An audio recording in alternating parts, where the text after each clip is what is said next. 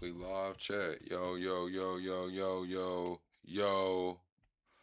All right. I think we good. I think we good, chat.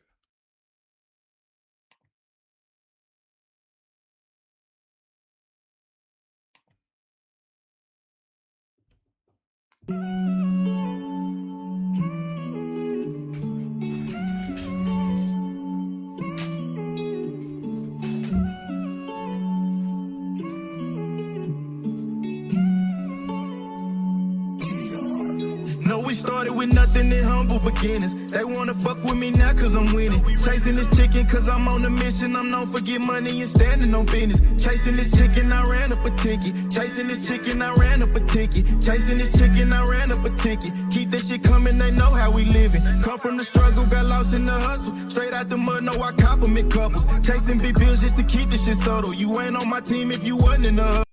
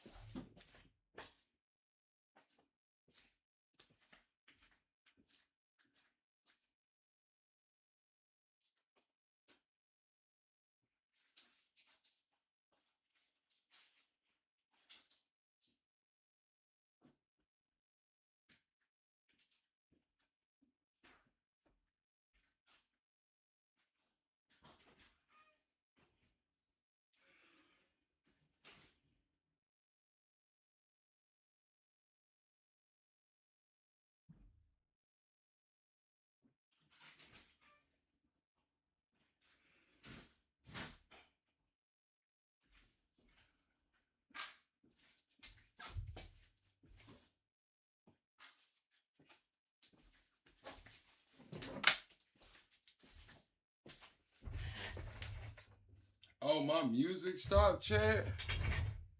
Why did the music stop? Hold on. Y'all been in here with no music? Chat, what happened to the music? Are y'all still here? Hold on, man. Let me get us the music back, man.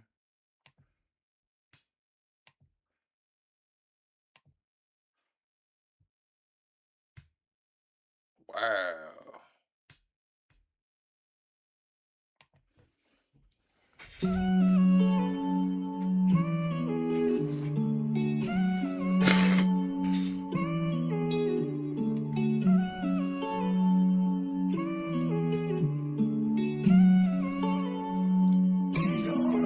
No, we started with nothing in humble beginnings. They wanna fuck with me now cause I'm winning. Chasing this chicken cause I'm on a mission. I'm known for get money and standing on business. Chasing this chicken, I ran up a ticket. Chasing this chicken, I ran up a ticket. Chasing this chicken, I ran up a ticket. Keep that shit coming, they know how we living. Come from the struggle, got lost in the hustle. Straight out the mud, no, I compliment couples. Chasing big bills just to keep this shit subtle. You ain't on my team if you wasn't in the huddle. Chasing this chicken, I ran up a ticket. Chasing this chicken, I ran up a ticket. Chasing this chicken, I ran up a ticket. Keep that shit coming, they know that I'm with it. I fit the description, I'm the definition. I'm what they prescribe like she seen a physician. She wanna ride cause she seen how we getting it. Big old booty, she my passenger princess. She like to argue, she don't like to listen. She bougie and toxic, she fine and she picky. Pretty and sedated, she get recognition. Matching nails and toes, man, she always French tip 'em. Parking lot pimping when we in the city. Don't ask her about twine, she twerk on the engine. She eat the dick in the car cause it's tinted. She pay me attention like she get commission. Pimpin' CEO, so I give her the business. She ride on the dick like she doing some fitness. She make the dick disappear like she magician. She like to swallow, man, she love when I finish. Having motion, man, you know I got plenty. Bitches choosing cause they know that I'm winning. See some thousands, now I'm at some millions. So all my houses come with chandelier ceilings. Pillow talking, man, that shit just ain't in me. Keep it pimpin', I can't do no pretending. Jealous hearted, man, you know I ain't with it. Cuffin' hoes hoes, I can't do no commit. No, we started with nothing in humble beginnings. They wanna fuck with me now cause I'm winning. Chasing this chicken cause I'm on a mission. I'm known for getting money and standing on business. Chasing this chicken, I ran up a ticket. Chasing this chicken, I ran up a ticket. Chasing this chicken, I ran up a ticket. Keep that shit coming, they know how we living. Come from the struggle, got lost in the hustle. Straight out the mud, no, I compliment couples. Chasing big bills just to keep this shit subtle. You ain't on my team if you wasn't in the huddle. Chasing this chicken, I ran up a ticket. Chasing this chicken, I ran up a ticket. Chasing this chicken, I ran up a ticket. Keep that shit coming, they know that I'm with it. What we doing, chat? What we doing tonight, chat? Double tap the screen, chat. Go to the 3 dots at the top. Hit the like button on your way in, man. We in intro mode. I'm a saint, but I sin. I checked in the game to win. I left, she loving me again. I let her cry out the bins and they say time heal. Mine still felt like it was yesterday. I was moving fast, probably too fast to even catch the play. Spence a night, she pack a bag, right to me, just getting gas. Coming back, I want it bad. I'ma touch it first, eat it last, it's temporary. Holly damn emotion said it's temporary. My pain deeper than the ocean. Temporary feelings mixed with temporary pleasures. All these temporary moments and these temporary treasures. Temporary circumstances to temporary measures. Temporary friends and even temporary schedules. Temporary smiles and temporary goals. Temporary women sliding on temporary poles. Temporary comments and temporary trolls. I just pray that God bless me. Ain't no temporary souls. I'm a saint, but I sin. I checked in the game to win. I left, she loving me again. I let her cry out the bins and they say time heal. Mine still felt like it was yesterday. I was moving fast, probably too fast to even catch the play. Spence a night, she pack a bag, right to me, just getting gas. Coming back, I want it bad. I'ma touch it first, eat it last, it's temporary. Holly damn emotion said it's temporary. My pain deeper than the ocean. Oh man, chat, what we doing tonight? Y'all locked, chat?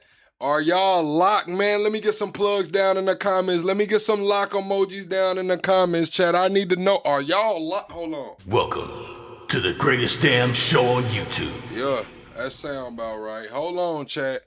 Welcome to the greatest damn show on YouTube. Oh man. Double tap the screen, shut live out. What we doing tonight, chat?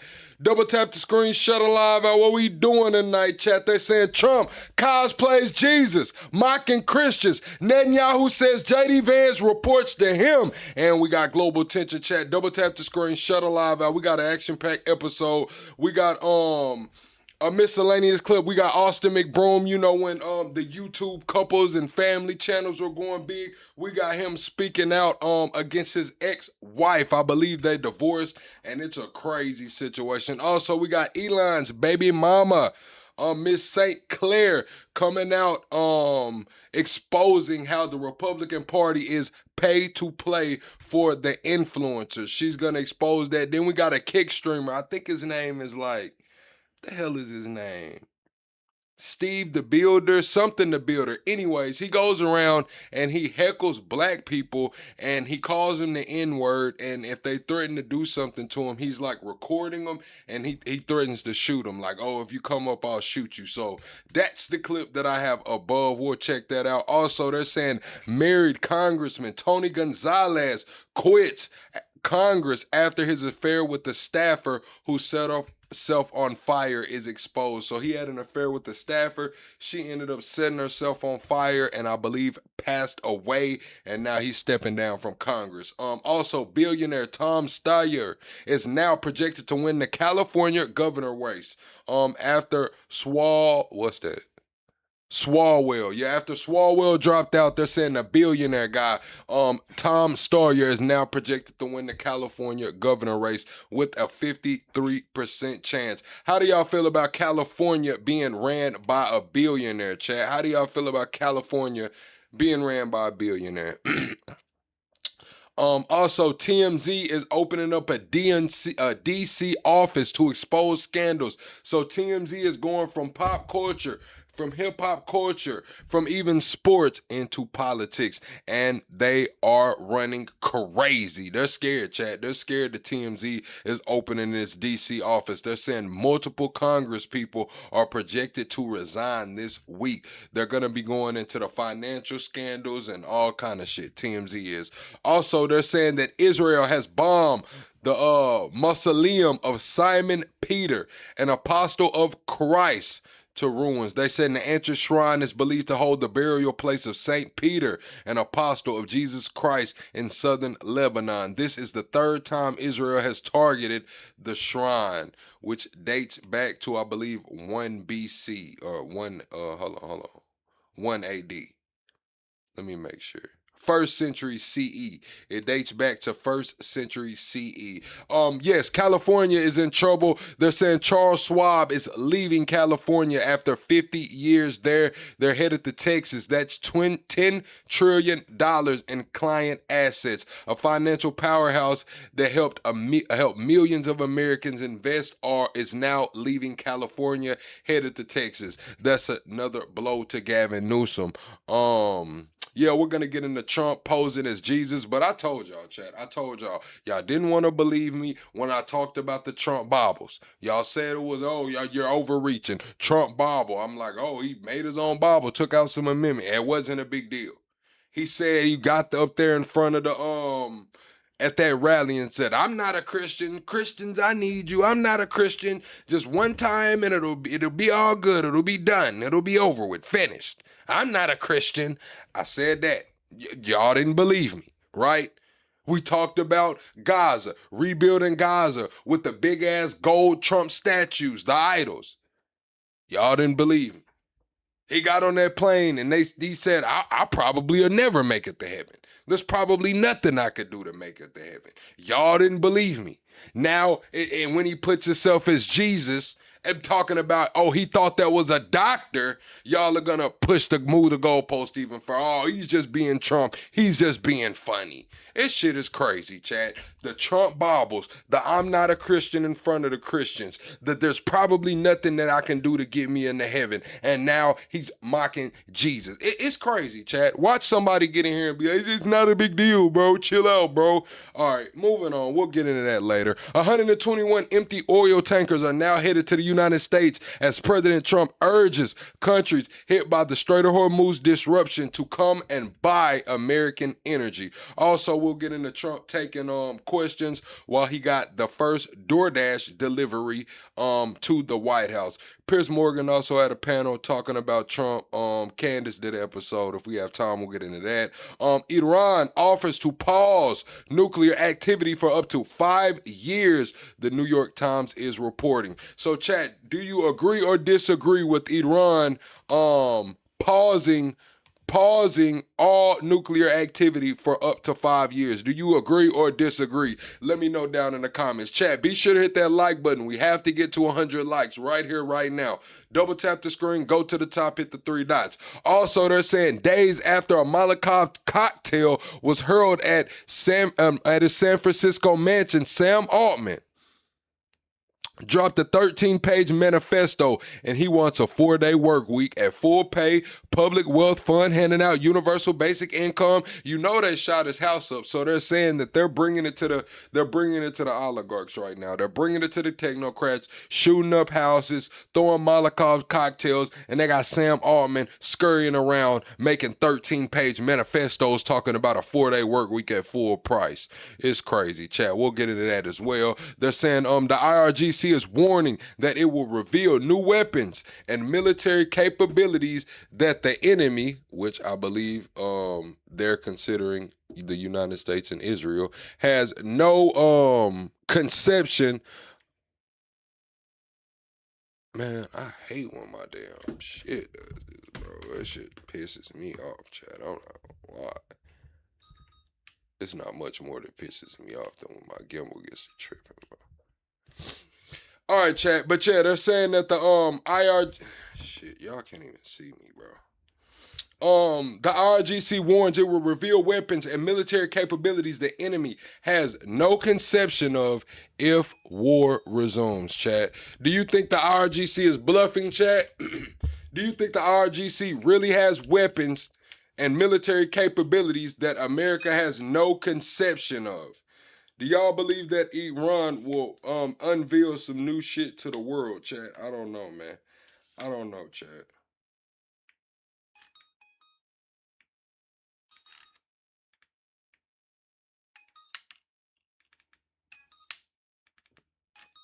Bro, this shit's not working, bro. All right, chat. We'll fix that in a second, man. We'll fix that in a second. Let me move on, man. Get us through the intro. Also they're saying, Hungary's new leader, Peter Magar said Hungary is liberated. He gave a speech today, chat, and quote out of his speech says, Hungary is liberated.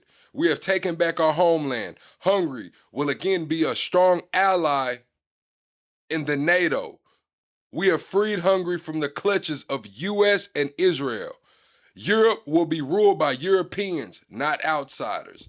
The age of Europa is here. Europa. What the hell is Europa, chat? What the hell is Europa? I think they just making up shit now, chat. They just might be making up words now, chat. Hold on. Let me get this shit together. All right. That looks a little better. That looks a little better. Can y'all see me, chat? Can y'all see me all right? Y'all can? Y'all can see me all right? All right, yo. Back into it, chat. Let's get back into the lineup of what we're going to cover today. It's this guy, chat. He set up his open claw bot to report people to the IRS for tax fraud. So while MTG is telling people, hey, we're not paying taxes, F the IRS this year, there's a guy who's taking advantage of it. He set up his bot to get all proceeds, chat. He set up his bot. This is what he does, chat. Listen to what this fucking bot does, bro. They're using AI in crazy ways. So he says, I set up my open claw to report people to the IRS for tax fraud. I get 30% of all proceeds collected by the IRS for my report. Here's what my bot does. It scrapes social media for anyone joking about not paying taxes on crypto, gambling, reselling, or cash transactions. It takes a shot and records all account information. It automatically fills an IRS Form 211 application for award for original information. It files and monitors email for request info. For requests for more info and payouts. He said he expects to collect over $500,000 this year doing that, man. He set up a bot to report on people that aren't paying their damn taxes. It's crazy, chat. And he's gonna get 30%. Let's see, what else do we have? Netanyahu said that JD Vance reports, it says Netanyahu said that JD Vance personally relayed details of the pizza stalks to him on the way back from Islamabad. He reported to me in detail, as members of this administration do every day. So Netanyahu saying members of the administration are reporting to him in detail every single day, chat. That shit's crazy. How do y'all feel about members of this administration reporting to Netanyahu every day? What's up, Stacy? What's up, La La Essence? What's up, H Buster Top Cat? What's up, Jason? How do y'all feel about the administration reporting to Netanyahu, chat? How do y'all feel about it? Do y'all agree with it, disagree with it? Is a part of intelligence sharing? How do y'all feel about it, chat? Double tap the screen, hit the live out. How do y'all feel about this administration reporting to Netanyahu daily, giving Netanyahu detailed reports daily? What's up, Too Strong? What's up, Highly Classified? What's up, Erica? Here we go, chat. Let's get into the episode, though. This guy right here, I believe his name is like Steve the Builder. He's a racist dude. He goes around taunting black people, trying to get them to basically wild out on them and put their hands on them so he can shoot them. He walks around with a gun on him. I mean, a pew-pew. He walks around with a pew-pew on him, taunting black people, trying to get them in a situation to where he could gun them down, chat. Let's watch it. Don't follow me in my truck, nigga. Like, I mean, you're paying. Damn. We got 18 rounds for you. We ain't got nothing else. Don't follow. Thank you, Rogie. Rogie comes through supporting the channel via Super Chat, said an average cloud weighs 1 million pounds. I didn't know an average cloud weighs 1 million pounds. Me in my truck, nigger. Like, I mean, you're pandering to the niggas, bro. We already know that's what you're doing. Have a good one, Chad. What's Yeah, up, Kiwi? Go chimp out. Nah, you watch what you say. Or what, nigger? You want to get maced right now or what? Come on. So he's coming up on these guys, calling them the N-word, telling them they're going to chimp out, and he's threatening them with mace and a pew-pew with 18 rounds. He's threatening them with 18 rounds and mace while calling them N-words and saying that they're going to chimp out. This is his content, chat. Like, he doesn't just do this. This is not a one-off thing. He goes around targeting black people to do shit like this. Come chimp out. Come chimp out. Come on, follow us over here away from the kids. Come on. Come chimp out, nigga. That's what I thought. Come chimp out, nigga. Right here, pussy. Look, he wanted to start chimping out. Or what, nigger? That's what I thought. He's live streaming this, chat. He's live streaming this, chat. Come on, come do something. Come over here away from the children. Come over here away from the children. We want to get a good clip. Let's get a good clip. Come on. Come on, nigga. Come on. He's asking for a good clip. He's clip farming, bro. He's clip farming, taunting black people, calling them the N-word, saying they're going to chimp out, and he's trying to bait them so he could do physical harm to them. So he could mace them or pew-pew them. This is crazy, bro. The internet has gone too far. The internet will not find the internet knows who he is. He's famous. He's like Twitter famous. Like, let me find this guy on X, bro. He's like Twitter famous. Steve the Builder. Is it Butcher or Builder?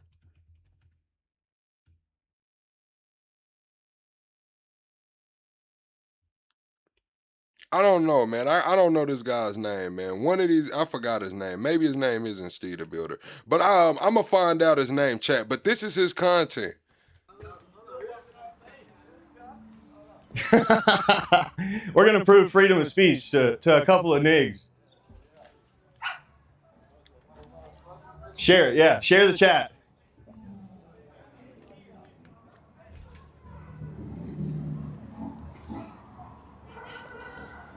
Come on this way. Oh.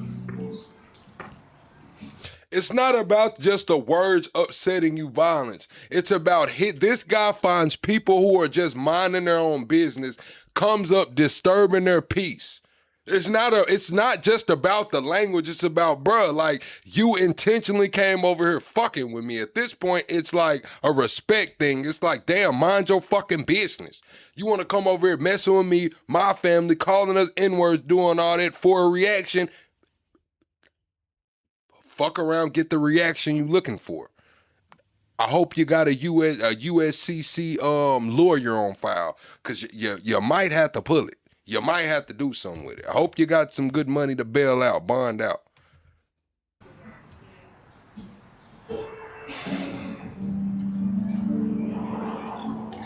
Let's get an ooga booga.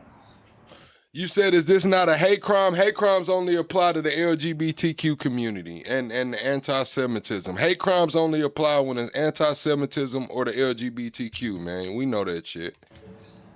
Let's get an ooga booga in the chat.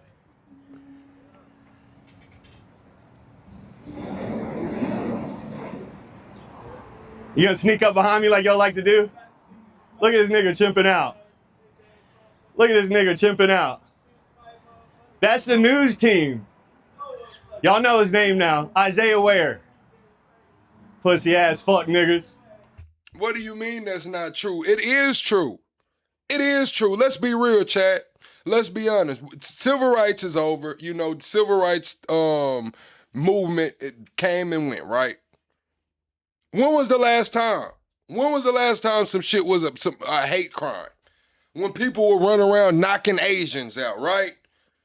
That was the last time when people was running around knocking Asians' ass out. That was the last time they was talking about it was some hate crime shit. It wasn't for the blacks. It was for the LGBTQ, anti-Semitism, and when they was running around knocking Asians out, man. Let's be real. But what man, we seeing black people hanging from fucking trees and shit, and it's no hate crime. They don't even investigate no more. It's like, damn, how many niggas is gonna end up hanging for trees? And it's not a hate crime. How many niggas is gonna end up hanging from trees and it's not a hate crime? He talks a lot of shit on the newscast. You said who was knocking Asians out? Man, this shit was like during the pandemic or right before. Y'all don't remember when they was running around knocking all the Asians out, man? Y'all don't remember that? Come on, man. Y'all don't remember when they was running around knocking all the Asians out, man, just punching on them. And Asia wasn't going. Those countries over there, those Asian countries wasn't going for that shit. It was, man, who was it? It was everybody. They was just punching Asians, man, recording it, knocking their ass out.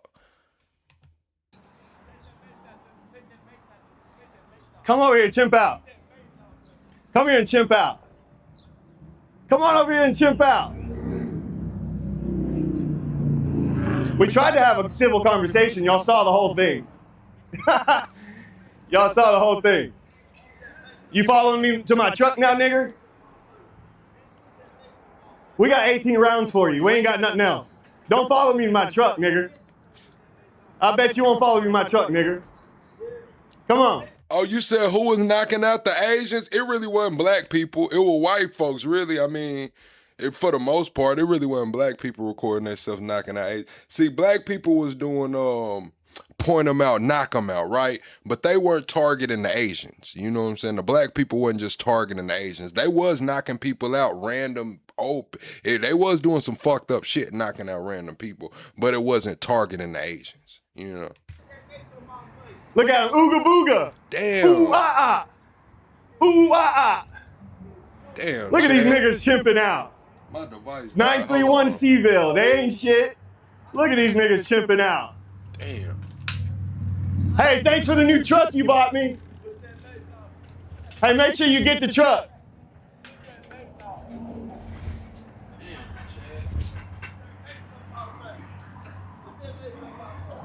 Look at him chimping out. Look at this nigga chimping out. Hey, there's kids around here. Why don't you keep chimping out somewhere else? Ooh, ah, ah. Ooh, ah, ah. This is his content, chat. Yeah, your mom, bitch. Your mom. I'm gonna play it through one more time so y'all can get the whole grid. Come chimp out. Come chimp out.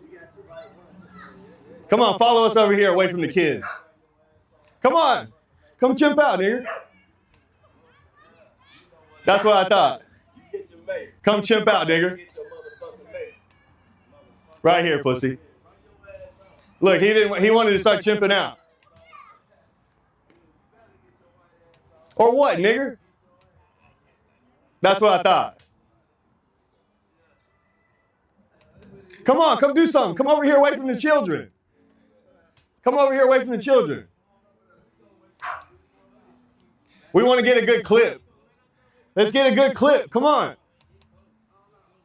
Come on, nigger, come on. We're going to prove freedom of speech to a couple of niggas.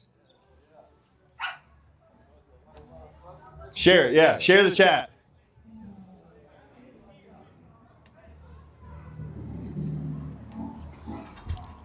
Chad, I'm trying to get my camera. Come on back this going. way. Oh.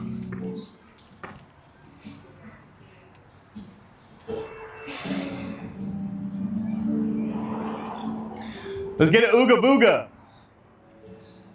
Let's get an ooga booga in the chat. Crazy, bro. You gonna sneak up behind me like y'all like to do? Look at this nigga chimping out. Look at this nigga chimping out. Crazy, bro. That's the news team. Y'all know his name now. Isaiah Ware. Pussy ass fuck niggas. Oh my He talks a lot of shit on the newscast. He called him a pussy ass fuck nigga. Come over here, chimp out. What? Come here and chimp out. Nah, he's got Come on over here and chimp out. He's disrespectful, bro. We tried to have a civil conversation. Y'all saw the whole thing. Y'all saw the whole thing. You following me to my truck now, nigger? Now he had to try to have a simple conversation. We got 18 rounds for you. We ain't got nothing else. Don't follow me. Tried to have a simple conversation, but he actually went over there trying to start shit. Because you know that because he said, come over here, let's get a good clip. I want to get a good clip. He's fucking clip farming, bro. I don't know, bro. I hope he gets handled. In my truck, nigger. I bet you won't follow me in my truck, nigger. Come on. Look at him. Ooga booga. Ooh ah ah. Yeah. Ooh ah ah. Look at these niggas chimping out. 931 Seville, they ain't shit. Look at these niggas chimping out. Hey, thanks for the new truck you bought me. Hey, make sure you get the truck.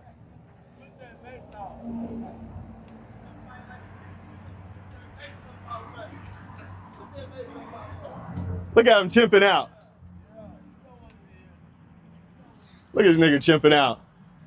Hey, there's kids around here. Why don't you keep chimping out somewhere else? Chat, would they be wrong if they put hands and feet on him? I mean, like, beat him damn near to a bloody pulp, chat? Would they be wrong if they beat him damn near to a bloody pulp? All right, chat, let's get on into the next clip. This is Austin McBroom. He used to be a famous YouTuber. Like, they were really famous, like getting a lot of fucking money. Him and his girl or wife and his family. But they got a divorce, man. And she came out, exposed him for cheating, and he's telling his side of the story. Let's break this shit down, man. Let's break this shit down. I did. I 100% stepped out of my marriage, and it was completely wrong for me to do it. I take full accountability. If I can... Okay, chat. So this man is coming out saying he stepped outside of his marriage, and he takes full accountability. Does anything else he say after this matter? Like, does it, since he stepped out of his marriage, is there anything he can say to justify stepping outside of his marriage, chat? Yes or no in the chat. Is there anything he can say to justify stepping outside of that marriage? Go back and change it, I would. And I'm sorry for that. I truly am. Her acting like she had no idea what was going on, that is a complete lie. Catherine knew what I was dealing with for a very long time.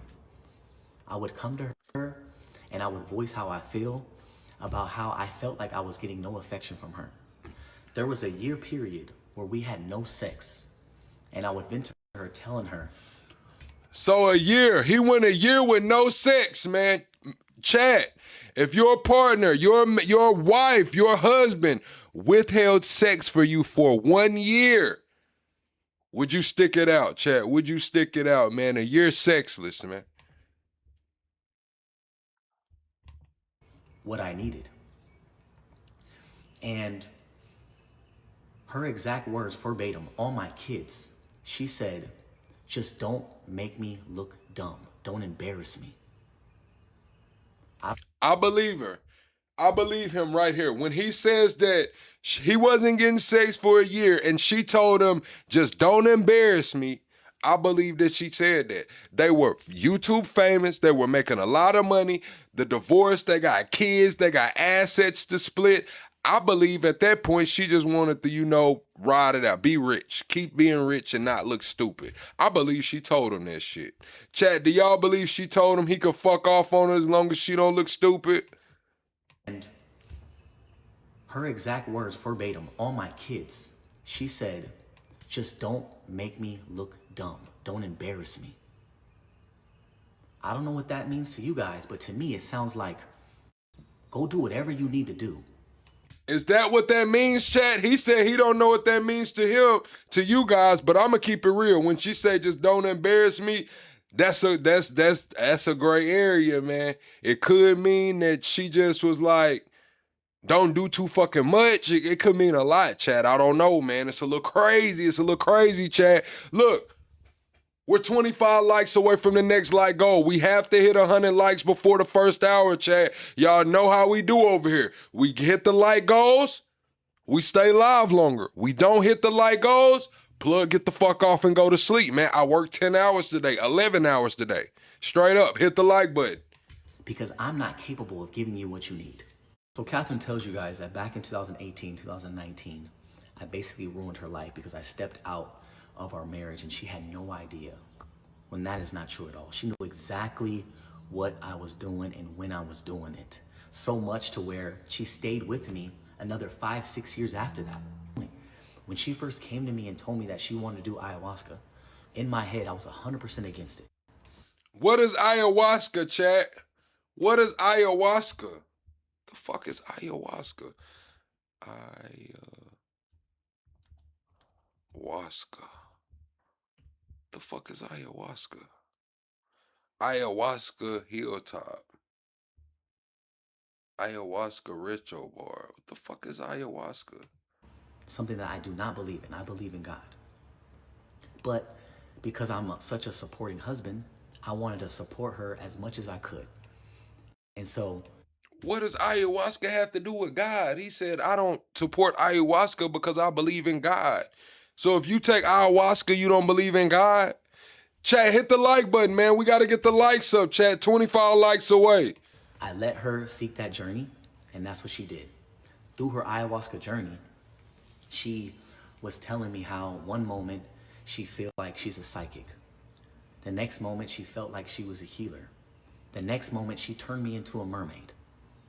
I was being... Hey, if she turned you into a mermaid, bro, she think you're gay. I'm just gonna be honest with you, chat. If she turned you into a mermaid, my boy, she thinks you're gay, bro. It's no way, bro. It's no way, bro. Like, it's no way, bro. Like, let's be honest with you, man. Come on, bro. She turned you into a mermaid, nigga. A mermaid, bro. A mermaid, bro. I wish my woman would say she looks at me in the light of a fucking mermaid, bro. What? As supportive as I could. She even went as far as telling me that she was the reincarnated Virgin Mary.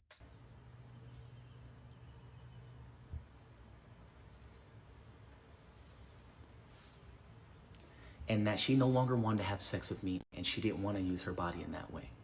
You guys put yourself in my shoes, and if your significant other told you that they were the Virgin Mary and no longer wanted to have sex with you, what would you do? I'm not gonna lie, Chad. I'm not gonna lie, So as she was Chad. getting more All right, let's be honest here, Chad. What would you do if your partner told you they were the Virgin Mary and they no longer wanted to have sex with you because they don't look at their body in that light? You're already married. You're already married. She goes, trips off of some ashwagandha, whatever, ayahuasca, whatever, and now she thinks she's the Virgin Mary and you can't get no ass, Chad. I'm not gonna lie, man. I'm gonna give her a little time to make it out the dark, bro. Like, you gotta make it out that dark, man. But if she don't come out the dark, bro, it's clip, bro. Like, it's clip, man. It's clip, man. She's talking about she's the Virgin Mary and this, that, man. Shit's clip, bro. Like, man, hey, man, we're gonna try to walk you through it, talk you through it, man. Seek some help, something, man. Maybe go talk to the pastor, but hey, man. connected to the spiritual side, we started growing further apart. And it was really sad because our conversations were only about spirituality and I couldn't relate. You said then leave her. Why you stand? Because you're married. Through thick, through thin, through sickness and good health, till death do us part. Shit, I'ma try. Fuck, man. Try to help her make it out the dark, but hey, she talking about she the Virgin Mary. I'm like, hey, man, it's over with. And it got so bad to the point where she was doing it once a month. She became addicted. Usually people do it once, maybe twice. They divorced, Stacy. In their entire life. I She think. was doing it once a month.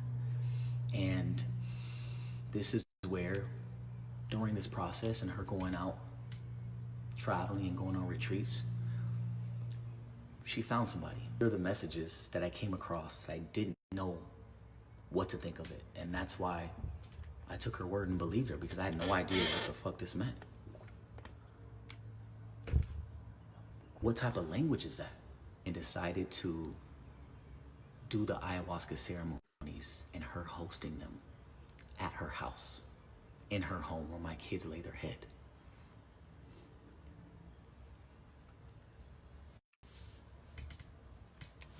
Yeah, I'm not gonna lie, man. All of that ayahuasca and shit with the kids at home, man. You inviting people over. Y'all finna get the tripping balls and shit. Hey, listen, man. Listen, man. Send the kids over here for the weekend, man. You wanna trip your balls off, man? Get the kids the fuck up out of there, man. What's going on? What's wrong with you, lady? What the hell is wrong with you? I really only had two options. Either I get full custody of the kids, or I spend more time with them to protect them. And I think you guys know what option I chose. Here is a photo of all of them in Catherine's house experiencing the ayahuasca journey that they had together. And this boy right here is only 12 years old. 12? Doing ayahuasca. Mind you, no one here is a professional. No one here has studied ayahuasca for years and years. I don't know if you guys know how dangerous that is, but all it takes is for one bad experience and it changes all of our lives. Not just Catherine. Not just mine. But my kids. And that's something I'll never fuck with. That, you guys seen that, how hands-on I am and how much they're with me.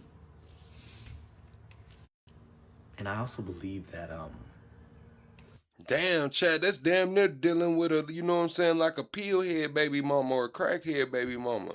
It's the same damn thing. I mean, they doing ayahuasca all fucking week through the house, man. It's damn near. Imagine being able to build an app with your name on it. Imagine not having fucking ads, bro.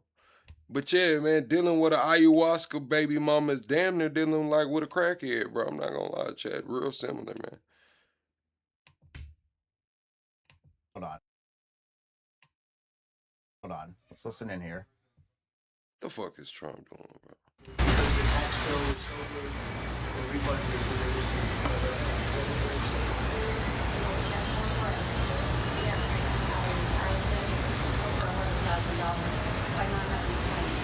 Is that surprising to you, actually? It was very surprising. Very The surprising. great big beautiful bill. And that doesn't include overtime in your case. This is only just based on what we did in terms of every other aspect of the tax bill, right? Yes, sir. So it was 11,000 saving. Yes, sir. Isn't that incredible? And that's what it is, the tax cut. It's really, you know, we call it the great big beautiful bill. We should call it the great big beautiful tax cut bill because it's tremendous amounts of money. And that's overtime. That's also on Social Security, as you know. Yes. And it's pretty amazing. Yes, it Well, is. you're really nice. Would you like to do a little news conference with me with these people? These are not the nicest people. They're not nice like you. You know that, right? I'll do whatever you ask me to do, sir. So the no tax on tips is something special, right? It's very special. And that's the one that really pertains to you more than anything else. Yes, sir. Yes, It's sir. fantastic. It's so it's such an honor to meet you. And I think you voted for me, do you think? Maybe. Yeah. I heard you're a great. Hell no, she didn't vote for him. Talking about maybe. Oh shit. Chad, Trump just put her in a fucking position, bro. Like, hey, her family's gonna be watching this, man. She definitely didn't vote for him, bro. She definitely did not vote for Trump. It's fantastic. It's such an honor to meet you. And I think you voted for me, do you think? Maybe. Yeah. I heard you're a great supporter. We appreciate it. Thank you. I'll put this over here. And why don't we have a news conference with Trump ain't heard no shit like that, man. Sure. Trump ain't heard a motherfucking thing like that. Oh, he might have, because she has a shirt on that says DoorDash Grandma. Like, where the fuck did she get a DoorDash Grandma shirt at? Like, I don't know. They might have picked her to come do this, man. This might be a little staged, bro. You don't have to say too much. I think they're looking about hormone straight and various other things. Do you have any questions? Mr. President, did you post that picture of yourself depicted as Jesus Christ? Well, it wasn't depicted. It was me. I did post it, and I thought it was me as a doctor. And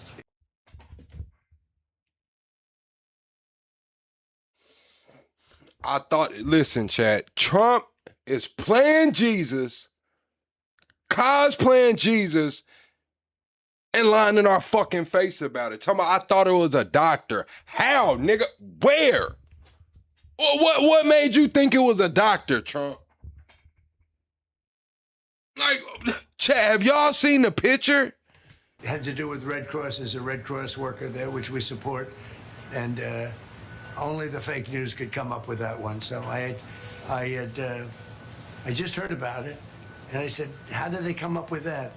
It's supposed to be me as a doctor making people better, and I do make people better. I make people a lot better. As an example, the 11,000 I had here. Hey, fuck that, Trump, man. I'm the you, man. You could push that shit off on somebody else. I ain't going. But hey, pedal that shit on the next block, Trump. Real talk, man. Pedal that shit on the next block. Cause I got the picture, chat. Is this a fucking doctor, chat? What doctor do you know, chat? Is Dr. Brown looking like this? When y'all go see Dr. Brown or Dr. whoever, man, are they looking like this, man? A doctor, bro. A doctor, bro. Oh, it's not letting me move. What the hell, chat? It's not letting me move it. There we go. A doctor, bro. A doctor, bro. They got the little doctor right there, the little nurse lady, man. Come on, bro. He said he thought he was a doctor, bro. A doctor, chat. A doctor, bro. A doctor, bro. Look in the fucking sky, bro. They got shit all up in the damn sky, bro. A doctor, bro. A doctor, bro.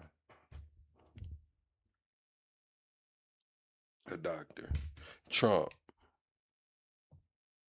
When the fuck have you ever been a doctor, bro?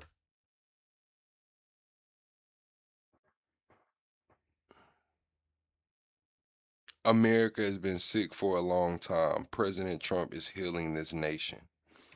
A doctor, bro. A fucking doctor, bro. Oh my God, bro. This shit is crazy, bro. Is that a doctor, chat? Do y'all think it's a doctor? Was he being a doctor right there, chat? Fucking cosplaying Jesus, bro. Crazy, bro. Crazy, chat. I'm not gonna lie, chat. It's diabolical, bro. Hold on. Let's listen in here. Mr. President, did you post that picture of yourself depicted as Jesus Christ? Well, it wasn't depicted. It was me. I did post it, and I thought it was me as a doctor, and it had to do with Red Cross. There's a Red Cross worker there, which we support, and only the fake news could come up with that one. So I just heard about it, and I said, how did they come up with that? It's supposed to be me as a doctor making people better, and I do make people better. I make people a lot better. As an example, the 11,000, I understand your husband's going through treatment. Yes, sir.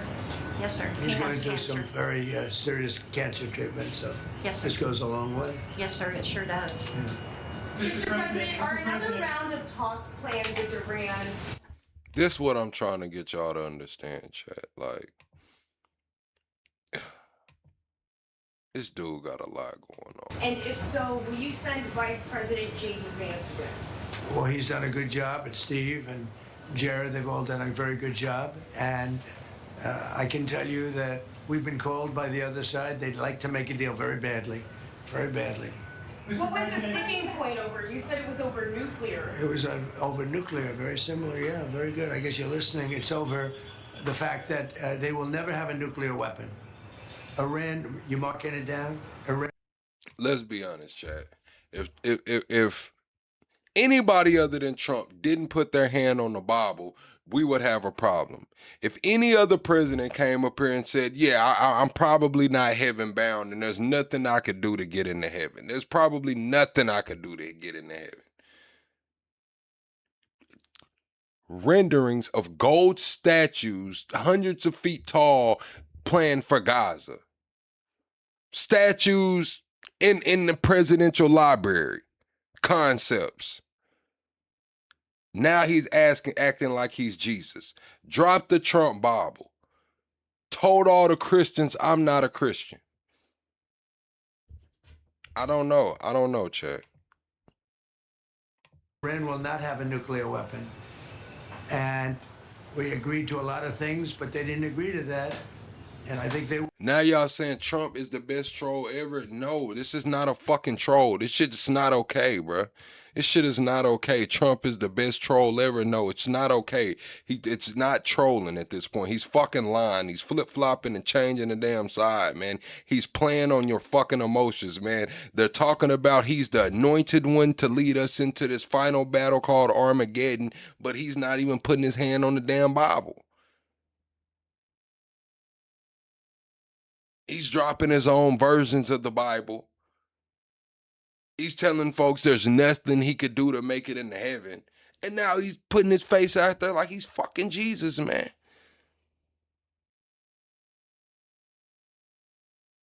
Talking about he's healing people. How? They will agree to it. I'm almost sure of it. In fact, I am sure of it. If they don't agree, there's no deal. There'll never be a deal. Iran will not have a nuclear weapon, and we're going to get the dust back.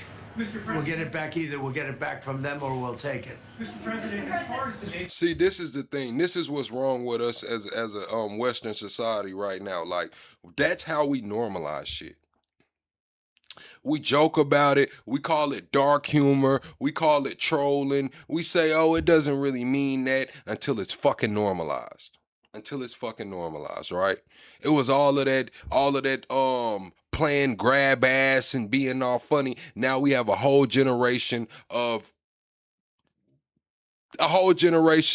fuck. Let's just call it what it is, man. Transgenders and shit like that and grab asses. You know, we got a whole generation. It started with grab assing around and then it just got normalized, which, okay, that's cool. New world, new America, right?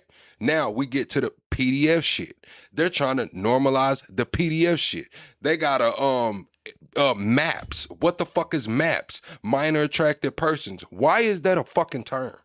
They're trying to normalize this shit. We get into the whole culture, right? Yeah, we know prostitution's been around since the beginning of fucking time, but now it's normalized. It's everywhere. You have moms dropping their kids off with their fucking OnlyFans plastered on side of the car. Normalized it. Gun violence, the fucking Chief Keef era, drill music era. Before, it was only gangsters and gangbangers that was doing this street shit. What do? We accepted it. We normalized it. We let it in through the music. Now we see kids fucking 13, 14, 15 years old with 7, 8, 9 bodies. Why? Because we normalized this shit, bro. We normalized this shit. Blockade is concerned. What's the end game? Is it to force Iran back to the negotiating table? Is it to open up the strait so that gas prices ultimately come down? Maybe everything. I mean, you know, both of those things, certainly, and more.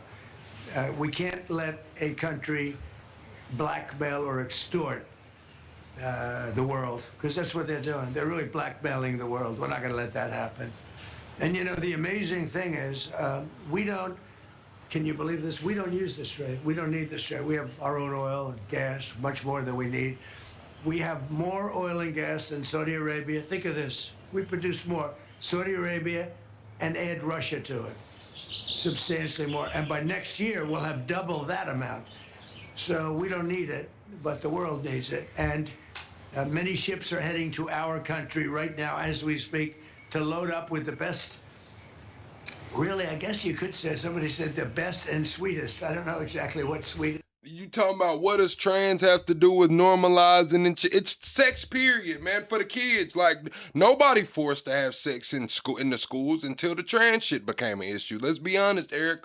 Let's be honest, Erica. When they was talking about sex ed in class and you had to roll the damn condom over the banana or whatever, man, that shit was in and out, man. When it got to talking about books and all of this shit, it didn't become a problem, man.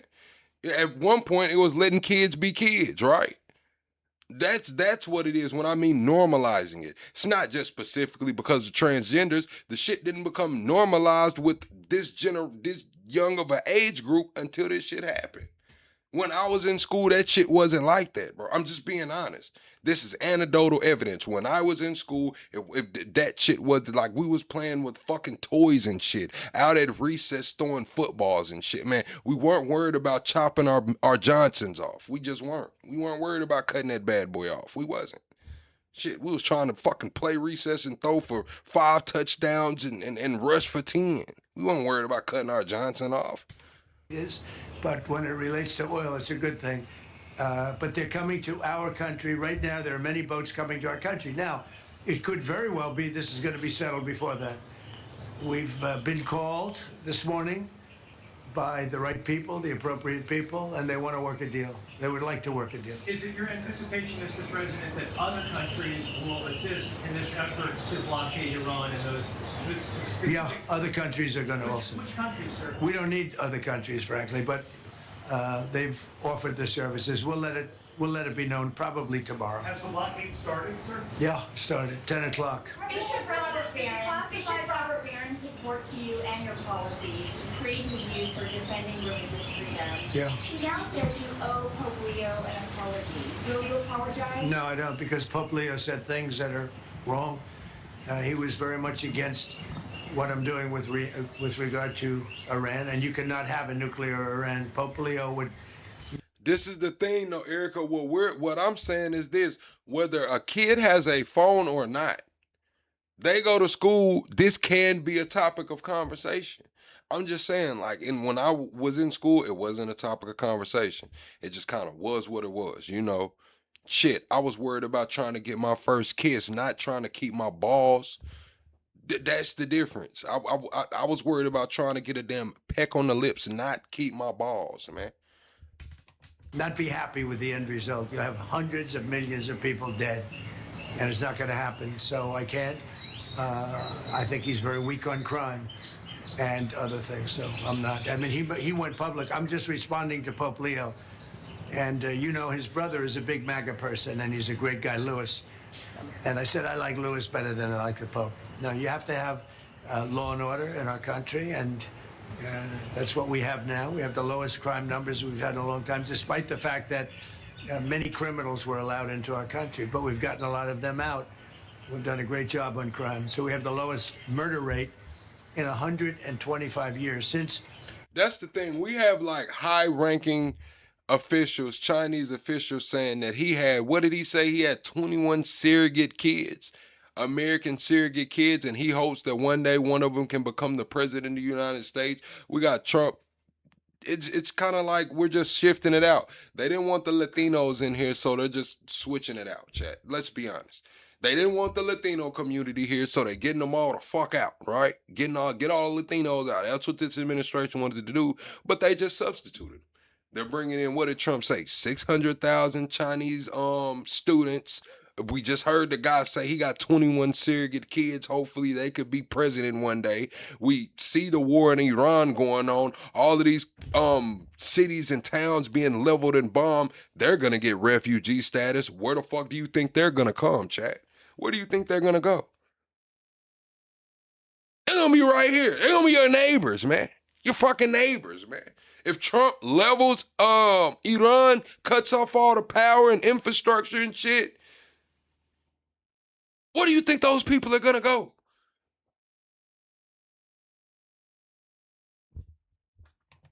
$1,900, the lowest murder rate. So we believe strongly in law and order, and he seemed to have a problem with that, so there's nothing to apologize for. He's wrong.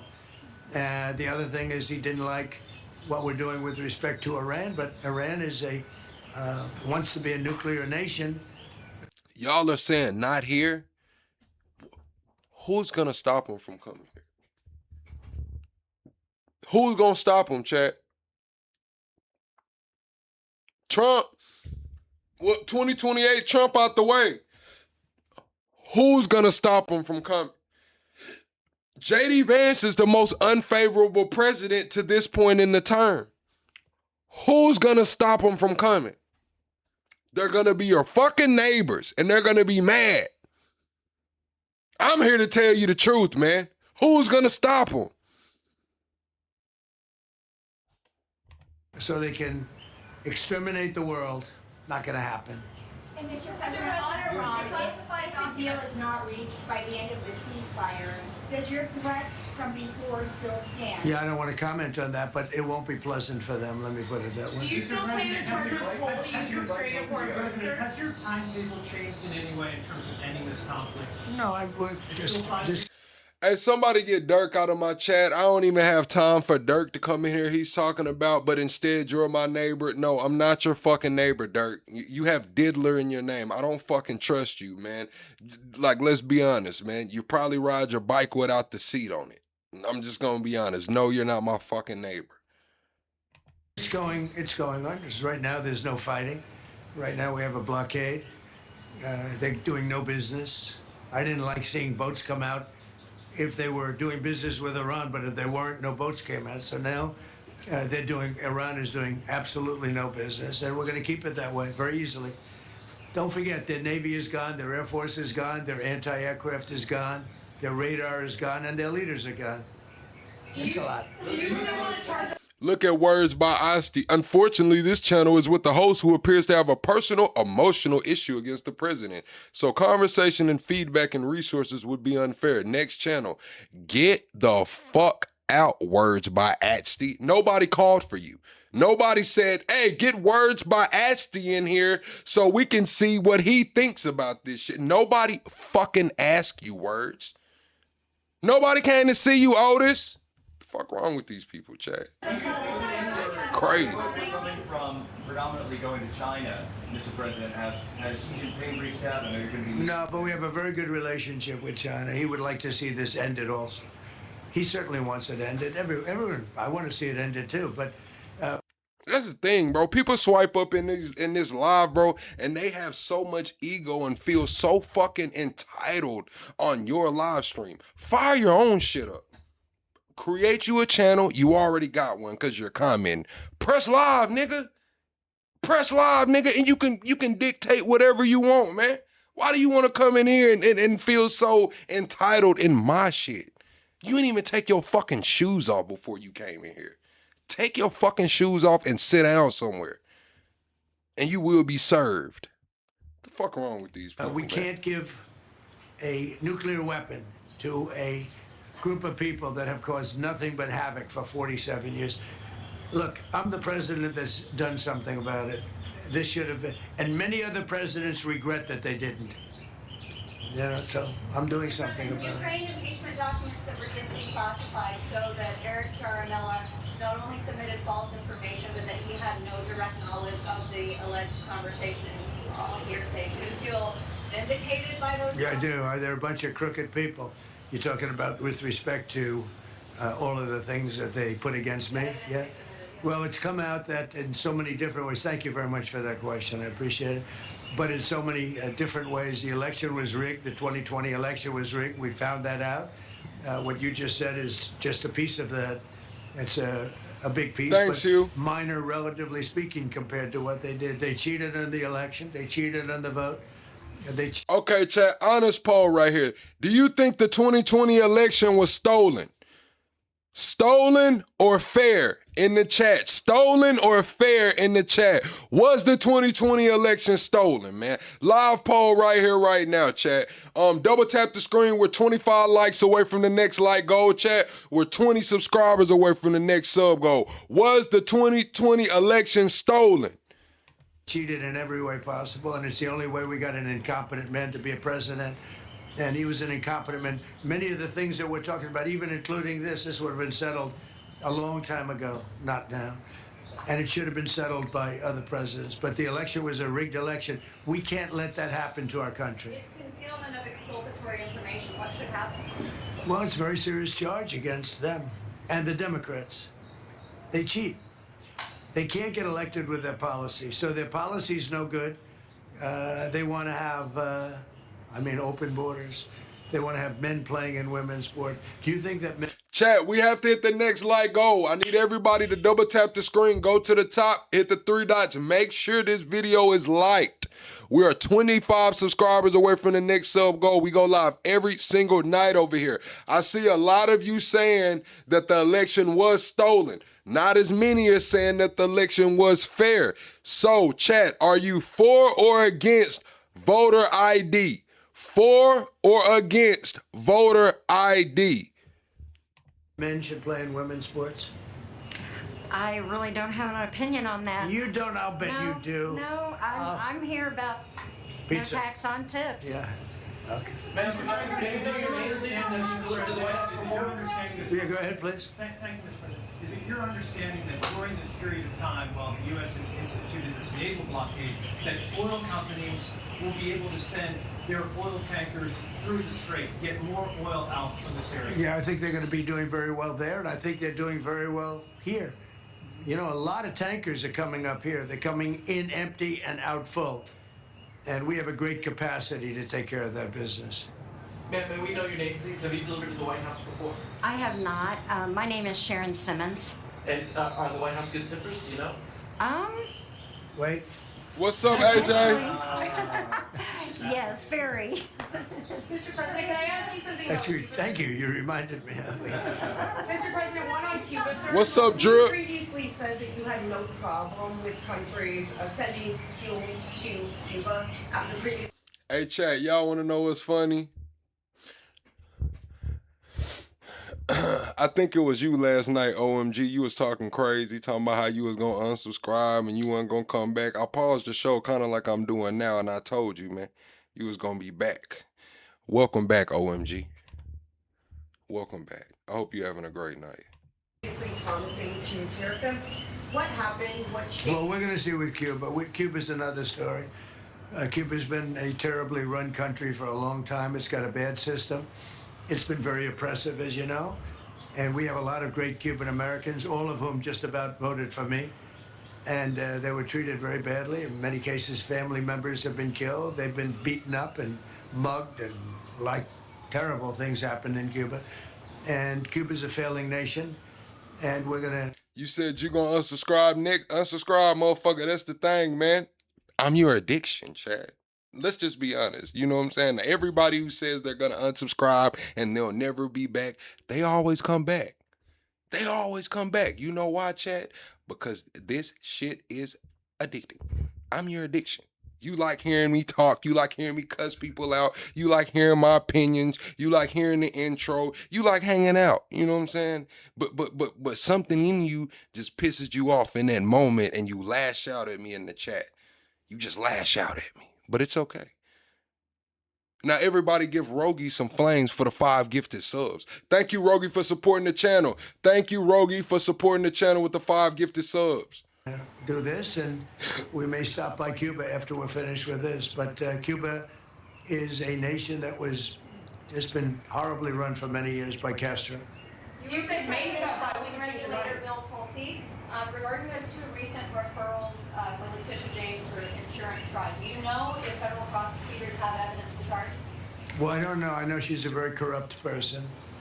And you're talking about the so-called Attorney General of New York. She's a very corrupt person. That's been proven now. And I know I have nothing to do with it, but they're looking at things all over the place, more than one state concerning her and concerning people like Comey, who's a dirty cop.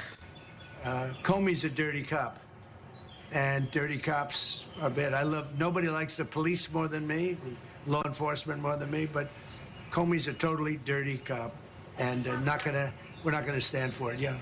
The UFC fight that's happening at the White House this summer, the UFC typically numbers those fights consecutively, but should they label this one UFC 1776? That's a good idea. I'll tell that to Dana White. I like that idea, actually. You said your mom's 79 and they ID'd her to buy a lighter. That's just because the system wouldn't allow her to allow them to sell it, man. Listen, man, OG ass needed that lighter, man. That's a little disrespectful. I will say I've been involved with a lot of big events. I have never had an event. Chat. How much do you spend a week on gas right now, Chad? How much do you spend weekly on gasoline, gas? More interest in the UFC fight that we have right at the front door. Right there, they're going to start building a about a 4,500 seat arena. I'm gonna be honest with you, Chad. I spend every bit about 200, 220, 225, man. Right about now, it's at least 225, maybe 300. And then in the back, at the Ellipse, we're going to have maybe 100,000, 50 to 100,000 people, I guess. They're building tremendous stages, and you're going to have massive screens of the fight. And it's a very popular sport. But I have never been involved, because of the White House and everything. There's a lot of reasons for it, but we're having a fight at the White House on June 14th, and we're going to have an arena built right at the front door. Wow. And if you want, is your husband up to coming, you think? Yeah, Chad, everything I got is a V8. I'm finna pull my motorcycle out though, but yeah, I'm spending 200 plus every week. Everything I got is a V8, Chad. V8 or everything. Does he like UFC? He might. If he's feeling good, we'll make sure you come, okay? That would be wonderful. That's Thank better you. than the tip I just gave you, I'll tell you. That's a lot better. But no, if he's feeling good, right? Yeah. Is he doing okay? Is he going to be okay? He's doing very well. He's doing very well. He actually, Thanks, John. during the process, he wrote a book. And Go ahead, give him the name. Maybe you'll say. he hasn't had it published yet, but it's a book on humility, and his name is Leo, and he's just Good guy. doing good. He's doing great. How long are you married? We have been married for 6 years. Yeah, Chad, I got a little 650. I got a little Honda 650, man. A bike, man, a little Shadow, man. I got a little Shadow 650, man. Oh, so that's But good. we've, like most people, we've been together for over 10. So That's very good. Well, that's very nice to say hello to him. He's going to be good. Okay, he's going to get better, and he's going to be good. yes, sir. Good. Yes, Well, sir. I want to thank you all, and I especially want to thank you for being here. Well, I want to thank you Thank you very for much. the no tax on tips. Oh, that's good. It has helped my family out immensely, and I definitely appreciate it. Thank That's you. so nice. The one thing that I just in leaving, we've had more good press for a change, having to do with the fact that people are receiving more money from their tax refunds than they ever thought possible. The reason I called it 650 little is because that's the bike I learned on. Like, I was 16 when I got that bike, Chad. 16? Yeah, I was like 16 when I got that bike. So that's why I consider it little. Like, it's not, people around here riding Boosa, 1,300, big shit. 1,000, shit. I'm on a little, 650. We had a man the other day got $5,000. Another one got $7,000. They weren't expecting anything like this, and it's because of the great big beautiful bill. And that's why you came, and I really appreciate it. And tell your husband to get better. I will. And if he's feeling good, you'll come up and you'll watch that fight. All okay, right. June 14th. I appreciate it. All Thank right. you. Thank you very much. Thank you so much. Take care of yourself. Thank you. Any update on Thank the you. DOJ? though, Thank you Mr. very President? much. Who went to lead DOJ? Any update on who you want to lead DOJ? Who you're going to nominate? Well, I think Todd, as far as doing a fantastic job, I will say that. He's a great lawyer. I know that because he's been with me a long time. And so far, he's doing a great job. So I think he's talking about Todd. I think that's the guy that was just Lane's lawyer. I think he was something to do with the Epstein case. He was just Lane's lawyer. Now he's taking Pam Bondi's job. He's the same guy that said the Epstein files are closed, done, nothing else will come back. Well, if that's not a conflict of interest, I don't know what the fuck is. Bondi had something to do with Epstein's case at the beginning. Now we got this guy who was just Lane's lawyer, or one of them, both heading the fucking DOJ in control of the Epstein files. Like, if this shit is not a conflict of interest, chat, I don't know what is. It's like, damn. Shit's crazy. All right, this right here, chat, this video, this is Elon's baby mama. With me while I tell. This is Elon's baby mama exposing the Republicans in TPUSA on influencers, the Republican influencers, and how they're getting paid and how it's pay to play. You about how the pay-to-play MAGA influence campaigns work. For those who don't know, my name is Ashley St. Clair. So I think this is the girl that used to work at Fox. This is Elon's baby mom. Her and Elon had got into it. Elon ended up putting that Riz on her, dumped one in her, and now she's his baby mama, and she's spilling the beans, chat. Everyone double tap the screen. We got to get to 200 likes. Why are we not at 200 likes yet? Double tap your screen, go to the top, hit the 3 dots, and hit the like button. We have to hit the like goals, chat. We have to hit the like goals. and I was involved in MAGA politics and was a MAGA influencer. You said, who do I want to win in 2028? Right now, it's open. I want the best person to win. I want to see an actual some good candidates. Right now, I want it to be open. I want to see some. I want to see a good run, man. I want to see good debates. I want to see good campaigns. I want to see all of that. I don't want to just hand that shit off to anybody at this point. Nobody's running away. Nobody's a clear winner at this point. Influencer for almost a decade. I know. Now, MAGA and really MAGA, not so much just. I want to see Westmore debate.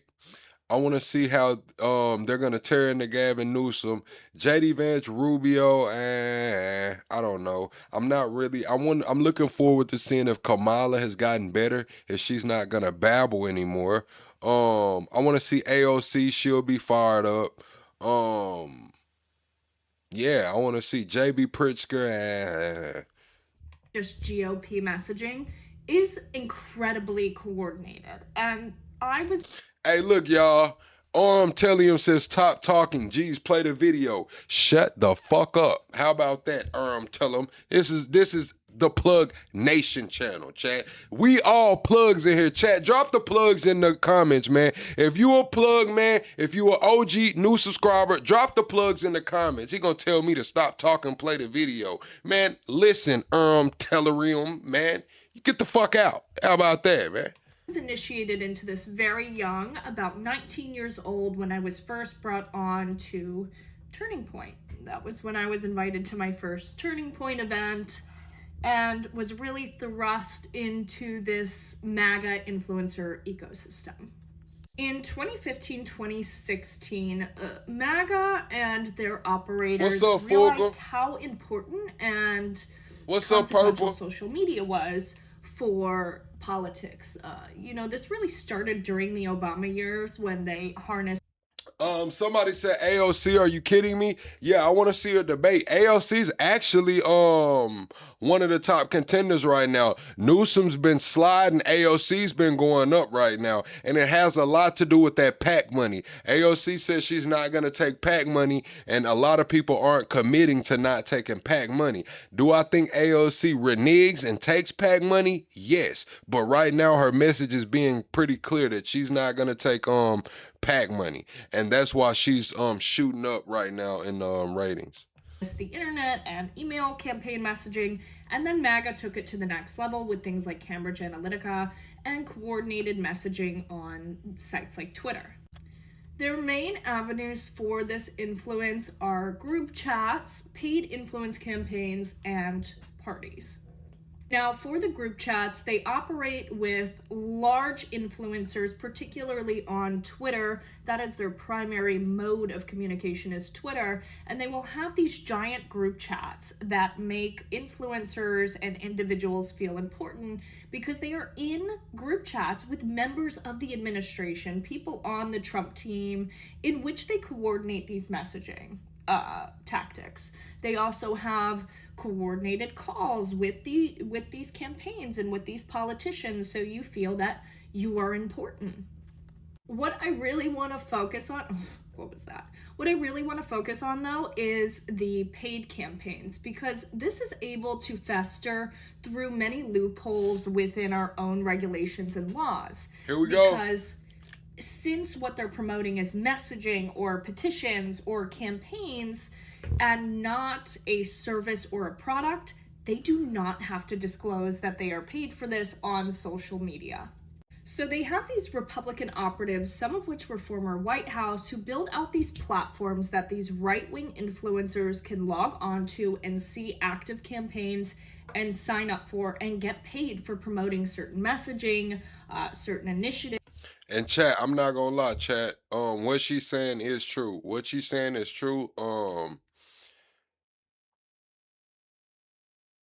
That's all I'll say on that, chat. That's all I'll say on that. We'll talk about it a little bit later. But what she's saying is true. There's a lot of money in that shit, and I didn't take it, chat. I didn't take the money, man. Certain petitions, And this pay is typically, per click. Sometimes it's a flat rate, but it is everything from, hey, tell your audience to call their members of Congress and vote a particular way on this bill, or, have your followers sign this petition, promote this propaganda, XYZ.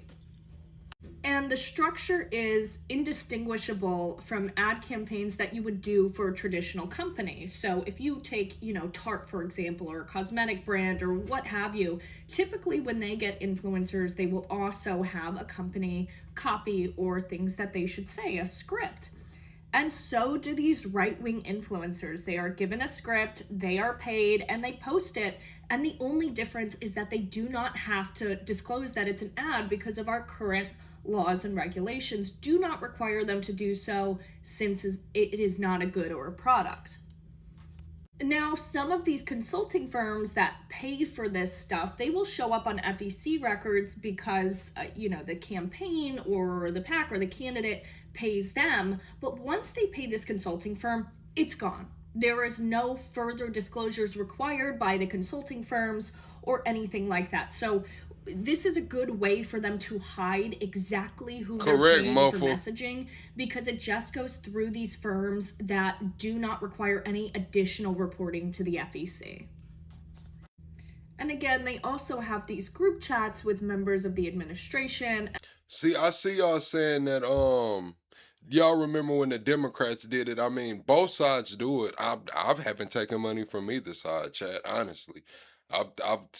It's some money. It's some fucking money going around, and it's some ways that they monetizing that shit. And I haven't taken the money, chat. I didn't take that money, man. And high up officials that, especially when a scandal or controversy breaks out, all of this messaging is coordinated. Hey, here's how we respond to the files. Here's how we respond to the war. Here is how we respond to everything. So there's this entire ecosystem of large influencers.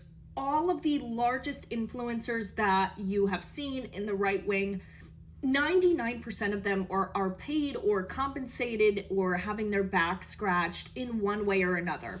And then this trickles down because the people under them, these smaller influencers, are not aware of this. So when they're looking to these larger accounts, in response to controversies or messaging, what they're seeing is actually very coordinated and very sophisticated influence campaigns from the top. There is no free thinking here whatsoever. They are waiting to get marching orders and a direct deposit.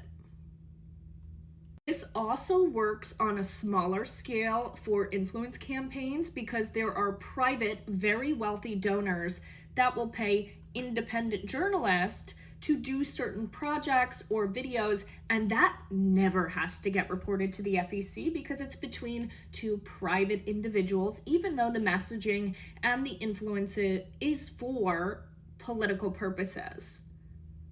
This happened to me at one point when there were a lot of scandals going on with the airlines and immigration, which I unfortunately had a role in boosting that rhetoric.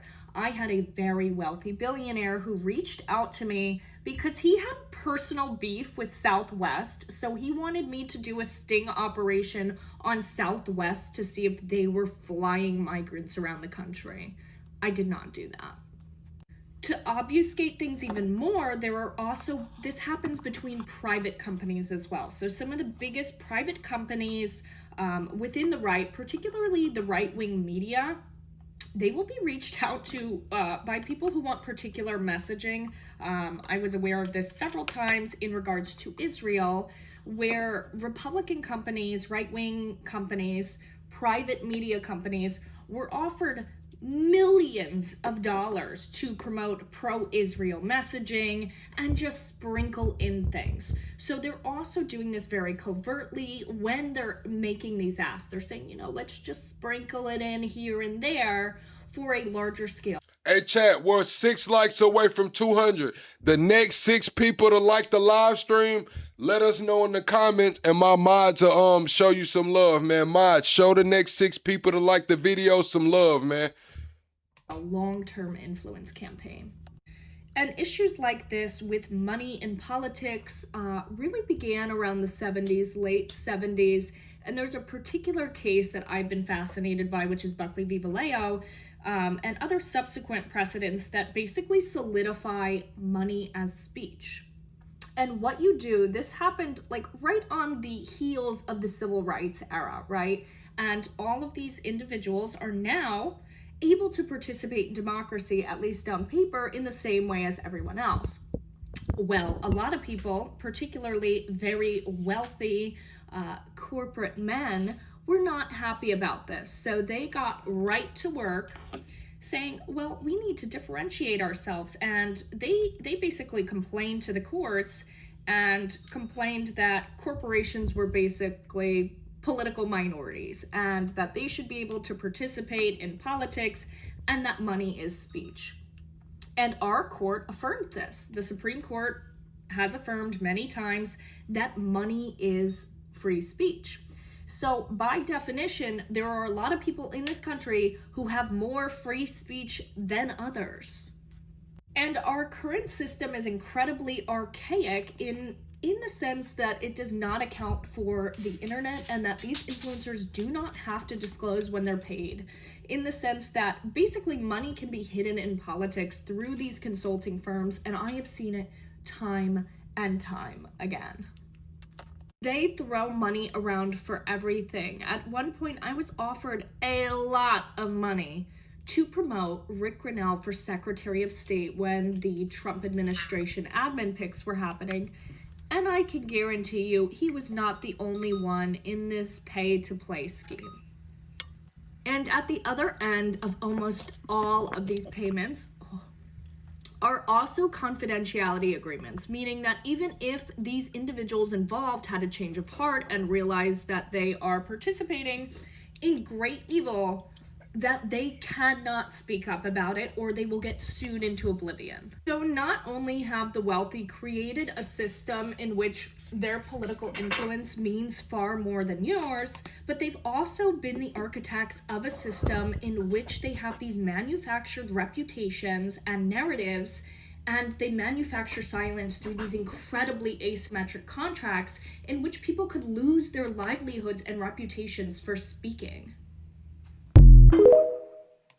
All right, man. Damn, why are you going on?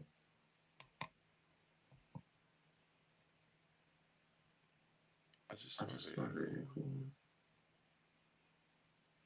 What? Hold on, sure.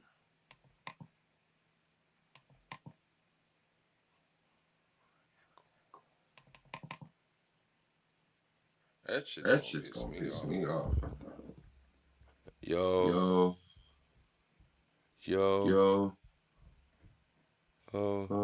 Can y'all hear me, chat? Nah, that shit's all the way down, bro. What the fuck can I hear myself, bro? That shit's crazy.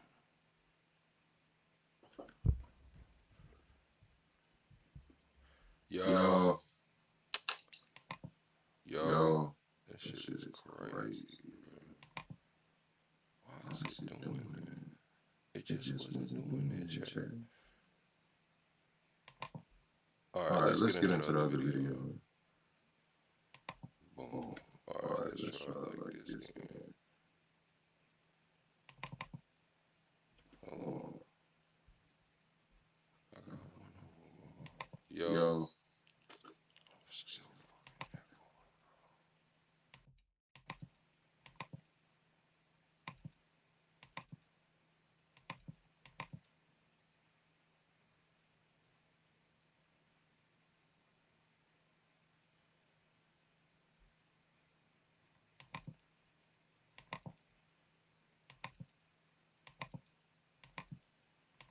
Wrong. Every fucking click.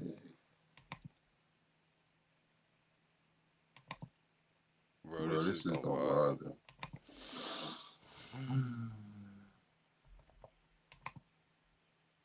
My bad, Jen. Get this shit together. This shit is crazy.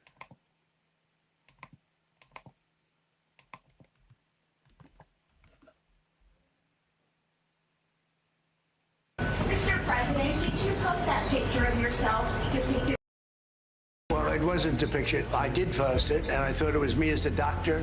You don't care? It's a distraction. It's a distraction. I just don't care. But as a Catholic, what I care you is don't that the care? intersection. Galatians 6:7 says, God will not be mocked. The remedy is not 25th Amendment. The remedy is Congress. Pope Leo's boss got executed and came back from the dead 3 days later. He's not afraid of a Truth Social post. We have a one-man. Bro, chat, I'm dumb as hell. Okay, so what happened was I unmuted my fucking camera microphone. It's a microphone on my camera, chat, and that bitch was unmuted. So I'm sitting here doing all of this, moving around and shit, and it was my damn camera microphone. It's crazy. Rule, and the one man happens to be crazy.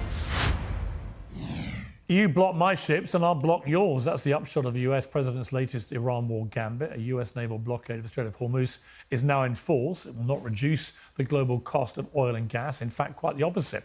But it may stem the steady flow of cash flooding into Iran's coffers, one of the most perverse unintended consequences of the conflict so far. Perhaps surprisingly, in current circumstances, President Trump and Secretary of State Marco Rubio spent Saturday night at the UFC in Florida. It's fair to say Vice President J.D. Vance got the short straw, fresh from trying and failing to save Viktor Orban's campaign in Hungary. He spent 21 hours in negotiations with the Israelis in Islamabad.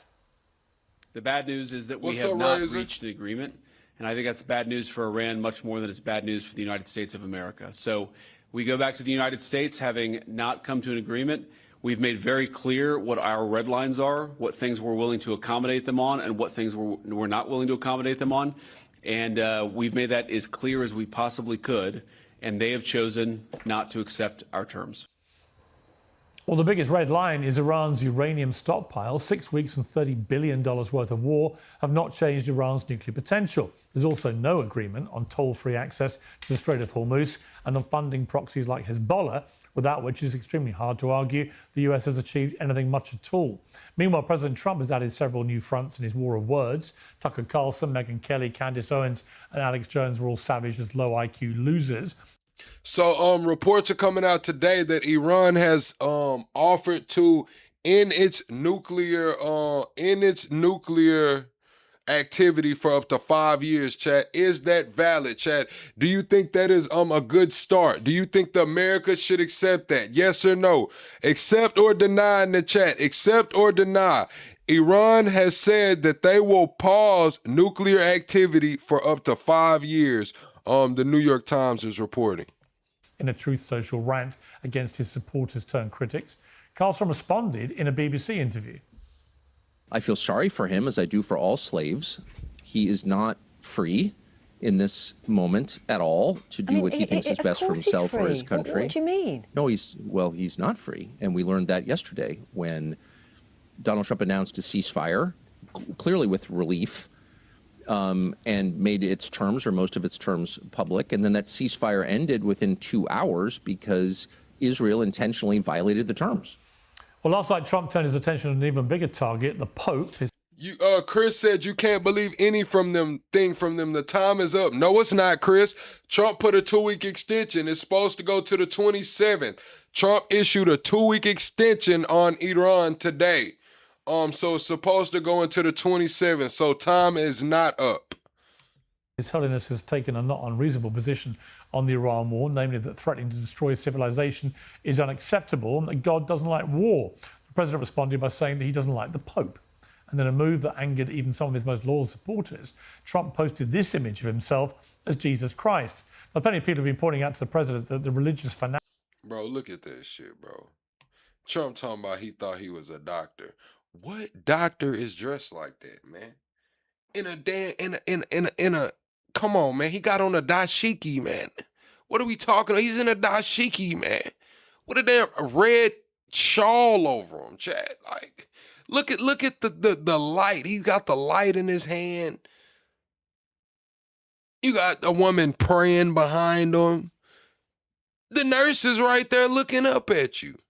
Like, come on, bro. Come on, Trump, man. You was playing Jesus, man. You was cosplaying Jesus. Fanatics led by a divine strongman, are supposed to be on the other side. Well, just before we came on air, Trump deleted the image. You said, so what? So what is this? So what is the bamboozled? So what is saying that he's anointed by God to lead us into Armageddon, telling the soldiers that this is the battle before Armageddon, when he's saying that he's not a Christian, right?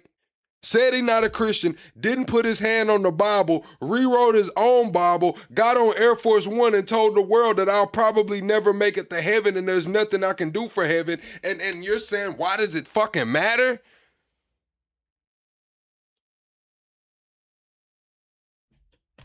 Himself as the Son of God, which is about as close as he's probably ever got to a genuine apology. Professor Jeffrey Sachs and a stellar panel are standing by, but we begin tonight in Beirut, where all the talk of a ceasefire feels a very long way away. Yalda Hakim is an award-winning Sky News anchor and host of the World podcast and joins me now from Beirut. Yalda, welcome back to Uncensored. Thanks so much for having me, Piers. Well, I'm trying to... It said, you must be paid. I got you. No, I'm not paid, but my Cash App and my PayPal is in the comments. So pay me, Texas Jane. If you want me to be paid so bad, pay up. How about that? Y'all want me to pay up. Cash App and the damn PayPal is in the comments. The fuck are you talking about?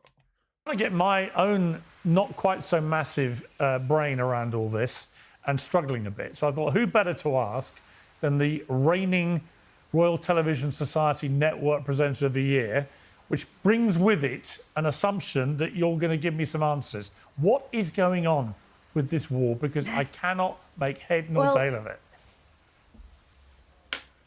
Yeah, I mean, you and perhaps the rest of the world, Piers, because it would be a fool's errand to try and figure out what Donald Trump is thinking or what he's likely to do next. But I think what we can see about what's happened over the course of the last 24, 36 hours since those talks took place in Islamabad. You see how they do, chat? They come here talking about you get paid to spread this bullshit. I just did a whole fucking monologue about how I've turned down the money. Did I not just do a monologue about how I turned down the money? From both sides, from all angles, man. We over here grassroots bootstrapping this shit, going live every fucking day for 4 or 5 hours off my back, the chat's back, and some fucking donations. And you want to come in here and say, I'm getting paid for this. I just did a whole monologue about this shit, about how I turned down the money. It's crazy, Texas Jane. It's crazy. Donate to the channel, man. Is that Donald Trump is trying to continue his pressure tactics. So he's basically hoping that Iran will cave to American pressures and that they will surrender. But that is, frankly, what the US president and the American administration has hoped for since February 28, that Iran would cave or surrender or tap out. And frankly, they haven't, because as many of your guests have said over the last 6 weeks, for the United States, this is a war of choice. But for Iran, this is about survival. For the Iranian government, the authorities, the regime there, this is the one point of victory for them is to stay surviving as a regime. And they probably have come out of this bruised and battered. And we know that the United States, of course, is a... He said if dude was paid, he wouldn't be living in this little box. Exactly, man. Chad, I'm in a little box right now, man. I can stand up right now and touch both the fucking walls, man. This shit's like I can only put a mini fridge in here, man. Get me out of the hood, chat. I'm in the hood right now, chat. I'm telling y'all, day ones, OGs to the chat. If you've been in my subscriber to my channel for longer than 3 months, put OG in the chat. Because we gonna make it out of this. We gonna make it out the hood, chat. The OGs to the channel, y'all coming with me, man. We gonna make it out the hood, man. What are you talking about? Superior military force alongside Israel, and they have hit the IRGC hard, their military facilities and missile launches and their missiles. But the asymmetric war seems to have been won by Iran. And so, you know, while many would say that the talks that took place in Islamabad just a couple of days ago failed or collapsed, from the Iranian perspective, the 70-member delegation that they took was met by quite a high-level delegation from the United States, led by J.D. Vance, a skeptic of this war and a skeptic of forever war. So how do y'all feel, chat? Reports, it's not even reports. Netanyahu said it. Netanyahu said that on the way back from Islamabad, J.D. Vance called him directly and gave him an update on the details. He said he gets daily reports from this administration. How do you feel about Netanyahu getting daily reports from this administration and J.D. Vance calling him leaving Islamabad, chat? Do you agree or disagree with it? So for him to stand Not yet, Jason. I'm going to get it out this week. I told you. Who isn't just any parliamentary speaker. He is perhaps one of the most senior members now of the Iranian regime since they took out the supreme leader and various other top leaders. That was quite an image. And so while the talks haven't necessarily gone anywhere at this point, that image that we saw is historic. Ultimately, though, if this all ends with the regime remaining in place, albeit with different people at the top, but all from the same regime with the same ideology, if the enriched uranium remains buried underground and the Americans and Israelis can't get their hands on it and the Iranians don't surrender it, and the Strait of Hormuz is now established as an incredibly effective strategic weapon and Iran maintains some form of control over it, it's very hard to see how President Trump claims any real tangible victory here and how the Iranian regime doesn't emerge, not just surviving, albeit with its military. You said other than be mad, what can we do about it? A lot.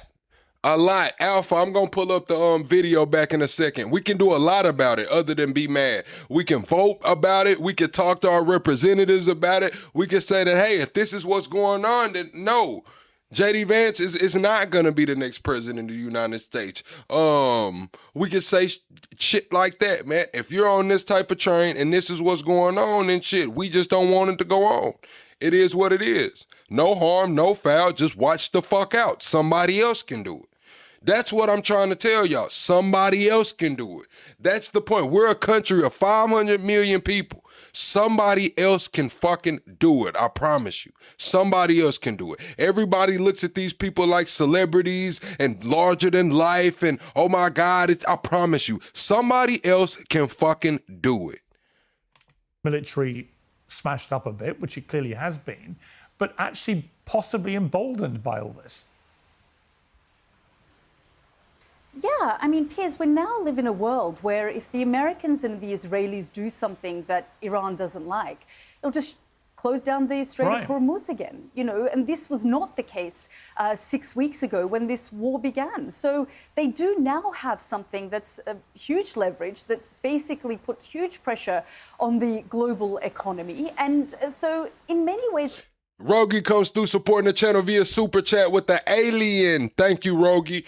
I see what you said. I don't know, Plug. I don't think voting matters that much. It will and it can. I'm going to tell you, it will. It has to be strategic. And it's not just voting. It's other shit that goes on too, chat. Yeah, you got to have your funding in order. But first and foremost, you got to know what the fuck you want. So many people go to the ballot box and they cast vote off a face card. They cast vote off of name recognition. They don't even know what they want. What do you want? What do you want for your city? What do you want for your side of town? What do you want for your state? What do you want for your country? What do you want? Do you even know? Honestly.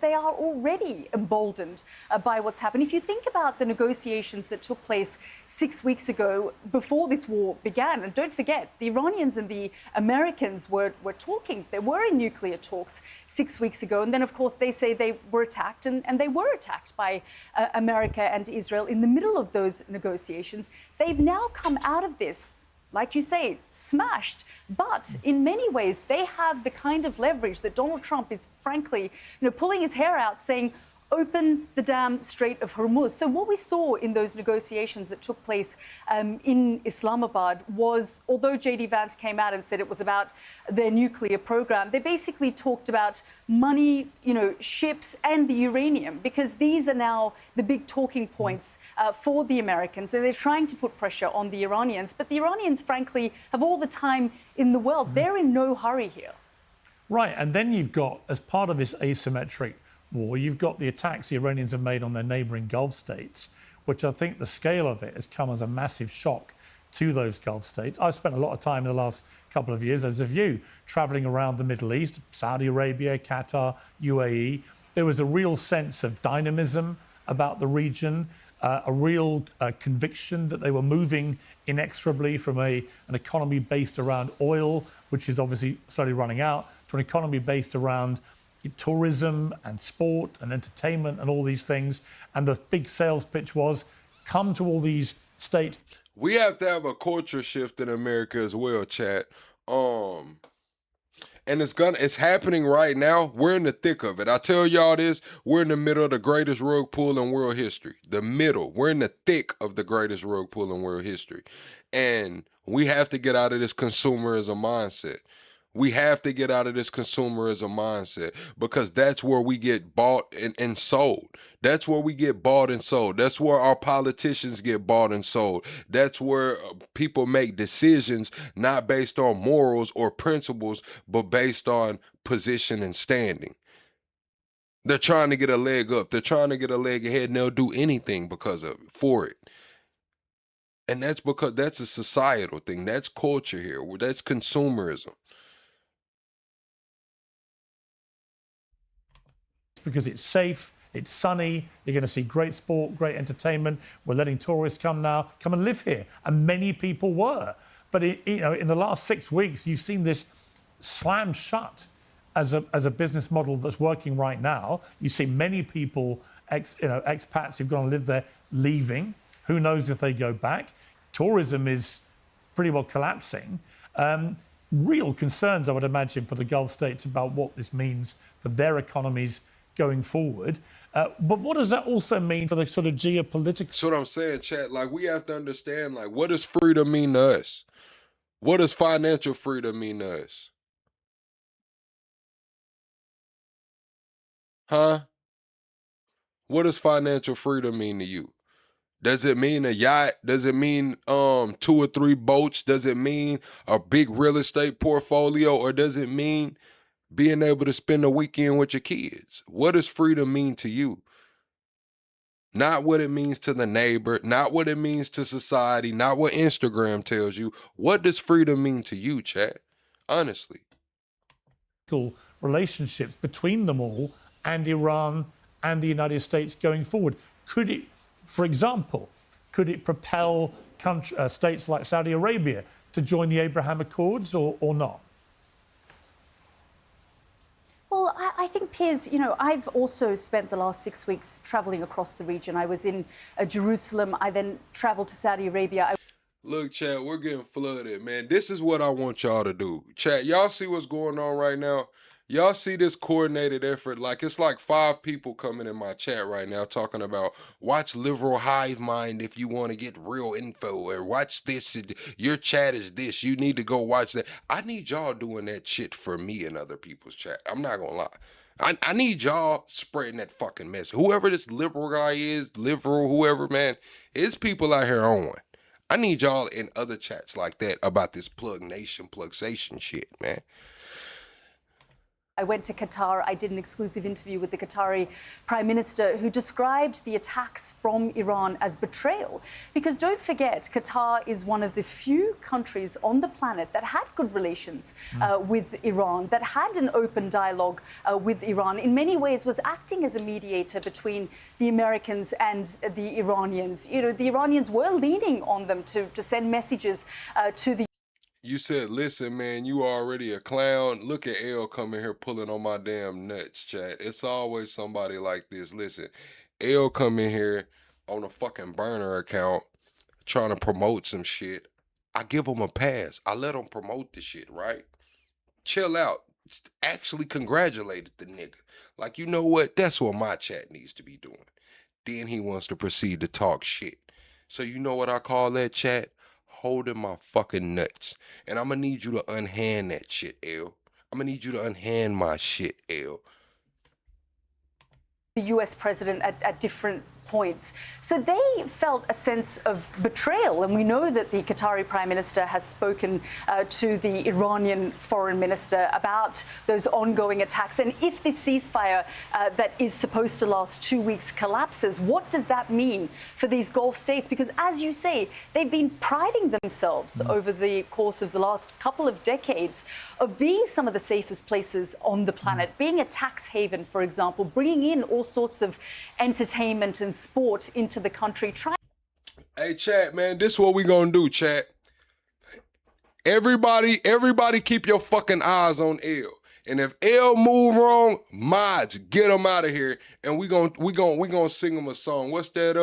Na na na na na na na na. Hey, hey, hey, hey. Get the fuck out, L. You move wrong in this bitch again, L, you out of here, man. We ain't playing that shit. Trying to give a different face and brand to the Middle East, and that, frankly, has been destroyed by this war. As you say, I mean... All right, Twitch 307 comes through via Super Chat and said, why in the fuck are we listening to British people talk about America? Didn't we kick their asses and send them the bill already? Where's my check, Britain? Uh-oh, H-Buster. I don't know, H-Buster. How you feeling about that, man? How you feeling about that? Piers Morgan is always in, American politics, but Piers Morgan has like, 4 million followers, subscribers. So, yeah, we are listening to Brits talk about America. Tourism is at an all-time low. Expats who live there are leaving. And I guess the leadership in the GCC are now thinking, okay, what do we actually have to protect ourselves? Because we had these American bases here, and actually that's done nothing to protect us. We thought the Americans would provide us with some kind of cover, and this war that we are not part of, didn't ask for, tried to deter the US president from entering, has actually turned into our war on our front doorstep. Oh shit, we're listening to the Brits Twitch because they have an energy crisis. So right now, a lot of the energy that they're getting is coming through the Strait of Hormuz, and Iran has it blocked. Well, Iran is letting some people come through, but America has the blockade outside of that. So this is gonna affect them a lot more than it's gonna affect other countries.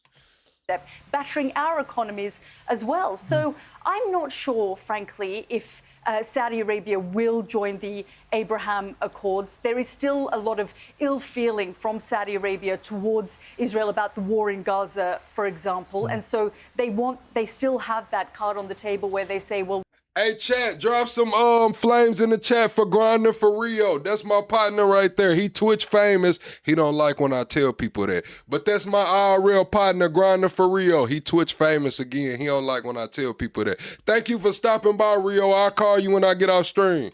We wouldn't be normalizing any relations until there's a two-state solution. So I don't think, based on what's happening now, Saudi Arabia would suddenly, join forces and be part of the Abraham Accords. But certainly all of these Gulf states are going to have to think about how they defend themselves going forward. And that's why they've been talking to the Ukrainians. Hey, bucking up tyrants. You said educate yourself and stop paying taxes. I'm gonna be real, bucking tyrants.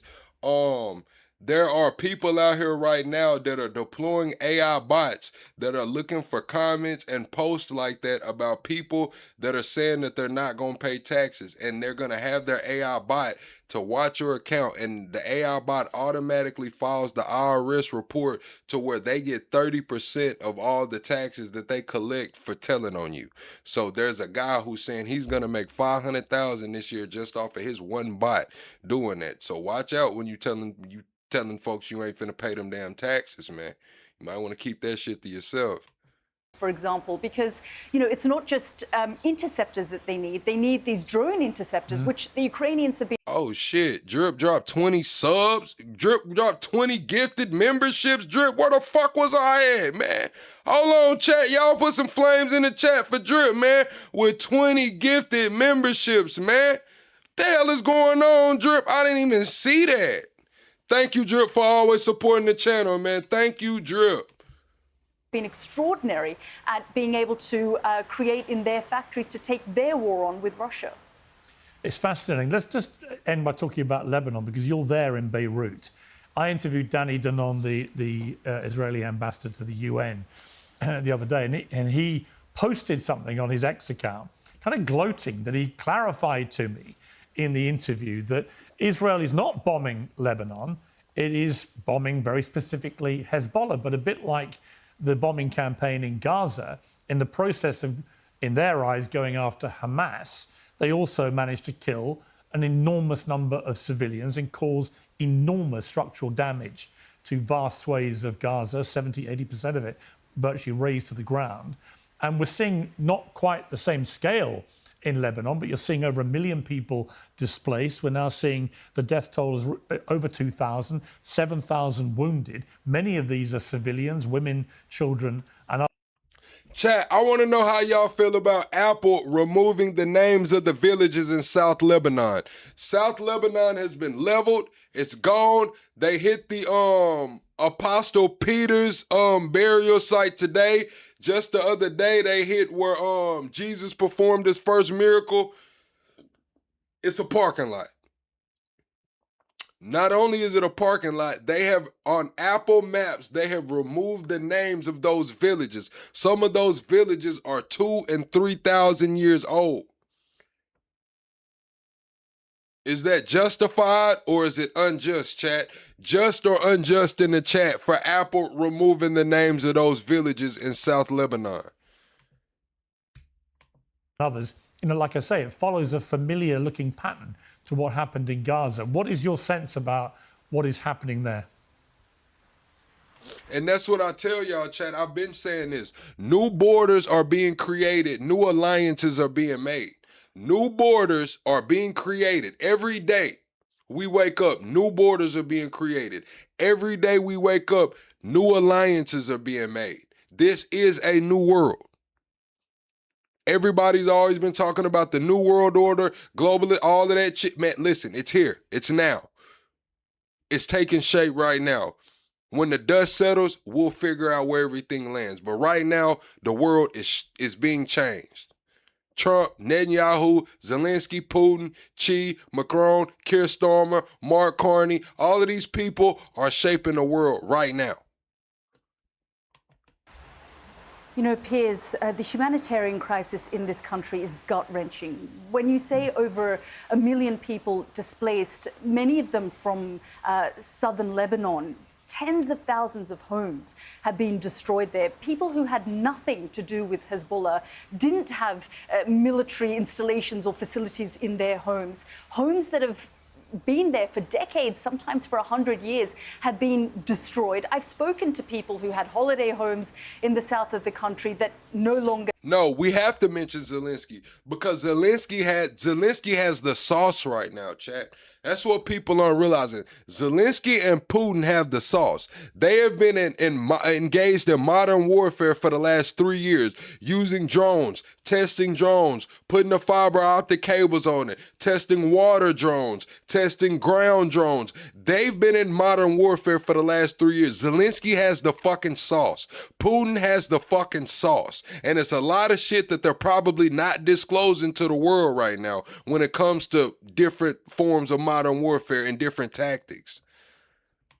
Stand have been turned to rubble, and so people are moving north. And here in Beirut, I mean, an extraordinary city, a beautiful city, civilians were shocked on Wednesday because they thought when they woke up that they were part of some kind of wider ceasefire deal. And Israel made it very clear, the IDF made it very clear that they were not part of that deal. And within the space of just minutes, 10 minutes, the IDF launched 100 strikes across this country, many of those strikes here in Beirut, not very far from where I'm currently standing.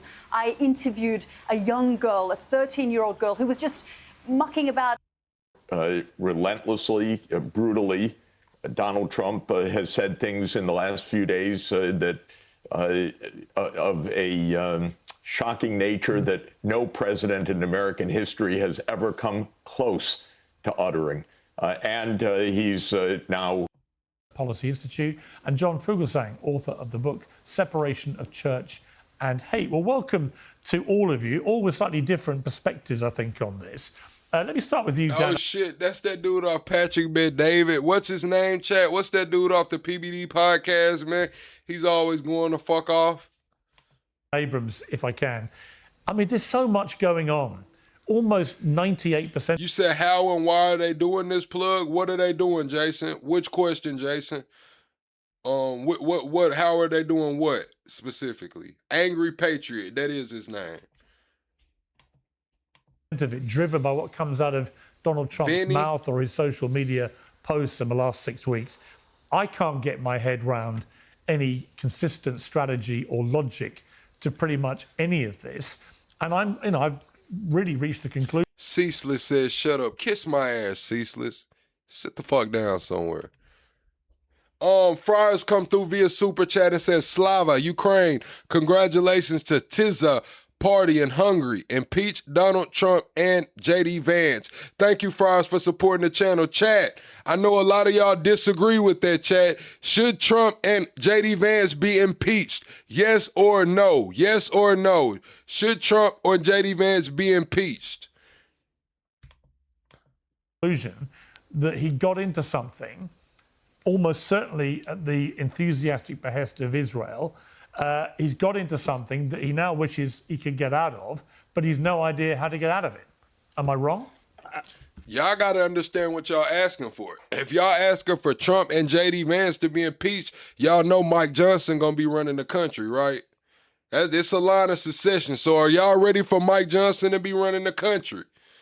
That's what y'all, if y'all are asking for Trump and Vance out, y'all are asking for Mike Johnson to run the country. Y'all ready for America under Mike Johnson? No, I think that's probably right, but I wartime America under Mike Johnson? think that we need to separate out. You mentioned sort of getting caught up in the social media side of it, right? What he says, and we all respond and we react, and you're right, we do, right? That's typically what generates the news cycle. This is different. This is actual action. This is lives lost. This is $1 billion a day. This is a now situation where the exit doesn't seem clear. And, you know, look, you can argue that militarily this has been a success, right? And that's what the administration would say. The follow-up question to that is, okay, that's true. It has. But then what? What have we achieved? What were the goals that we... I don't understand the question, Jason. I'm trying to get with you, but I'm not understanding. You said the allegation that is put before it's true, et cetera, et cetera. I don't know. I don't know what you mean, Jason. I'm kind of lost. We were seeking here, and now Iran is standing up to the United States. I mean, think about that. The United States and Iran held sort of face-to-face meetings, equals. And Iran stood up to the United States and said, no, we're not doing it. And so the response is, all right, well, we may bomb them again. Okay. Now, look, the blockade actually kind of makes sense in terms of trying to put pressure on them, but there's nothing that indicates it's going to work. That's the thing. I do think the blockade will work, but the only way the blockade works is, again, America's going to have to interdict some shit. That's the best way to put it, man. Take some shit, man. They're going to have to seize it. Like they dropped down on that Russian oil tanker out there by Venezuela. They're going to have to seize some shit. That's the way it works. And after they seize some shit, it might get all bad, chat. It might get all bad. But we have to realize how the world is going to look at it. That first oil tanker that's supposed to be headed to Europe or South Asia or somewhere, and America seizes it, they're going to look at America as stopping their energy, as America making their bills high, as America's having, the gas rationing. It's not going to be the narrative right now is Iran has the strait closed. That's not going to be the narrative if we start interdicting these ships. And that's the question that we have to focus on. What is the goal here? What is the end? What are we trying to achieve? China said that they have 2 ships. They had ships on the way through. I believe it was like, I don't know the exact number. It was more than 10 on the way through. And they said that they have an agreement with Iran, and anything to stop that those ships coming through would be in direct violation of international law. Yeah, And I don't think we know. And I'm not sure President Trump knows. Vinny, welcome back to Uncensored. Great to have you back. Look, from where I'm looking, everything Dan said is correct. We were told, the New York Times did a big deep dive into this that revealed how Benjamin Netanyahu painted a picture of a sequence of events that would happen if the Americans joined Israel on this mission, and if they took out the Ayatollah, then the IRGC would be... Chat, did y'all hear about that Amazon worker, chat? They said an Amazon worker in Oregon passed away last week. And the person that passed away was dead for over an hour. Just dead. And the supervisor told him, like, hey, turn around and get back to work. Don't look at the body. Let's get back to work, man. Don't look at the body. Your coworker just fucking dropped dead next to you. But instead of, giving you a break and letting you, get it together, like, fuck, your coworker just died. No, you keep working. Matter of fact, we're gonna leave his body right here for like an hour while we figure this shit out. But you get your ass back to work. It's crazy. Irrevocably damaged, then the people would rise up and they'd all be so distracted that no one would notice the Straits of Hormuz and it would be irrelevant. None of that, apart from the first bit, has happened. The regime is clearly still firmly in place, albeit it's lost a few people, but they've been replaced by like-minded people. You've got the supreme leader being replaced by his son, for argument's sake, apparently wounded, but is alive and will be the new supreme leader. You have the people not uprising at all, not even rising up in the way they did in January when they were protesting. And the Strait of Hormuz has become this extraordinary economic battering ram being used by Iran to effectively hold the United States to ransom over literally a barrel or a few million barrels. Where's the win here, Vinny? Well, thank you for having me back on, Piers. I'm happy to see that you're doing a little bit better and you're a little bit more mobile. Thank you. Piers, I'm not gonna lie to you. Yeah, if that happened to me, Chad, I'm gonna have to just get paid. My coworker passed away next to me, man. Hey, listen, man, y'all gonna have to get that shit the fuck. I'm not working next to no dead body, bro. Get the shit the fuck up, man. And if y'all wanna fire me for it, all right, man. I'll see you in court, man. I'll see you in court, man. The article you're talking about, the New York Times, I've read. I'm gonna have to go get PTSD. I'm fucked up. They made me work next to it. I gotta get some medication. Go get me a prescription for some, you know what I mean, medicinal. I'm fucked up, man. They made me work next to this unalive person for like an hour, man. And then I'll see you in court if you fire me. Read it multiple times. I've spoken about it, and you nailed it, Piers. The first two were decapitating the Ayatollah, crippling the Iran's capacity, but then the two main ones, the regime change and the uprising from the people. And one of the best quotes in that meeting, what it do? John Ratcliffe said it was farcical. Marco Rubio said, in other words, sir, it's BS. I'm not going to say the word. And then the most important one by the chairman of Joint Chiefs of Staff, General Raisin Kane, he said, sir, this is, in my experience, standard operating procedure for the Israelis. They oversell, and their plans are not always well developed. They know they need us, and that's why they're hard selling. So, Piers, in that meeting, apparently, it was Bibi Netanyahu with Mossad on a Zoom call behind, and they pitched. Nobody was on board once Bibi left, but for some reason, the president went through with it. And having, my family's from Iran, Piers, as you know, we're Assyrian, and the people, we forgot about the people. What about the people? Now it's all about the oil. Patrick now it's Ben all Davis about the Hormuz. is Syrian too. And I just think Israel just, this is what Israel does. And at the same time, Piers, when we're basically, our troops, this all started, let's not forget, Marco Rubio on camera said, all right, he said, well, we didn't want to strike first, but since Israel was going to go and our assets, our soldiers, 13 of them, God rest their souls dead, they're going to be put in harm's way, so we got to go first. Piers, that really, really bothers me that he has that much control that since they're going to go, we got to go. Hey, shout out the Razor for supporting the channel via Cash App. Shout out the Razor. He sends Razor from Razor towards the Lifted Fund. Thank you, Razor. I'll be sure to put that to good use. Thank you, Razor, for supporting the channel, man, via Cash App. And for a nation, Piers, which bothers me, you mentioned this, I believe, last week.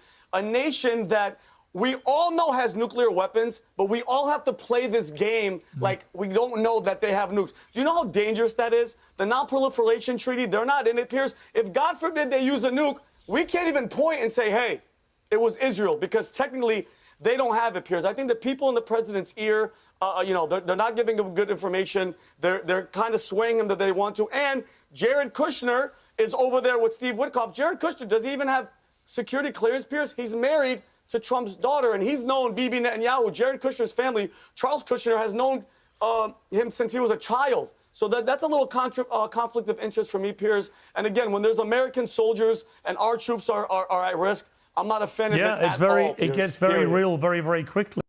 See, this is the thing, Action. We can say that we can assume everyone has a nuke, but as far as the way that they present it to the world, they can't just say that, oh, everyone has a nuke. That will cause, global panic. People will be wanting to wonder, why aren't these people being audited? Why aren't they sending, the specialists in there to check out how much uranium they have and how highly it's enriched? Yeah, they can't let everybody know that the whole world might have this shit. Fred Fleitz, welcome to Uncensored. You're vice chairman of an institute called the America First Policy. I'm really struggling to understand how any of this puts America first. Trump was elected on various big picture. Oh, Dan, I heard you say that you might got me an interview on some podcast. Dan, be sure to get with me in the Discord or in the email and let me know, chat. Dan. Promises to the American people. One was he was not going to drag America into. Oh shit, chat, we haven't hit the like goal. Chat, we're 31 likes away from 300, chat. We have to hit 300 likes right quick. Everyone double tap your screen or check the 3 dots at the top and make sure you had a video like. We have to get the 300 likes. Pointless, expensive Middle Eastern wars. He's now dragged them into the biggest and most expensive one he could have done. And from where I sit, at the moment, the most pointless. Secondly, he was going to take care of cost of living. Oh, chat, we're also 20 subscribers away from the next sub goal. We go live every single day over here. Do not forget to, do not forget and, do not forget to subscribe to the channel. He was going to bring down inflation. And all that. Well, the complete opposite is happening. The prices at the pump are raging. Food prices will be next because fertilizer's been held up, as well as oil Steve. And gas in the Strait of Hormuz. All of this goes, to me, completely contrary to the concept of America First that Trump was selling the American electorate. What do you feel? Well, it's great to be here. President Trump answered this last June after the 12-day war, when a small number of MAGA critics raised some of these points. And he said, look, I came up with the America First approach to U.S. national security, and I decide what's in it. And stopping Iran from getting a nuclear bomb is part of my approach. And most of his followers agreed. Some of them may not agree exactly with this, but they trusted him. I just take a different approach here. I think we are seeing the collapse of another false anti-Trump narrative. You may remember a week ago, we heard that Iran is winning and Iran has the upper hand, that the Iranians will refuse to attend talks with the United States unless. Hey, whoever said Trump is Jesus is fucking tripping. Trump is not Jesus, bro. Unless they got sanctions relief, unless there was a full and complete ceasefire, unless Israel stopped attacking Lebanon. They didn't get any of those conditions. Instead, they sent a large delegation to Pakistan. They were the ones who were begging for a ceasefire. They were the ones who wanted a negotiated settlement. We had 3 rounds of talks with them, which I think is very promising. I think the door to a diplomatic solution is still open. And I think Trump has achieved his objectives. Iran will not get a nuclear weapon now. The capability of making nuclear weapons, all the facilities have been destroyed. Iran's so-called missile shield, which Secretary Rubio talked about, is going to be ended. They still have a missile arsenal. Where's the enriched uranium?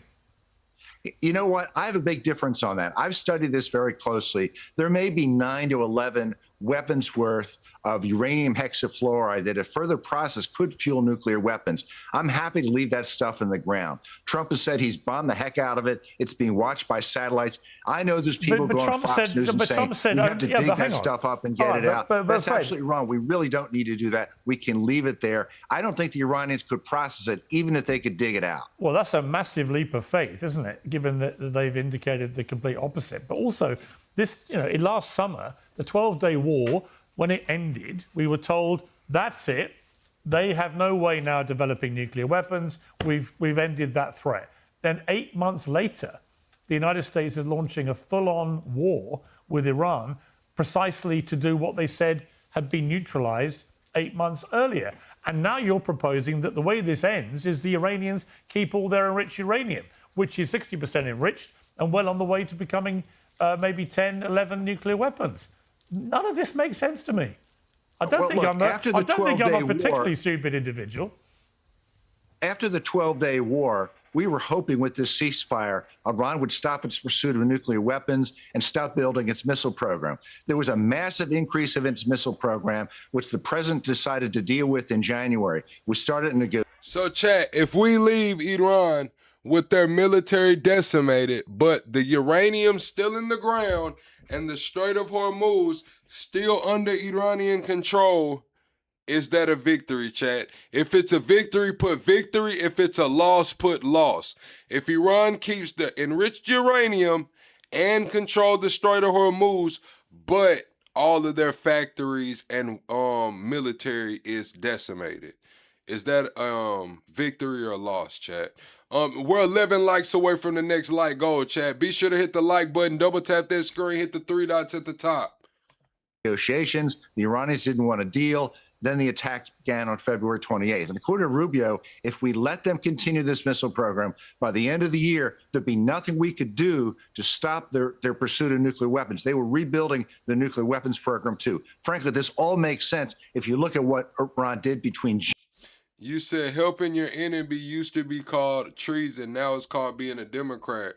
Well, shit, I mean, isn't Putin getting rich right now? Isn't Putin over there getting rich from this war?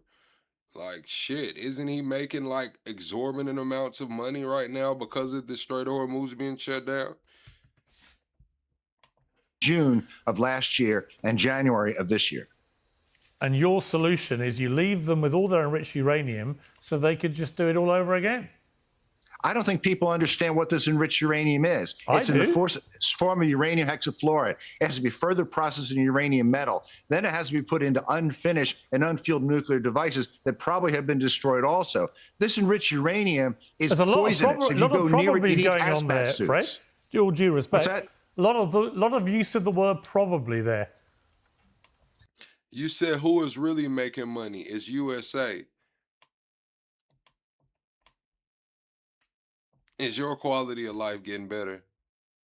I'm just asking. If we're going to say the USA is making all of this money, man, like, I don't see the quality of life getting better. I don't see these oil tycoons coming down on prices. We just seen Delta CEO said that he doesn't give a fuck if jet prices fall to the floor. He's going to keep his prices high because they're going to have record profits, already projecting record profits into the next year anyway. It's crazy, man. It's crazy, man. That shit's not gonna get passed on to the citizen, man.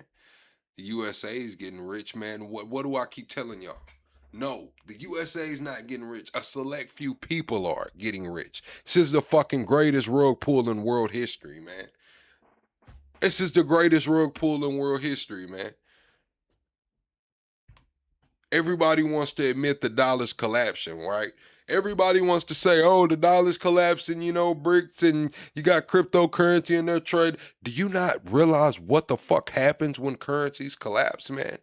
Somebody runs away with the fucking money. Somebody takes the money and runs. It's just not gonna happen here. We're in the fucking thick of it. I just think the idea of sending in American troops to dig this stuff out, when I think it's probably unusable or difficult for the Iranians to get. Trump has bombed the heck out of it. He said we're going to watch it with satellites. I think that's the right approach. Okay. John Filgenstein, welcome back to Uncensored. Great to see you. Lovely to see you all. First of all, just your reaction to what you just heard from Fred Flights, then we'll get into the Pope and Jesus Christ. Yeah, you know, the world had a working, functioning deal to keep Iran from getting nukes, and the U.S. military declared for years that Iran was complying with the terms of the deal. It wasn't just Barack Obama, it was multiple. Right, we're 38 trillion in the hole, right? 38 trillion in the hole. Hold on.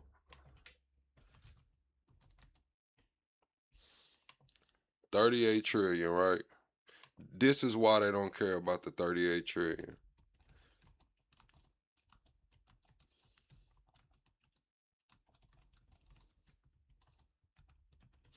They don't care about the 38 trillion because they're saying that right now we're sitting on 150 trillion. When it comes to the minerals and it comes to the lands and it comes to those federal lands, the same federal lands that Trump came in talking about, campaigning, talking about putting that pipeline up through Alaska, they were like, no, it's going to encroach on indigenous lands and shit. What is Trump doing? He's rolling back those federal protections over those lands. Why do you think they don't care about running the fucking debt up to 50 trillion? They got collateral. Multiple nations that put this deal together. Now, I don't trust anything Trump says. I trust nothing Netanyahu says, and I don't trust the Ayatollahs too much either. But I don't think the generals of the U.S. military were lying to us all those years that the deal was working, and they tore it up, and now they're trying to take credit for solving a problem that they created. This movement has despised the U.S. Constitution as much as they despise the New Testament, and right now we're witnessing many Trump supporters begin to realize that for a decade of their lives, they've been enrolled in Trump University. They have been hoodwinked, bamboozled, and led astray for 10 years. You said, guess what, the dollar is backed by the USA economy? No, it was backed by the military might of the United States. Let's just get this shit correct. It was backed by the military might of the United States. Vladimir Putin is helping the Iranians. Not to be confused with the totally fabricated and manipulated markets. The might, not the totally fabricated and manipulated markets. Attack U.S. bases, and Trump is lifting sanctions on the Russians. We're burning through $1 billion a day on this after years of promising this wouldn't happen. The Strait of Hormuz is now a toll road. Putin's getting rich every day off of this, and we have a president who's threatening mass death on Easter Sunday. Piers, I always thought the point of Easter was people coming back from the dead, not threatening to send more people there. And as far as J.D. Vance, I'm shocked that a smug, abrasive, condescending guy like him failed at diplomacy. But let's be honest, they didn't want a deal because Netanyahu doesn't want this to stop yet. Well, let's talk specifically then about the two extraordinary religious interventions that Trump has. And when I say fabricated and manipulated markets, chat, I like to give examples, chat. A lot of people have their life savings, everything that they fucking own in the private equity, right? Private equity. A lot of these funds and shit, private equity funds, what do they hold, Chad? Commercial real estate. What the fuck is commercial real estate doing? We're sitting on the biggest commercial real estate bubble in history. China already went through theirs with Evergrande. Evergrande collapsed. China's commercial real estate fucking collapsed. Those big ghost cities and shit, they already ripped the Band-Aid off. A couple years ago, the ruble fucking fell to the floor. Russia's already went through it. We still have yet to deal with this commercial real estate bubble that private equity has in all of these funds that are backed, right? So we are seeing buildings. I talked about it last year. Dallas, the building sold for $110 in 2021, just went for $10 million at auction. Denver, last year, October, building was made in fucking 80s for $172 million, sold for $122 million in 2022. It just went for $5 million at auction. This is not sustainable. If they tell the truth, it's fucking done. You're talking about bank runs. You're talking about people getting ready to jump off of shit. Done. Done. It's made. I mean, there's actually three because the Easter Sunday post he made I thought was just appalling. I told him to delete it, and everyone was gleefully telling me, "Oh, it's on the right." They were saying, "Piers, you don't understand. I thought you knew Trump. You know, he'll never delete it. The outrage is baked in." And then, of course, today when he posted a picture of himself as Jesus Christ, a lot of the very same people were saying, this is outrageous, you should delete it, which he now has. I mean, Ari Fleischer, one of Trump's biggest, most slavish supporters, who will literally defend the indefensible, says President Trump's team should... Hey, chat, welcome Dwayne to the newest member of the Mod Squad, man. Thank you, Dwayne, for always showing up, man, and showing out. Welcome, Dwayne, as the newest member to the Mod Squad. And just a reminder, we do have the best mods on YouTube. Never have posted this image. It's inappropriate and embarrassing. It's offensive. What made me chuckle is it wasn't President Trump's team, it's him. You know, he does this stuff. He posts it. I mean, he may not physically press the button, but he's the one compiling it and telling people to post it. Riley Gaines, another big Trump supporter. I can't understand why he'd post this. Is he looking for a response? Either way, two things are true. A little humility would serve him well. God shall not be mocked. And Marjorie Taylor Greene accused him of blasphemy. In fact, she said it's more than blasphemy. It's an antichrist spirit. Then we have the attack on all the podcasters separate to this. From Tucker Carlson, Megyn Kelly, Candace Owens, Alex Jones and others, to which Alex Jones responded, how do we 25th Amendment his ass? And I actually had the very uncomfortable thing of Alex Jones agreeing with something I posted about Trump today, which made me question my own judgment.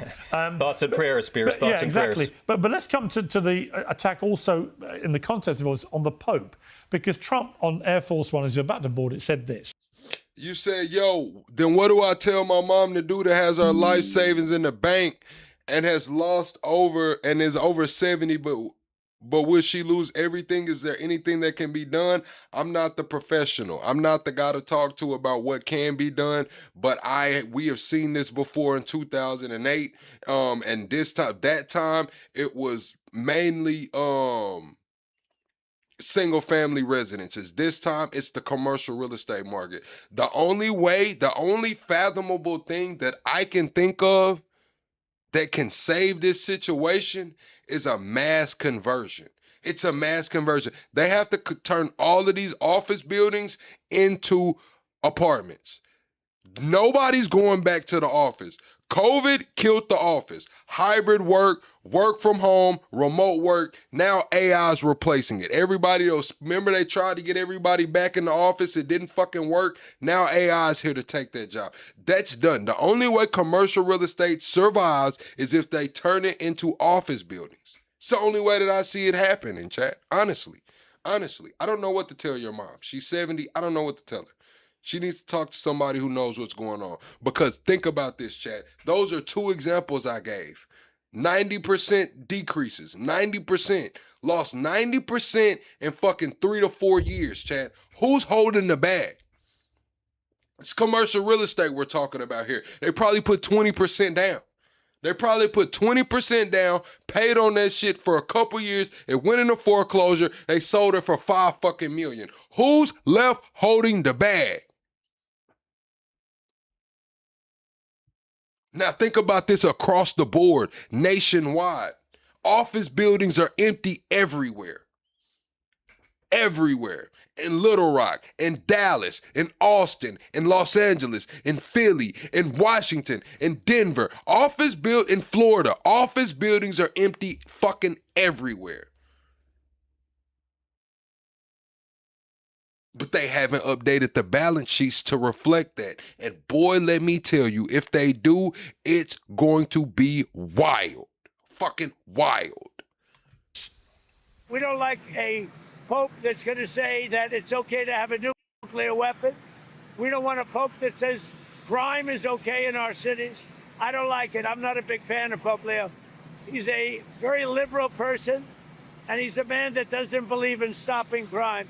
He's a man that doesn't think that we should be toying with a country that wants a nuclear weapon.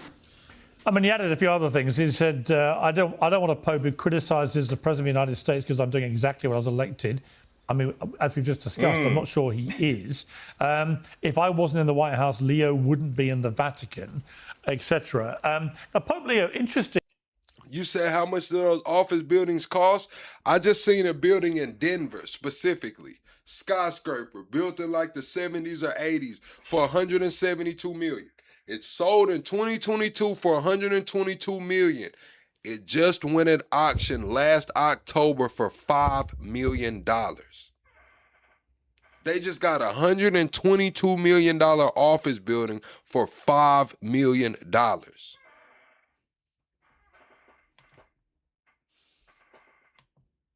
Because he's the first American pope, and Trump has gone to war before with Pope Francis, and I remember it well. He attacked him after Francis had said he didn't like people who wanted to build walls not knock them down, he said was pretty rich coming from somebody who has a massive wall around the Vatican to protect him, and also made the point that only 20% of Americans are Catholic, so 80% don't care what he has to say, and that he wasn't even American. Well, now he's got an American Pope, and actually 20% of 340 million people is a lot of Americans. You got to understand, chat, that they can't afford it. We're talking about rates going to 7%. It's time to renegotiate. These buildings that were bought in 2021 and 2022, it's time to renegotiate the terms. They can't afford it. What they were paying $8, $9, $10, $12,000 a month for, that shit's like $17,000, $18,000 now. We got to remember where rates were at in 2021, 2022, bro. Rates were at the fucking floor.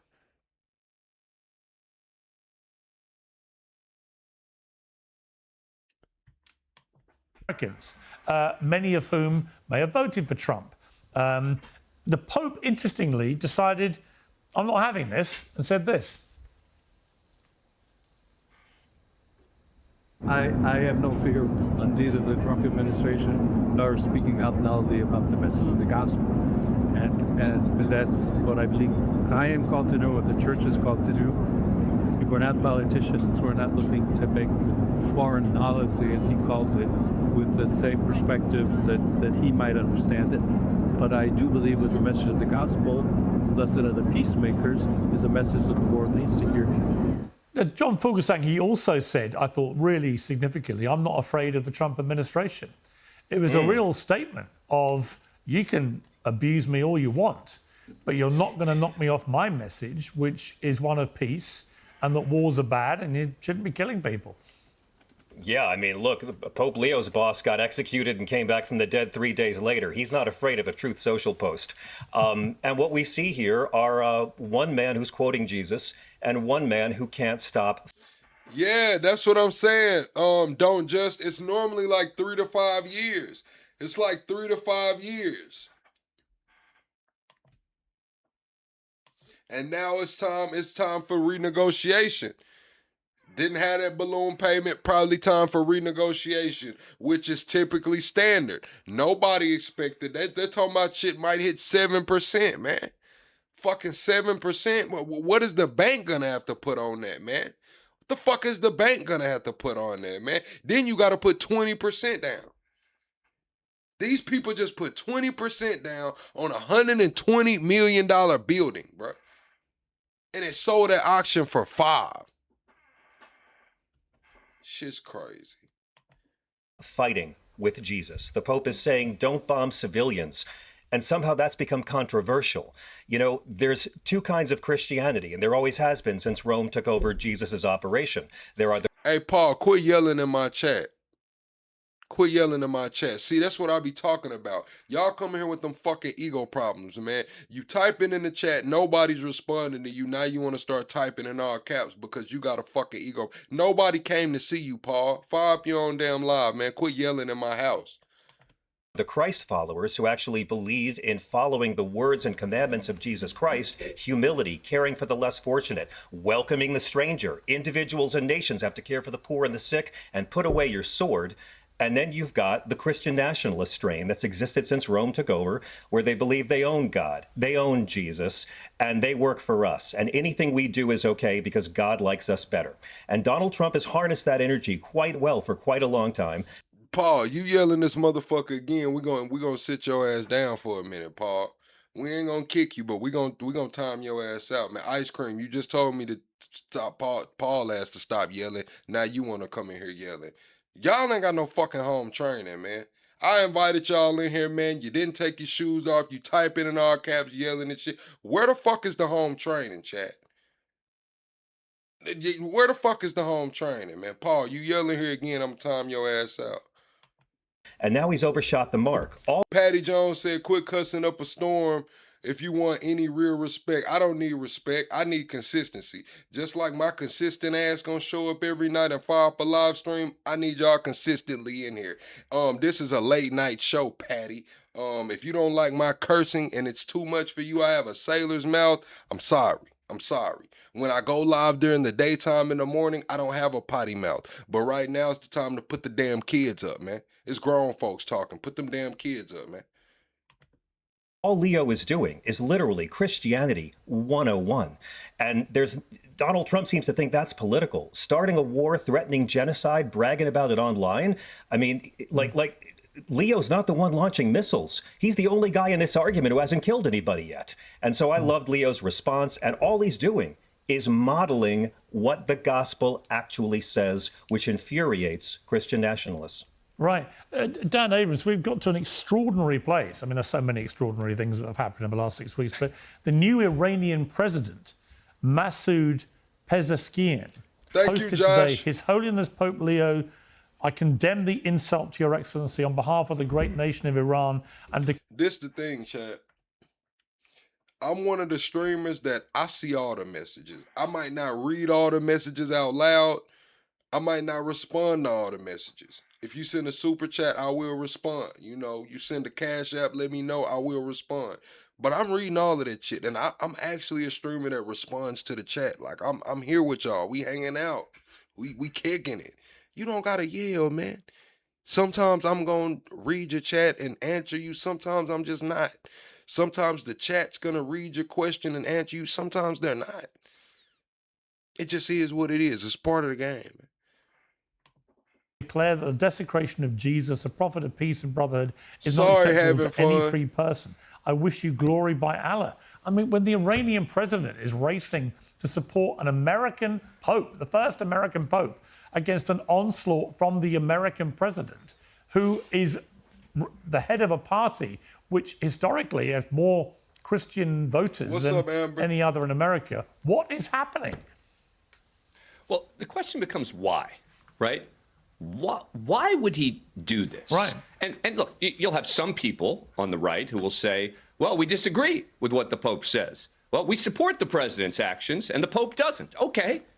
But that doesn't mean you got to go after the Pope, right? You can disagree with the things that he's saying and not call him, weak and then make it all about himself, this idea that, the Pope only got his job because of me. He's talking about... Chad, y'all remember when J.D. Vance went and visited, who was the other Pope?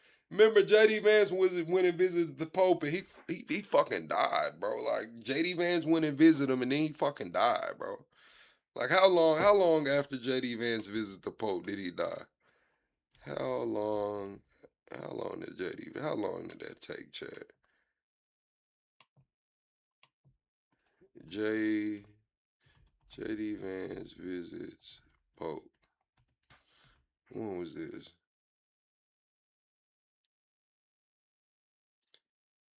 On Easter Sunday. So he went on the 20th, and what day did the Pope die?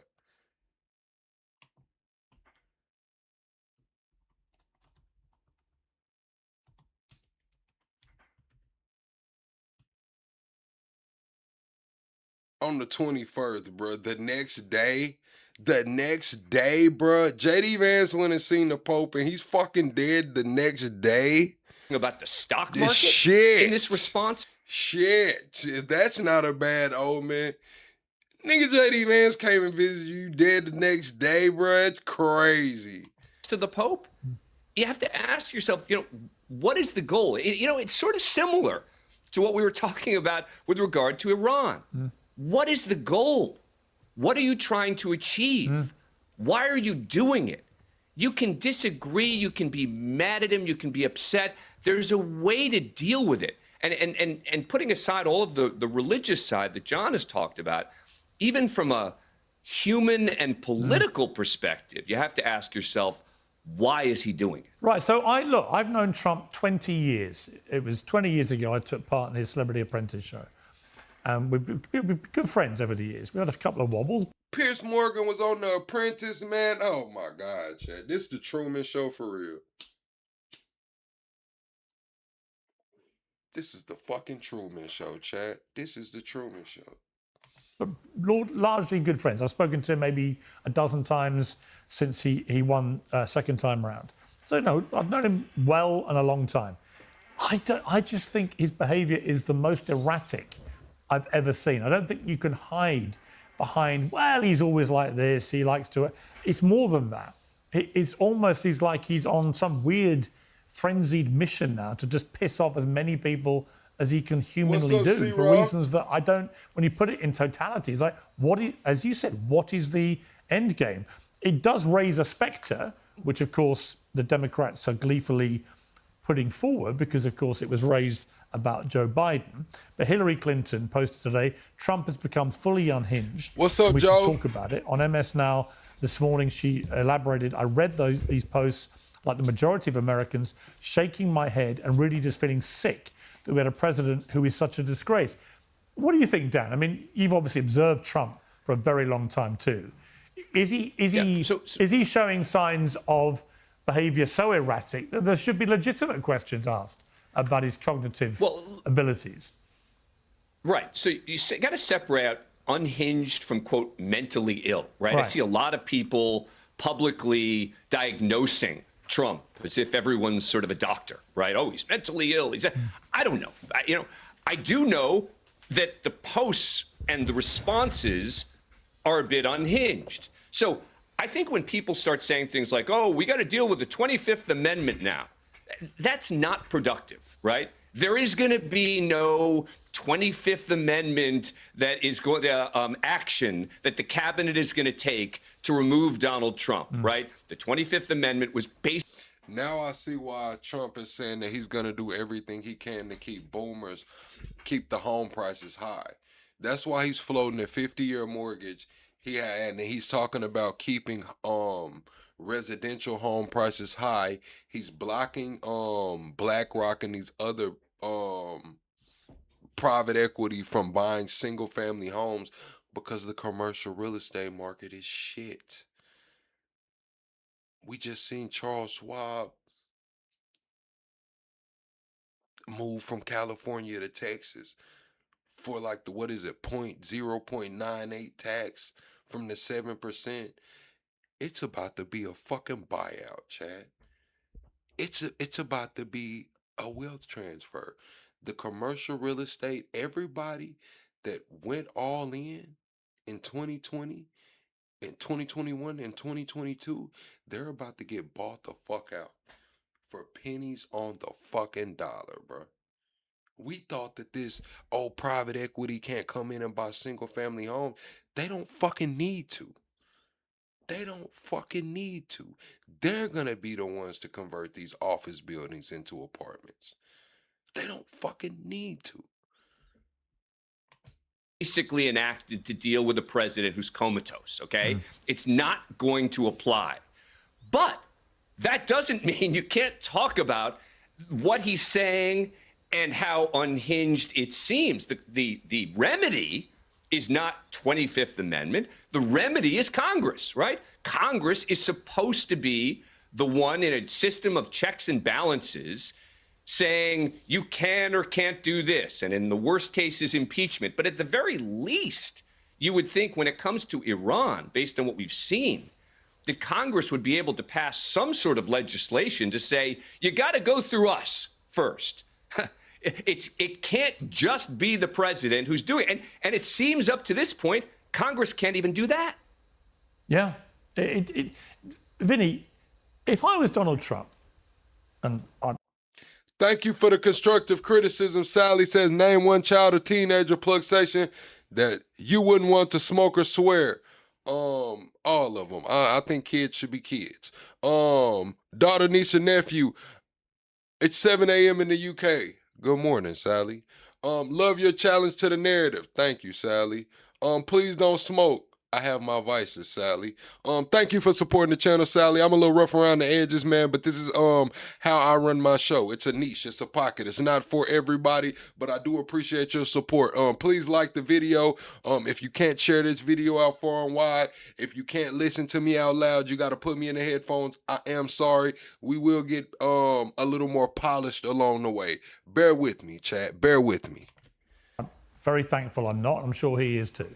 But if I was, the sheer volume of people that have been broadly pretty supportive of me, particularly second time around, that are now turning on him. And it's not just conservatives. You've got the Tuckers and the Megyn Kellys and the Candace Owens, Alex Jones. But you've also got Joe Rogan, Theo Von, hugely influential podcasters. 70 million people watched Trump's interview with Joe Rogan before the election. It probably helped get him over the line with young men.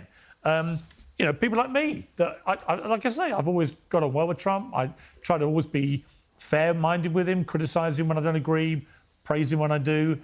But the last 6 weeks just felt like we're on this weird spiralling roller coaster, culminating, I'll be honest, when I read the thing about, wanting to... Okay, chat, honest question. Is Trump in mental decline? Yes or no? Is Trump in mental decline? He went on a tirade tweeting over last night from like 7 p.m. all the way to 4 in the morning. He was just on a damn tweet spree going wild, man. Is Trump on the mental decline, man? To wipe out an entire civilization. I was really appalled by that. I just thought this is just a brazen statement of intent about potentially committing an act of genocide against the Iranian people. And then you look at the logic of this, which was his fury was because the Straits of Hormuz weren't being opened. And now today, he is the one trying to actively close them, albeit for reasons that some people think are, quite smart. Yeah, Chad, Biden was fucking gone. I'm not gonna lie. Now I'm gonna say this, man. I think Trump's high on ego right now. I think Trump is getting older, but I think Trump's high on ego, Chad. I think it's like Trump says he doesn't drink, he doesn't smoke, allegedly. Trump's high as fuck on ego right now. I mean, think about it, Chad. Name one person it's only one person in the world right now that I can name that has an ego bigger than Trump. Literally, one. It's one person, Chad. And that's Kanye. Kanye's probably the only nigga on earth with a bigger ego than Trump. I think he's high off ego, honestly. But yeah, Biden was going down, man. Biden was going down. He was stunning shaded the fuck out, man. Eating ice cream on the beach, man. He was done. Toast. Finito.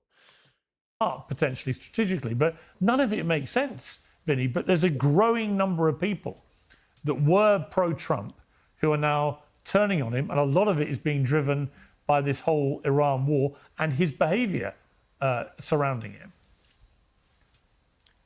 I agree, Piers. I was one of those people, 2016, in California, supporting him from day one. I love... Why does Kanye have a bigger ego? I think, man, have you not listened to that man? Man, listen to Kanye. Man, listen. Listen to Kanye. Kanye said he's the fucking... He's it of the era. Kanye said if they wrote a Bible right now, he would be in it. He's in the most 300 influential people in the world. What are we talking about, man? Kanye is the biggest ego on the planet right now, for sure.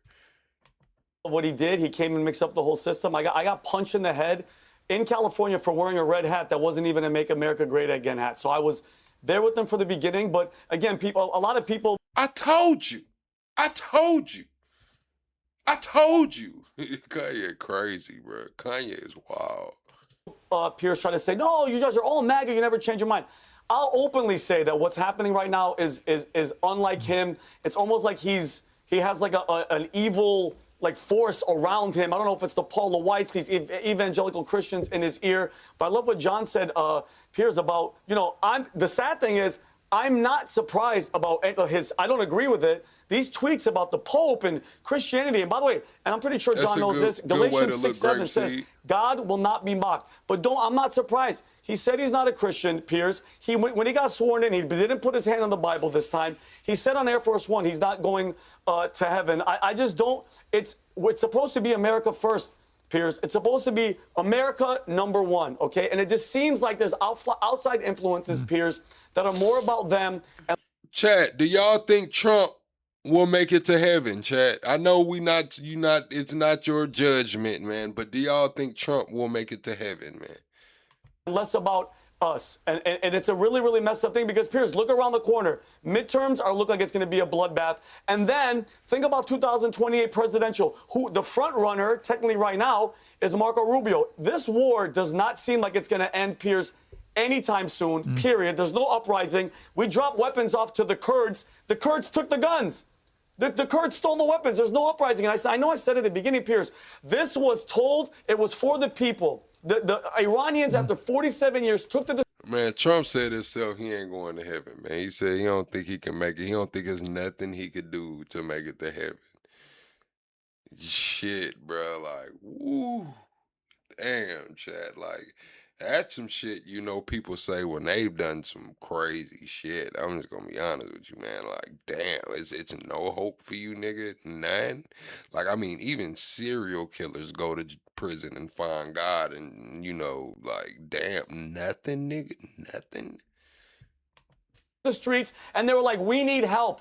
Please help us. We are done. And the president, everybody was like, we're coming to help. We're coming to help. And then all of a sudden, enriched uranium became the story again, which I think is nonsense. We took it out. And the fact that we're supposed to believe intelligence, that now their missiles can come here, I don't believe it, Piers. I think we were hijacked, and we all know who hijacked it. And Israel has its thing. By the way, Piers, I'm watching videos of they're going after Hezbollah right now in Lebanon. They're taking down full apartment complexes for what? For one terrorist? For two terrorists? Yeah. It's not good, Piers. And I just hope, I mean, I think we're at the point of no return, Piers. I don't see this thing ending anytime soon. I think it's going to hurt the Republican Party, not only in the midterms, but for the presidency as well. So Fred Flights, when you hear that from somebody who, you know, was a Trump voter, does that not give you pause for concern?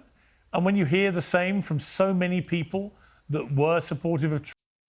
So this is what I'm saying. Trump said he's not a Christian, right? He made the damn Trump Bible. So if you're not a Christian and you made a Trump Bible, what is that? Then you depict yourself as Jesus. You say that there's nothing you can do to make it to heaven. You got generals telling troops that you're anointed by Jesus to lead us into Armageddon. Like, Chad, I'm just gonna be honest with you. If it wasn't Trump, y'all wouldn't go for this shit, bro. Y'all would not go for this shit. Anybody else, man, let Obama had said some shit like this.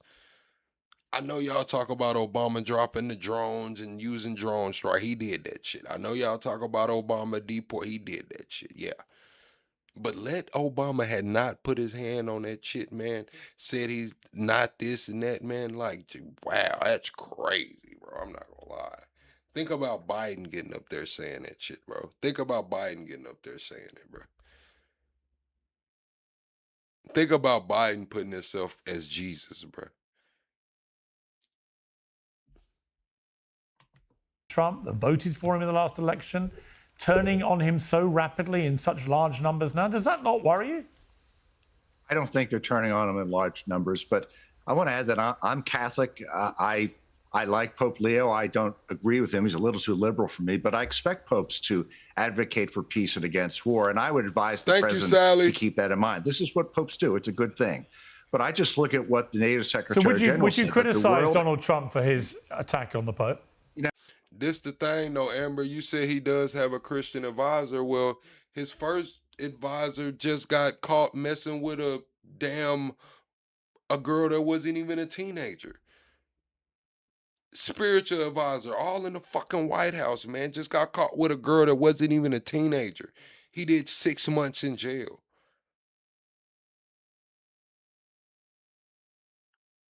I just heard the other spiritual advisor say that fuck what the tithes you got going on, man.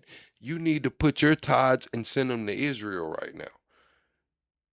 Don't tithe to whatever you've been tithing to. Send that tithes to Israel, man. That's what the spiritual advisors are saying right now. I don't know, Chad. I'm just gonna be honest with you, Chad. I don't know. I'm a little confused. Now, I just don't care about this. How the hell is y'all supposed to pay your light bill? If they sending all the tithes and shit to Israel, how they gonna keep the lights on in the church? What I would focus on is that As a Catholic, NATO Secretary General said as a Catholic, you don't care about the American president launching an unprecedented verbal onslaught against the first American Pope. You don't care. It's a distraction. It's a distraction. I just don't care. But as a Catholic, what I care you is don't that the care. NATO Secretary I'm a General Catholic says sitting in London. our world I is care. safer. Our world is safer because of the U.S. and Yeah, Israeli but action. Fred, in no Iran. disrespect, but just to repeat, you don't care? I think it's a distraction. I said, look, I can like the still Pope. care He's a little about too it. liberal for me. I expect him to speak out on war and peace. That's what popes do. But you can still care. He did enter the political debate, and this is the kind of thing When that your happens spiritual when you do that. leader is described in the way that Donald Trump described him, and he's the first American Pope, your only response is, I don't care? Look, Trump trolls people. You know that better than anyone but he's else. trolling your spiritual leader and mine. I care. What I care about is that Trump is winning this war. The world is safer because an Islamist terrorist state is significantly weaker. And I think this war is going to wrap up in a couple of weeks. And I think there will be an uprising over the next few months when the bombing stops. Do you want to bet on that? Yeah, let's do it. I'll come back on your show if that happens. Okay. How much do you want to bet? $50. $50. That probably represents. Do we really worship the same God as everybody says? Like, because it's like when it comes to the Christians and the Muslims and the Jews, it's like on a base level, yes, we can say we all worship the same God, but y'all pick and choose with that shit. When it comes to the Muslims and when they say Allah, and then y'all don't want to believe that, but the Muslims recognize Jesus, right?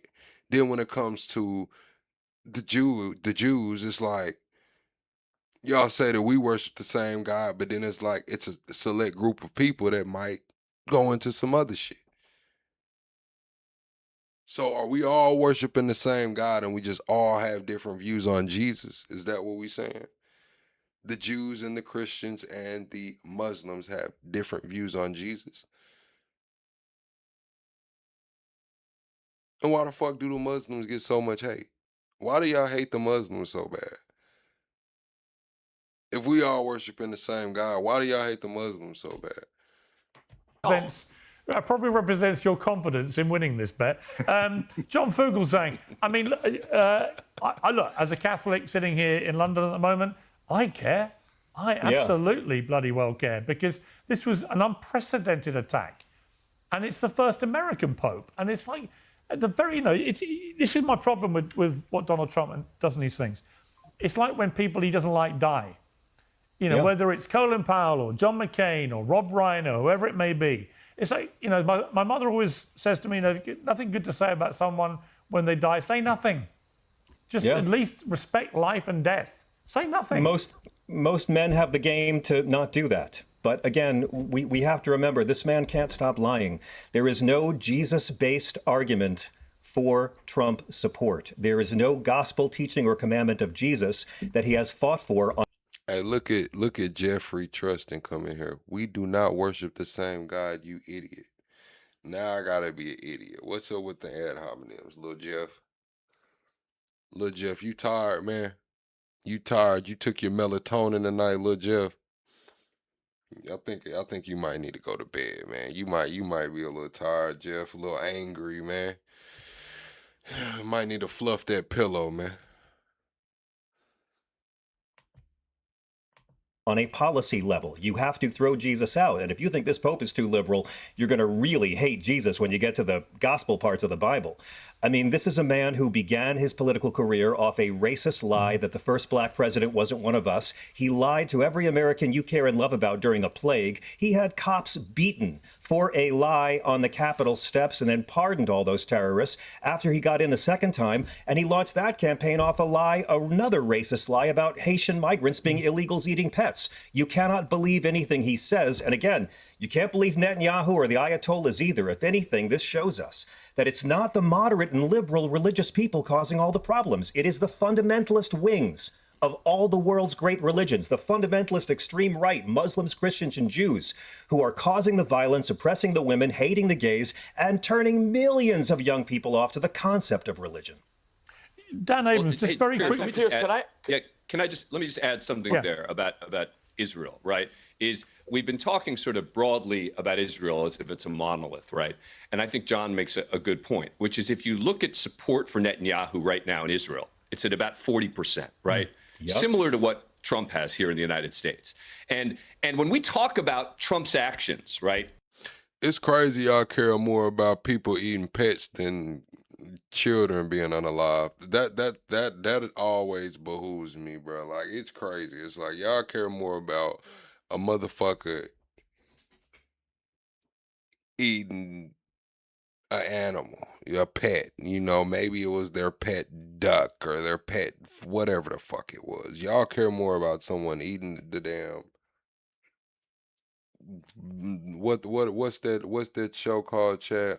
Charlotte's Web. What was the pig name on Charlotte's Web, Chad? What was the pig's name on Charlotte's Web, man? Y'all care more about that little pig than y'all do about children being unalive. That shit's crazy.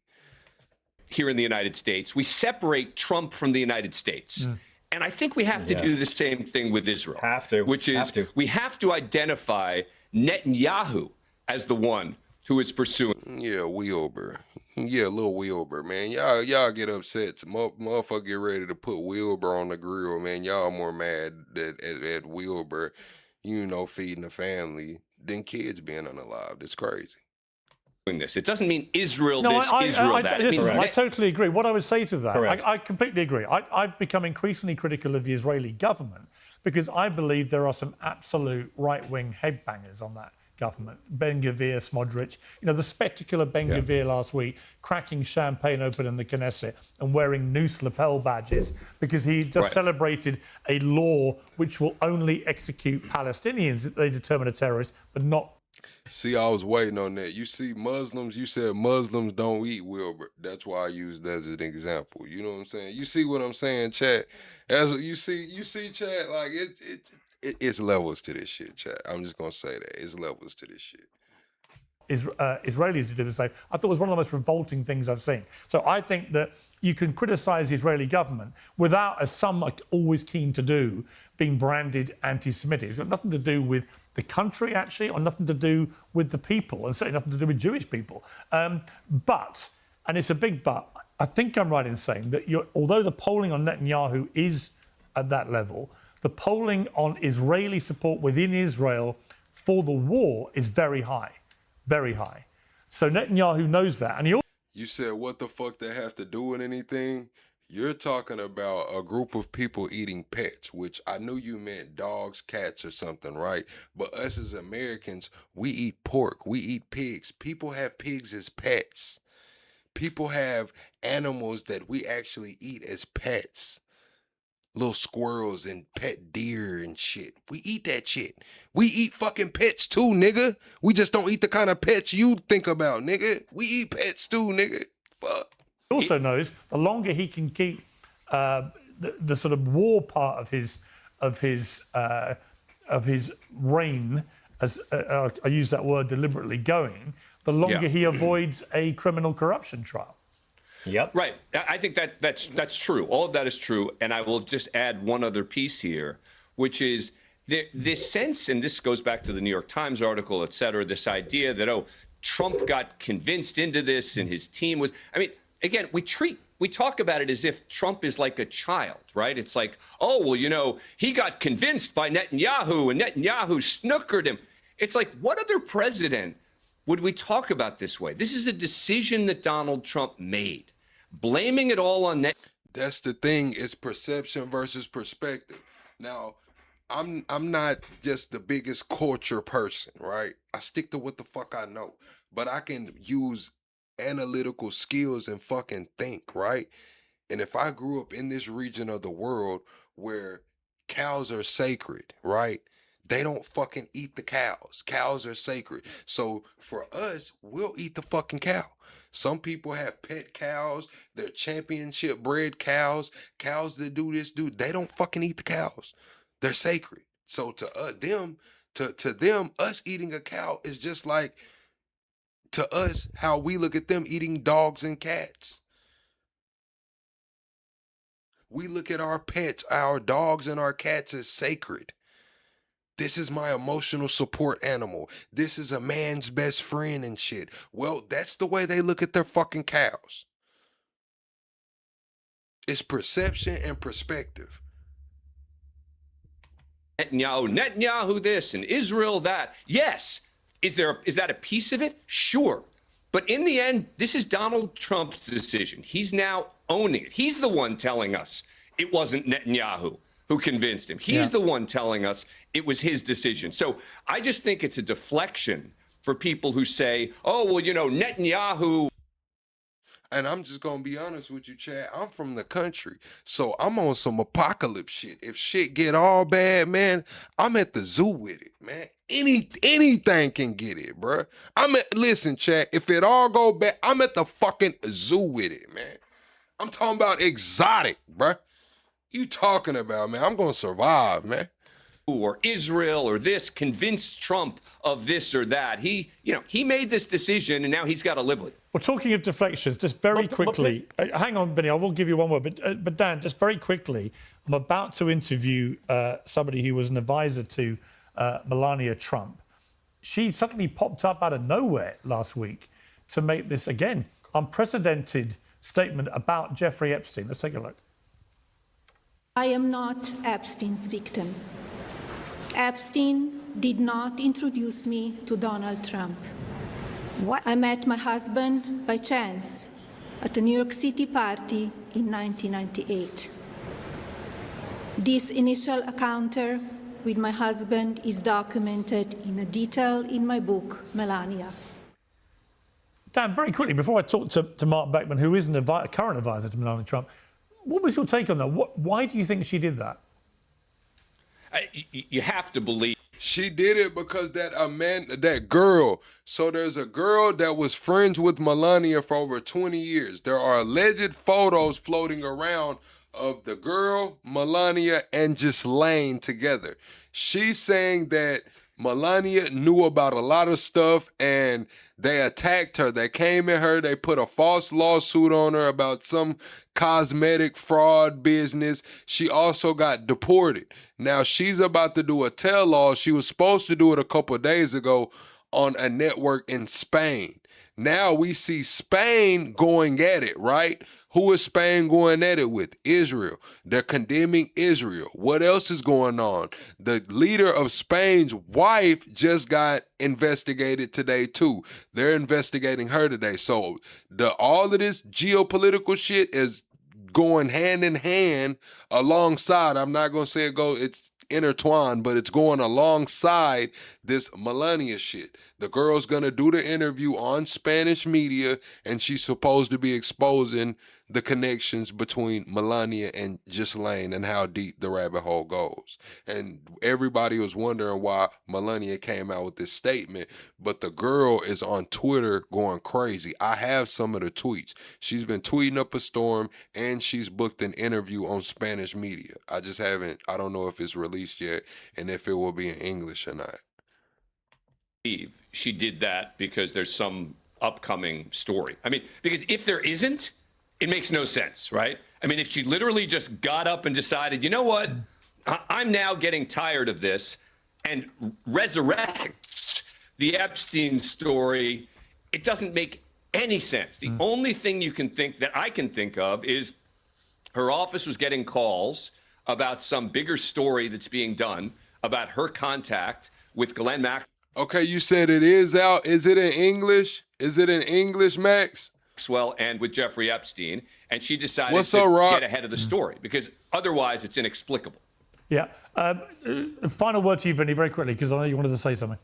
Yeah, just really quick. I mean, like, we're not blaming Israel for everything, but if you can't admit that this all started because Israel was going, so Marco Rubio said, we have to go. Miriam Adelson is a huge Israeli sponsor. She gave him $100 million.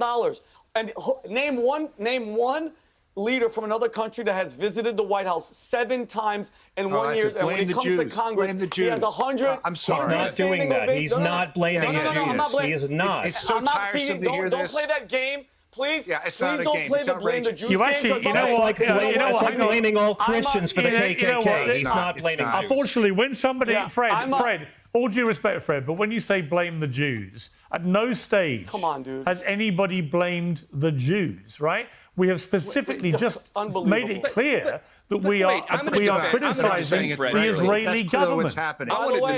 Yeah, Chad, this is a free speech chat. Just, no personal attacks, no doing all that cussing and crazy shit. Keep it a little respectful, man. But you can agree, disagree. I don't give a damn who you like or don't like. Double tap the screen, though, Chad. I do care about us getting to that next like goal, Chad. We have to get the 400 likes. We're almost at the 4-hour mark. We have to get the 400 likes. Everyone hit the like button, go to the top, hit the 3 dots.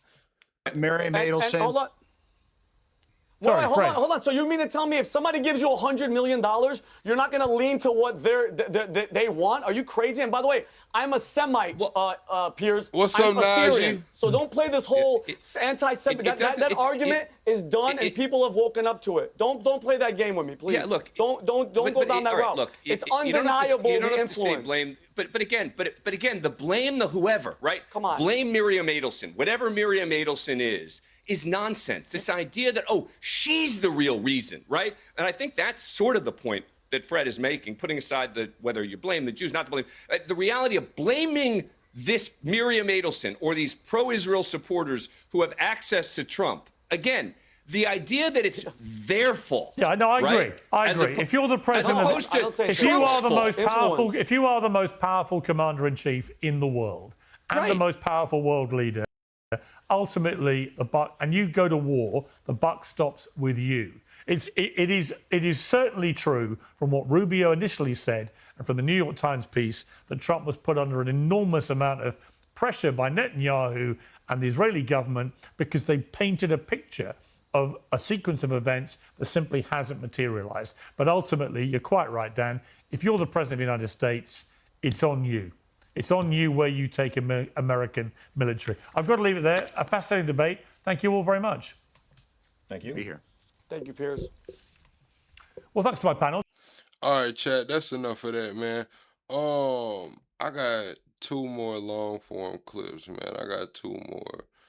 Where is it, man? I do want to see this one, and then we'll get into that straight shooter one. Stephen A. spoke on Trump posting himself as Jesus too. Who is 11 months, not yet walking beyond a few feet before it grows too tiresome. So anyway, Saturday morning, I get up all the kids. Right, we're going to this outdoor market. We're going to meet up with Theo. All right, chat. Double tap the screen, shut live out. Tony comes through supporting the channel via super chat. Says shit. Hit that like button, y'all. Shout out to the chat. Shout out the plug. Don't hate. Participate. Toast 2028. Thank you, Tony, for always supporting the channel, man. Thank you, Tony. Vaughn, my kids love Theo Vaughn. And at this particular market, there happens to be a playground. I want to be clear, it is a preschool playground. It is for toddlers, not even for kids.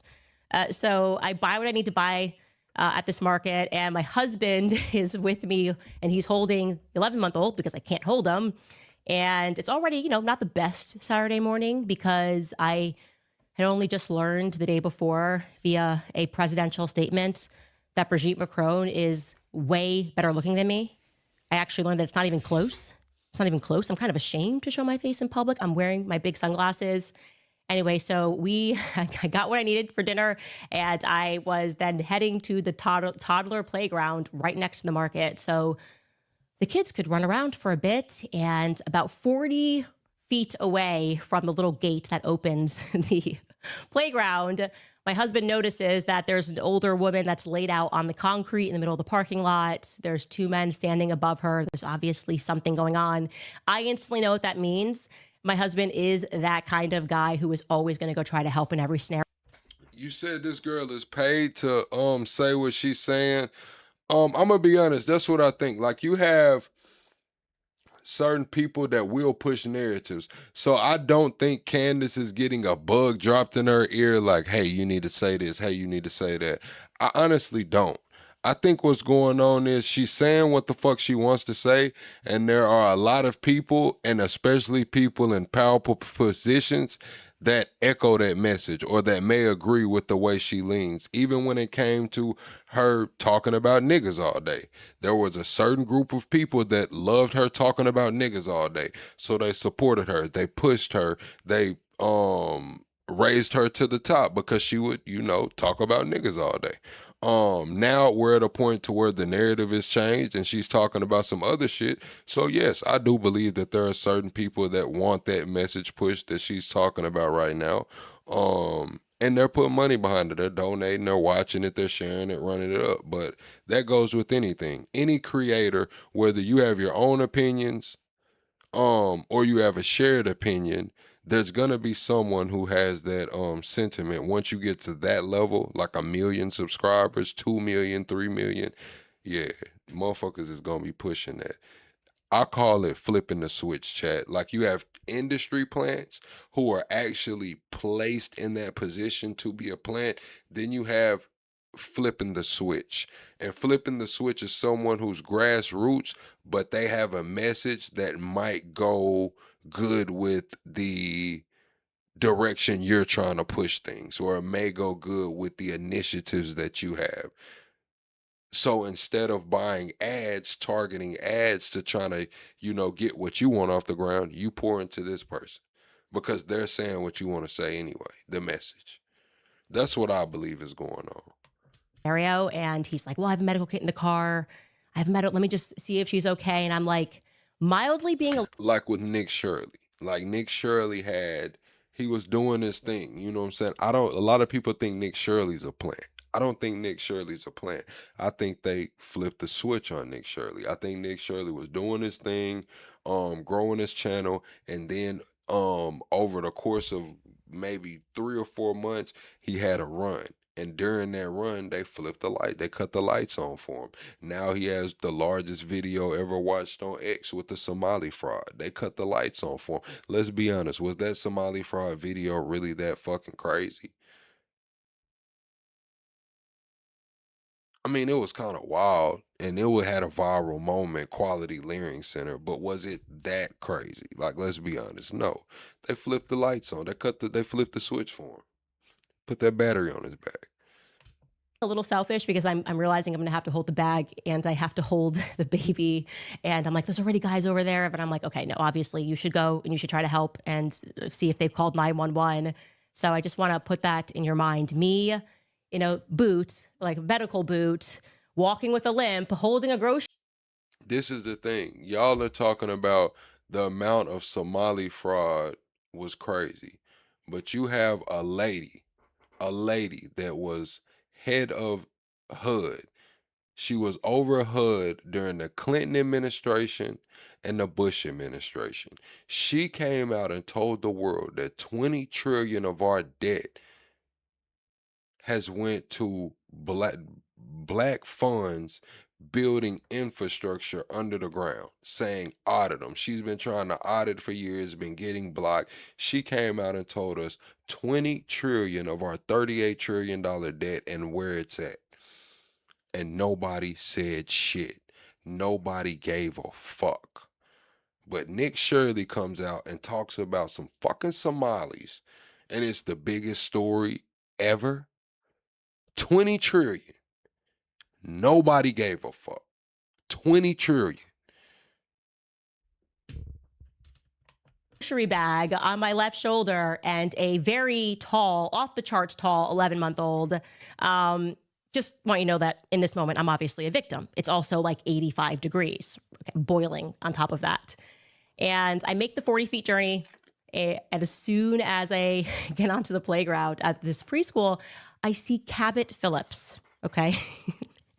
Erica's ex-boyfriend, one of the many, current Daily Wire employee who was featured on my podcast when Mitch gave a description of the guy that he believed that he saw with Erica at Fort Huachuca back in September. You will recall that I texted Cabot Phillips before we mentioned him on the podcast, looking for a simple yes or no response. Hey, were you at Fort Huachuca? Guy kind of thinks this person fits your description. He made a decision not to answer. Not really sure why. I kind of think it's because he works the Daily Wire and it's kind of like a big drama club and they overthought it and we're like, all right, I'm not trying to hear that shit right here. Donors what? no husband ever, no man ever would say, if I am killed on the job, I want my wife to assume the dangerous position that I just occupied, right? Put another way, they want us to believe that Charlie was like, look, if I get assassinated, my wife should then be put in that very position that led to my assassination. Hopefully our kids will figure it out. It just makes no sense. Beyond anything else, I just want you to feel free to be able to produce sense. That's kind of the point of my All right, yeah, I'm looking for the Trump, what she's talking about Trump. Here it goes. net/Owens. I don't want to rush through the Pope segment, so I'm almost thinking I should bump it to tomorrow. I mean, you guys obviously know my perspective. Trump is very clearly under demonic influence. I think Paula White probably put a spell on him of some sort. I mean, he is surrounded by, ironically, the very thing that he accuses me and Meghan and Tucker of being, because we're calling for peace. We're calling for peace. And he's like, these people are nut jobs. And then he has people like Laura Loomer, who has been forcibly placed on Psych 5150 holds as his #1 advisor. She's like, I'm advising him. We got Paula White, who's telling him he's akin to Jesus Christ, which is absolutely blasphemous.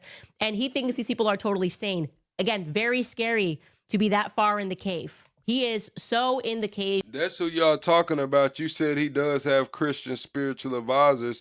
His spiritual advisor told him he's like Jesus Christ. He's akin to Jesus Christ, man. He is so convinced of his own. And y'all wonder why I say Trump got the second biggest ego in the world. You got spiritual advisors telling you like Jesus. You the president of the United States of America. You sitting on $7 billion that we know about. You beat 34 felonies. You survived a headshot. Come on, bro. Who has a bigger ego than Trump, bro?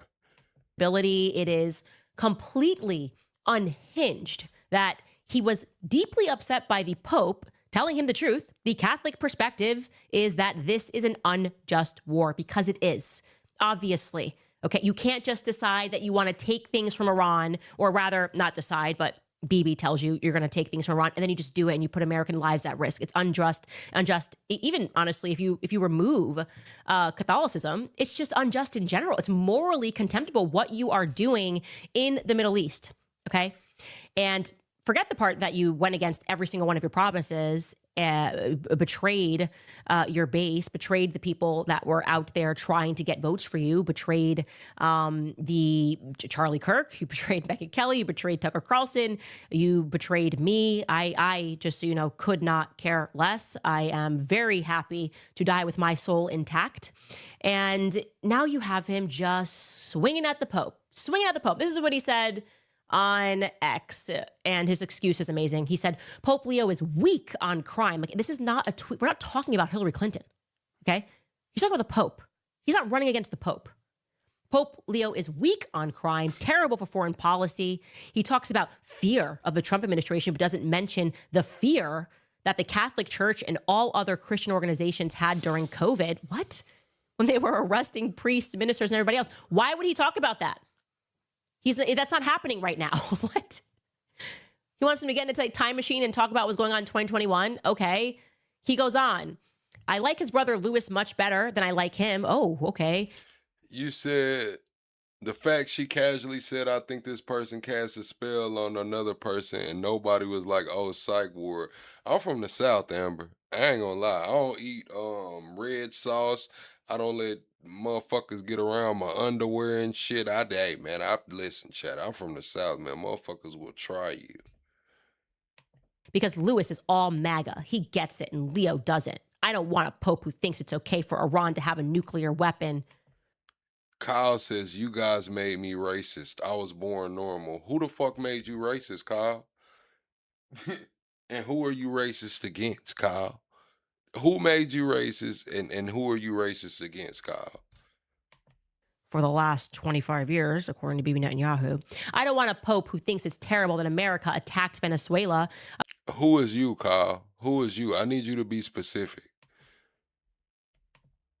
a country that was sending massive amounts of drugs into the United States, and even worse, emptying their prisons, including murderers, drug dealers, and killers into our country. And I don't want a pope who criticizes the president of the United States, because I'm doing exactly what I was elected in a landslide to do, setting record low numbers in crime and creating the greatest stock market in history. Leo should be thankful, because as everyone knows, he was a shocking surprise. He was not on any list to be pope and was only put there by the church because he wasn't American. Nah, because this is what I'm saying, though. It's like the racist whites are so fascinated with niggas, bro. It's like this guy's been in my chat for fucking an hour and a half commenting. And then he casually drops, "You guys made me racist." You. What's up with racist whites, bro? Why are y'all infatuated with niggas, bro? Like, why are you in here for an hour and a half and you don't like niggas? Like, are you intrigued? Like, what, is it a fetish? What's up, bro? What's up, bro? Like, what's to you, bro? Like, is that not weirdo activity? Or like, you're a weirdo, bro. You're weird. I mean, that's okay. You're just a little weird. And they thought that that would be the best way to deal with President Donald J. Trump. If I wasn't in the White House, Leo wouldn't be in the Vatican. I'm sorry. What? Look, I'm not here to pretend that I'm a theologian, that I've been Catholic for a long time, but is that what goes on at Conclave? Do the cardinals arrive and they go, oh, well, we were going to do our thing, but like what really matters is Trump's president, and we want to make sure that we can deal with Trump. So we're just going to make somebody from Chicago. That feels like the right thing because he's got a Trump Tower in Chicago. Like, is that what he thinks happened? That... See, we can get into that. Y'all love getting me into these chats. Fuck it. Let's go. Bob says, I don't like stupid people. Does that make me racist? No, Bob, that does not make you racist. Now, if you attribute a whole race to being stupid, then yes, that will make you racist. So, depending on how you look at it. But yeah, you're a weirdo, Kyle. I mean, shit, it's cool, man. You're not the only fucking weirdo out here, man. You said what's weird is how fraud is cool if they're black. Well, that doesn't seem to be the case, Kyle, because your administration that's currently in office has pardoned a lot of fraud. Matter of fact, they just pardoned Mr. Schwartz. They just pardoned Mr. Schwartz for about what was it, chat?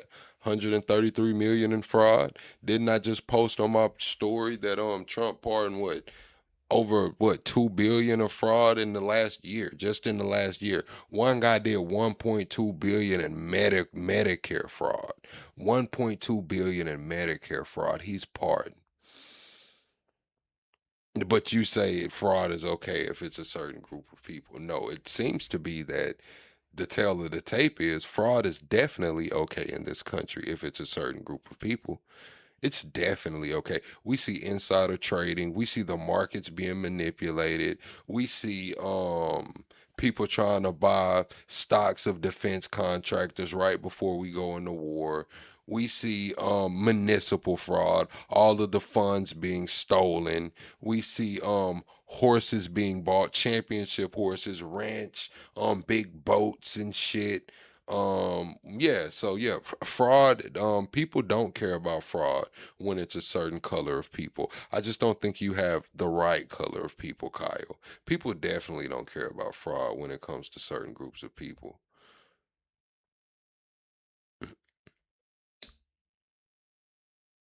It gets no attention. It goes under the way. You wondering why you keep hitting that fucking pothole, right? You hit the same pothole every day on your way to work.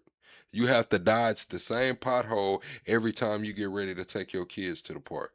That's your fraud right there. Where's the money? Where's the fucking money? Where's the money?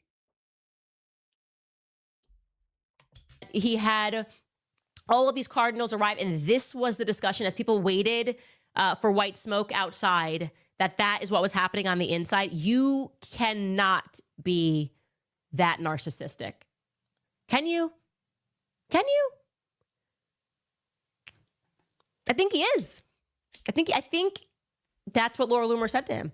I think that is, she texted him and she's telling the truth, and she's like, he wouldn't even be Pope if it wasn't for you. She's like been very borderline lately. Like she's like, feels like she should probably be put on another hold, but like she's still out there tweeting crazy things.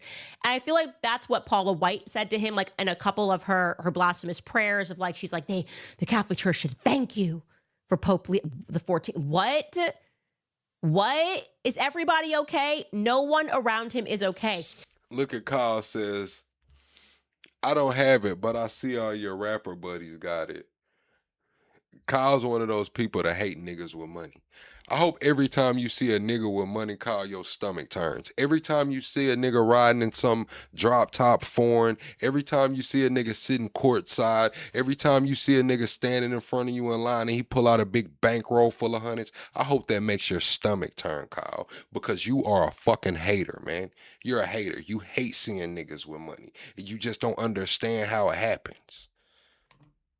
And I'm making fun of it, but I want to be clear that he is truly, and I do not say this to be extra, I do not say this to be performative, he is truly under demonic influence. You see that in the prayers, and I have to say respectfully, it was definitely something which I am hopeful, and please forgive me if I'm out of line here, but I'm hopeful that more cardinals, more princes of the church will speak out against the role that some of our bishops have had in this.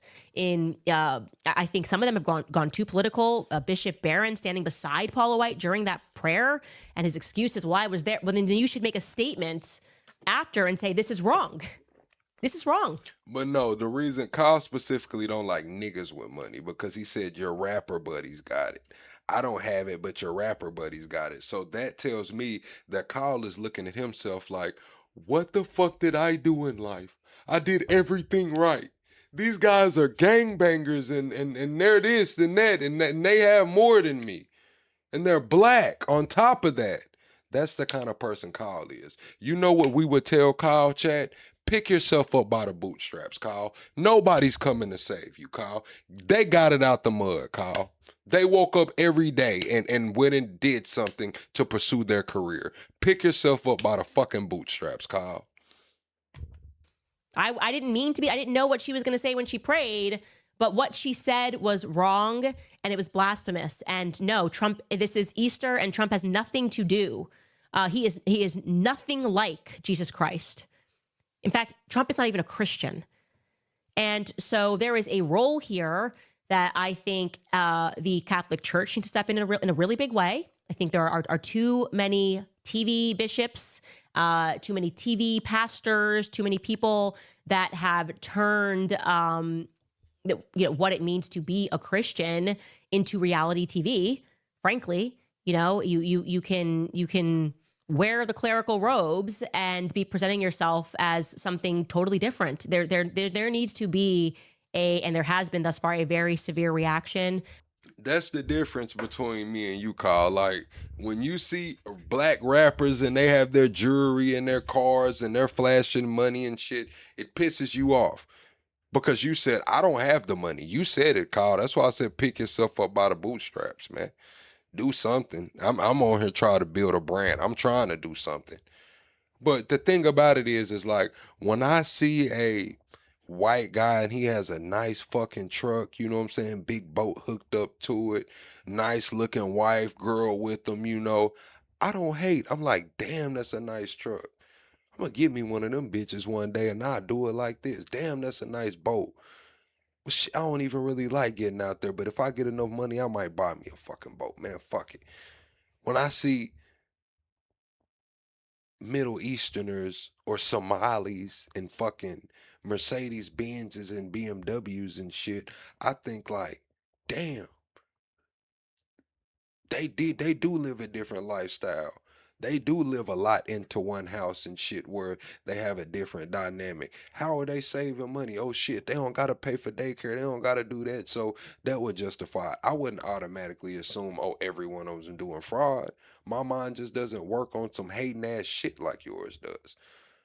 When I see Latinos coming through with they lowriders or they, Range Rover trucks or whatever, I don't think like, oh fuck, why the fuck does this Latino have a Range Rover or a lowrider on some shit? I'm looking at it like, damn, he got his shit set up nice. I wouldn't have dropped my shit down. I wouldn't have, made my shit squat. I would have went on and jacked it up. That's just how we do shit in the South. I look at shit different because I'm not a fucking hater, bro.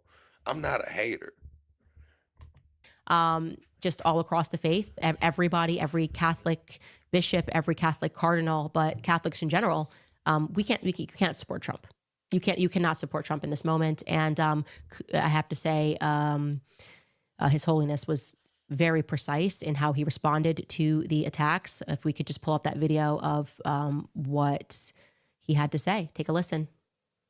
I basically said that the message of the church, my message, the message of the gospel, blessed are the peacemakers.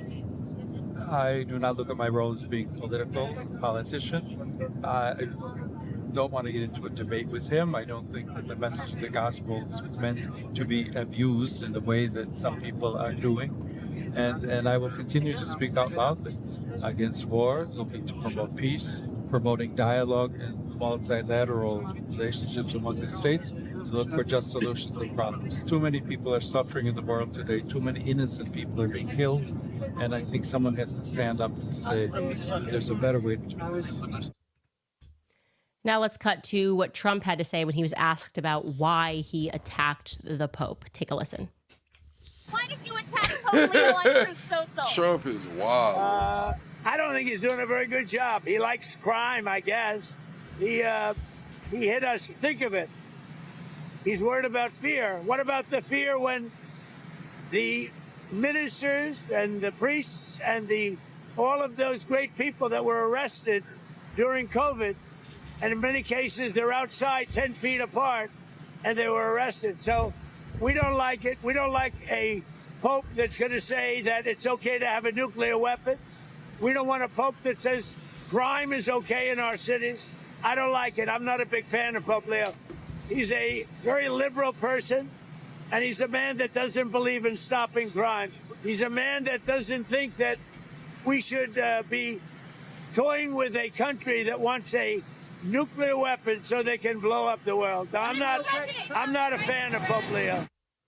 Guess what? He's literally trying to stop crime, because what you are doing in the Middle East is criminal. Everybody is telling you that. You've lost a large portion of your base. You have lost Maha. All right, chat. Is Pope Leo trying to stop crime, chat? Is Pope Leo trying to stop crime? Yes or no? You've lost Megyn Kelly, you've lost B, you've lost Alex Jones, you've lost, and that's just in terms of the commentariat, if you will, and you refuse to see reality. That's the thing, though, Kyle. You're saying wrong is wrong. You don't matter what color you are. Why aren't you outraged by the pardon Trump just did last week?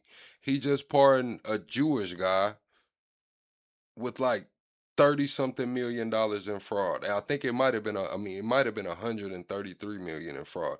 You're saying that you don't care about what race it is. He just pardoned a white guy of $1.2 billion worth of fraud. But you're only focused on the blacks. You came in here and said, you guys made me racist. I said, who? You said you. You just refuse to see reality. You're so convinced that you can just drop another tweet. And of course, he then dropped a picture of himself as Jesus Christ on top of that, and got even backlash from the Protestants who said this is completely inappropriate.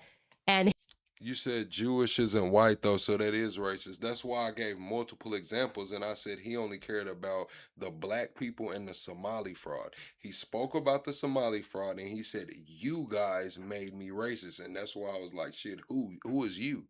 Are you talking about the Somalis? Are you talking about blacks? Who are you talking about? He said you. So he was talking about the blacks. So I addressed the Somali fraud and the black fraud. And I told him that he should be outraged if he says all fraud is bad. Why aren't you mad at the Jewish guy who just got pardoned last week? Why aren't you mad at the white guy who got pardoned last year of $1.2 billion?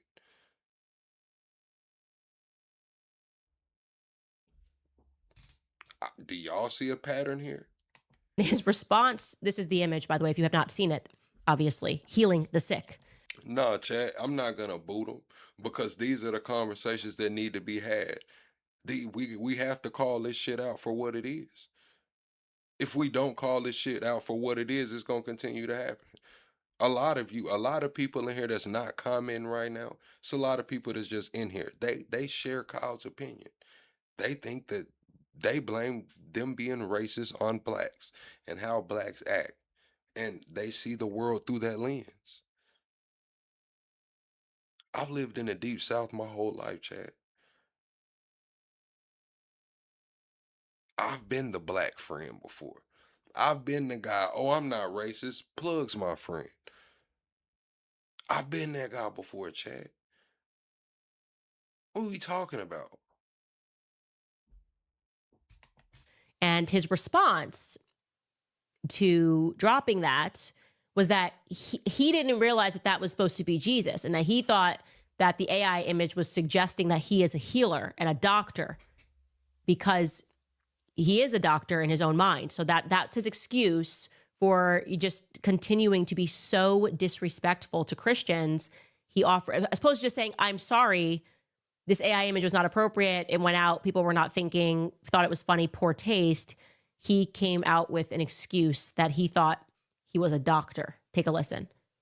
Mr. President, did you post that picture of yourself depicted as Jesus Christ? Well, it wasn't depicted. It was me. I did post it, and I thought it was me as a doctor, and had to do with Red Cross as a Red Cross worker there, which we support.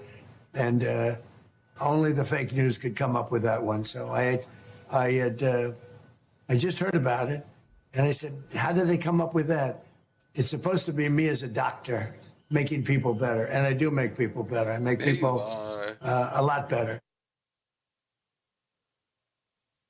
He thought he was a Red Cross doctor.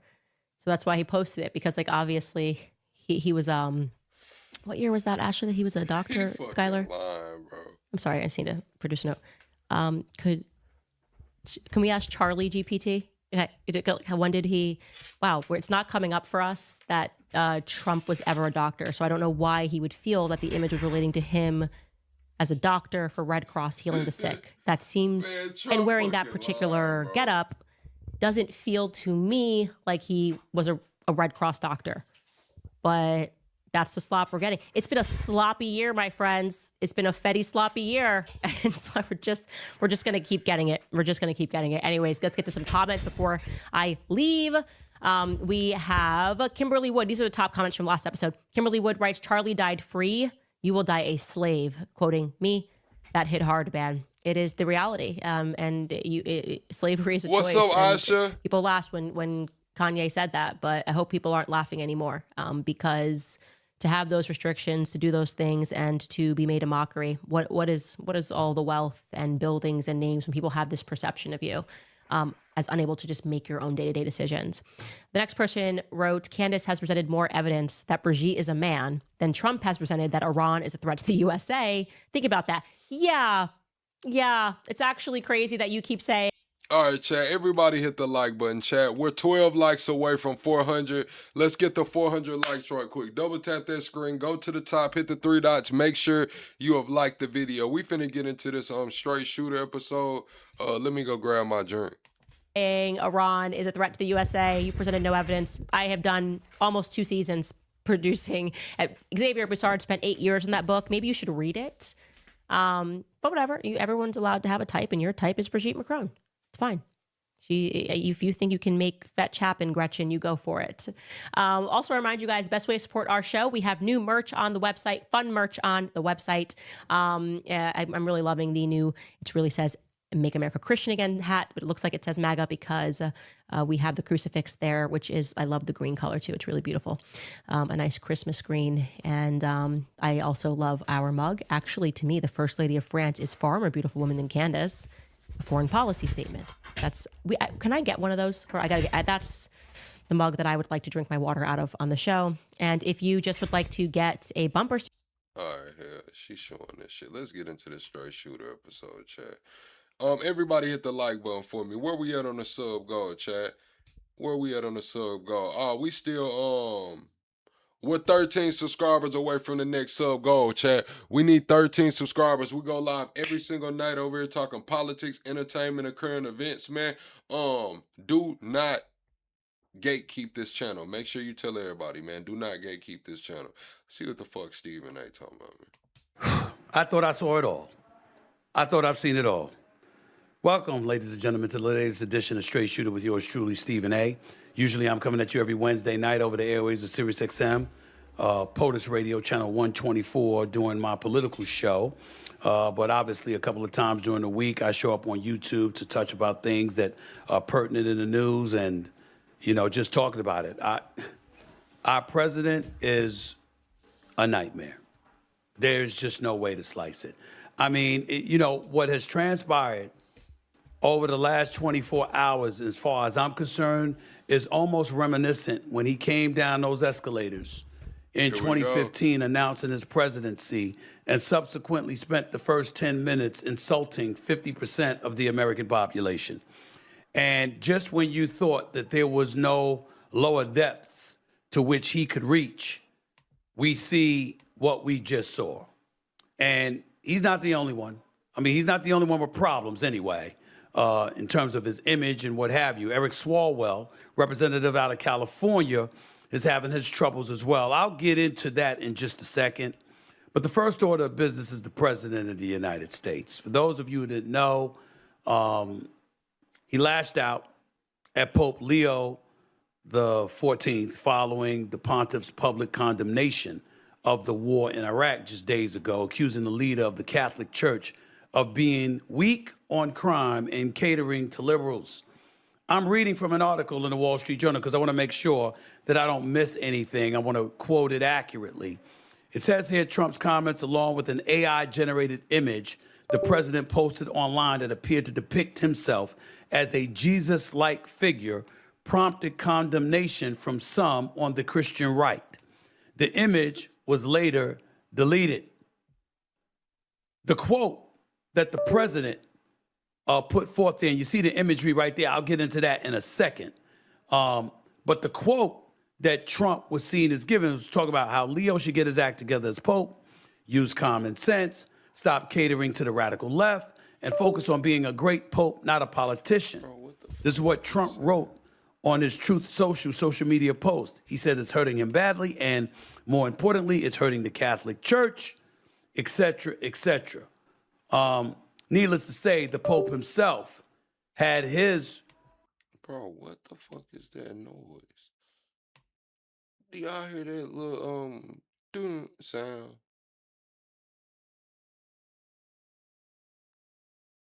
It's only when I'm playing the video. I just heard that shit again. Retort to what Trump had thrown in his direction. He says, I will not shy away from announcing the message of the gospel and inviting all people to look for ways of building bridges of peace and reconciliation. This is what Pope Leo told reporters Monday on board the papal plane while flying from Rome to Algeria, according to the Associated Press. He said the message of the gospel is very clear. Blessed are the peacemakers. Keep in mind, ladies and gentlemen, that millions of people who happen to be Catholic voted for Trump. Keep in mind that Trump's extraordinary public criticism of the Pope could put the president at odds with a lot of Catholics. Obviously, tens of millions whom live in the United States.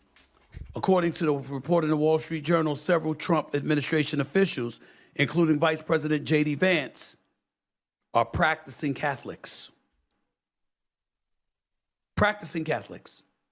Ladies and gentlemen, I want you to look at this right here. This is Trump. This is according to what he posted on his Truth. American flag, flying eagles in the background, with his hand on someone supposedly in a hospital bed, a nurse, military official, etc. Trump supporters. This is Trump's explanation of his now AI deleted post. Listen to him. Did you post that picture of yourself depicted as Jesus Christ? Well, it wasn't depicted. It was me. I did post it, and I thought it was me as a doctor, and it had to do with Red Cross as a Red Cross worker there, which we support. And Man, what the fuck does this have to do with Red Cross, man? Man, come on, Chad. Man, Trump fucking tripping, bro. Like, he didn't even lie good, Chad. Y'all know how when kids lie and they just say whatever, bro? Like, he didn't even make up a good lie, bro. Like, golly. A doctor with the Red Cross and Red... You should have left the Red Cross and Red Shield out of the fucking bid. You were better off just saying you thought you was a doctor. Hey, man, come on, man. What the fuck does the Red Cross Red Shield got to do with this shit, man? Man, Trump just saying anything, bro. He just saying anything, bro. Anything, bro. Only the fake news could come up with that one. So I just heard about it, and I said, how did they come up with that? It's supposed to be me as a... We fucking opened our eyes. We looked at it. How did they come up? We fucking looked at it. Look at his face, Chad. Look at him. Look at his face, and then look at the picture, Chad. Look at Trump, and then look at the picture, bro. Now, do you mean to tell me you think this man, if he thought that there was a doctor, bro, he's off his rocker for real? Now, if Trump actually thought he was a doctor, man, we need to check on Trump, man. We need to check on him, man. All is not well, man. He's not all right, man. He's not all right, man. Hey, if he thought this was a fucking doctor, man, we need to check on him. We need to check on him, man. We need to check on him. As a doctor, making people better, and I do make people better. I make people a lot better. As an example, the 11,000, I understand your husband's going through treatment. Yes, sir. Yes, sir. He's He going has through cancer. some very serious cancer treatment, so Yes, sir. this goes a long way. Yes, sir. It sure does. Trump trying to play into he old, bro. Trump just pulled the I'm old card on us. Like, man, it's an AI picture. I thought it was a doctor. I didn't know they was gonna take it as Jesus. I thought it was my eyesight's not that good anymore. Man, get the fuck out of here, bro. Ladies and gentlemen, what? You're saying it's a joke. He knows how to troll the libs. This ain't got shit to do with the libs. We talking about Jesus Christ here. You talking about Democrats, Chad.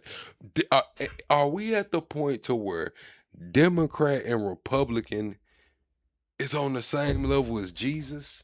Like, you talking about some fucking liberals. He did this shit to troll the libs, man. No, he was playing with Jesus. That's what he was doing. He was playing with Jesus, man. He knew what the hell he was doing. He just didn't think it was going to be that big of a deal. That's what he didn't know. He didn't know it was going to be that big of a deal. He didn't do this shit to troll no libs. Doctor do you know is dressed like that? He letting you know what he think. His spiritual advisor just said he damn near like Jesus. He posting pictures of himself as Jesus. He'd made his own Bible. Man, he letting you know, man, what more do you need? Help me understand. I just help me. You know, in a white garb, okay? In a white garb. You said this ain't no Jesus type picture. What's not a Jesus? What is it then? Who is that supposed to be? What do you mean it's not no Jesus type picture? Who else is it supposed to be? Obama? Who else is it supposed to be?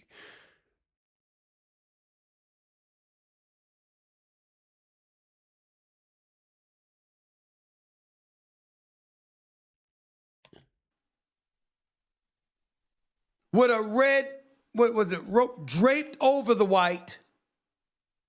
What doctor do you know or do you see is dressed like that? I just want to know. It's a rhetorical question. It's hypothetical because we know he's full of it. You said, did he have a halo? Hell yeah, the halo's implied. Look at the top of his head. It's shining. Man, he got a glowing ball in his hand. You talking about did he have a halo? What the fuck is that in his hand? A kamiami eye? What the fuck is that in his hand? What is that? Lie. What did the Pope say? Quote, enough of the idolatry of self and money. Enough of the display of power. Enough of war. That's what Pope Leo said. What is Trump doing? We got a war going on in Iran. We've got American people worried that boots are going to be put on the ground. We've got the conflict in the Strait of Hormuz. We've already had the conflict with Iran that was supposed to end last June. We've got folks here on the right turning against Trump, whether it's Candace Owens, whether it's Megyn Kelly, whether it's Alex Jones, whether it's Tucker Carlson. The list goes on and on and on. You got people making videos talking about how the president has abandoned them, that he campaigned on America first, and it's anything but. It's him first. I'm so surprised. I'm so surprised. All of this stuff's going on. And what is this man doing? He's portraying himself as Jesus. But it had to be fake news. It can't be him. He's the one that posted it. He's the one that deleted it. But other people are making up. Good night, Chance. Talk about the equivalent of spitting in our face telling us it's raining. Don't believe. Y'all talking about superheroes wear capes, man. Y'all got me fucked up, bro. Trump has on a damn a shawl, man. He got on a one piece, man. He has on a one piece like they used to wear back then, man. That's not a damn cape either. A cape is tied around the neck. That's not a fucking cape. That's a shawl. That's a shawl, man. Y'all not finna tell me this Doctor Strange. Doctor Strange didn't have no damn dashiki and a shawl on. Ain't no damn cape, man. What's wrong with you?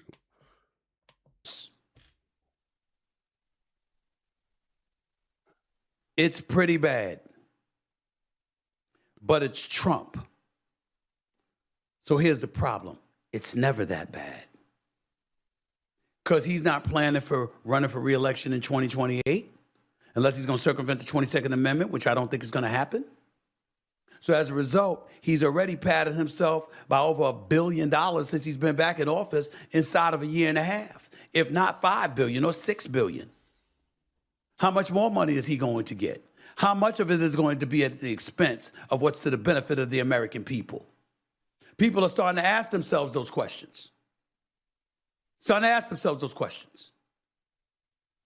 And in the end, he's going to have to figure out something because it's looking very, very bad. Y'all think Trump and it's getting worse. Y'all think they gave Trump some of them red heifer ashes, chat? You know where they say, that they got the red heifer ashes. That dude say they got them spread out across the world. It hadn't been done since Moses and Ezra. It can make the blind see and heal the crippled. Y'all think they gave Trump some of them ashes, man? Ted Cruz and some of them ashes, man. By the day. And if the Republicans don't step up and get to a point where they separate themselves from him, guess what? Everything's going to fall apart for them. That's why if you're the Democrats, keep it cool. Don't say anything. You knew you were going to hear from Marjorie Taylor Greene, right? There she is. Amber, they already got the perfect red heifer. You about a year late and $1 short, Amber. They got the red heifer. The red heifer been sacrificed. You don't hear them talking. If the red heifer haven't been sacrificed, why did Netanyahu say the other day, when he came out in front of the people, that Thursday will not be the night? Like, this is not gonna be the night of the return of the Messiah. So why is Netanyahu telling the Israelis that Thursday won't be the coming of the Messiah if they haven't already sacrificed the red heifer? Have you noticed nobody's talking about sacrificing the red heifer anymore? That shit went out the window. They're on to the third temple now. They're on to the third temple now. You got to go watch that Timcast episode of that one guy. He broke down the whole process. He said that they had the guy lived in the house, couldn't experience death, so he never left the house for 20 years. His first time leaving the house was to perform the ritual. They said 21 perfect red heifers have only been born in this generation. They brought 5 of them to Israel, and one of them is the one that they actually sacrificed. They said they told everybody it was just a practice run, but it was actually the real thing. It was a real perfect red heifer. It was a real whoever was supposed to hold the ceremony. That's why they're not talking about the red heifer anymore. The guy showed the ashes. He had the little ashes there, told what the ashes did, talked about the hibiscus and all of that shit and clay pot and all of that that had to be done. Right there. On unorthodox Easter, President Trump attacked the Pope because the Pope is rightly against Trump's war in Iran. And then he posted this picture of himself as if he is replacing Jesus. This comes after last week's post of his evil tirade on Easter and then threatening to kill an entire civilization. I completely denounce this and I'm praying against it. That is Marjorie Taylor Greene, who was a staunch supporter of Trump for years. Everything is coming apart by the seams. The question is the same going to happen for the Democrats? Because we know Trump is a lost cause. We know that he ain't changing, okay? They're going to be those who support him no matter what. They're going to be others who decide to turn against him. And they're going to be representatives in both houses of Congress who one would anticipate will ultimately show up and act like they have a damn spine and stand up to the flagrantly wrong things that he does. I mean, it's just horrible. There seems to be no end. There's no limits to the depth to which he's willing to go. But if you're the Democrats, you got to make sure to stay the hell out of your own way. Which brings me to Representative Eric Swalwell. I don't know if those of you have seen the reports. I'm sure you have. But Eric Swalwell is in a world of trouble. His political career appears on the verge of being over. There's a rapid implosion that's taking place because the man campaigning for the gubernatorial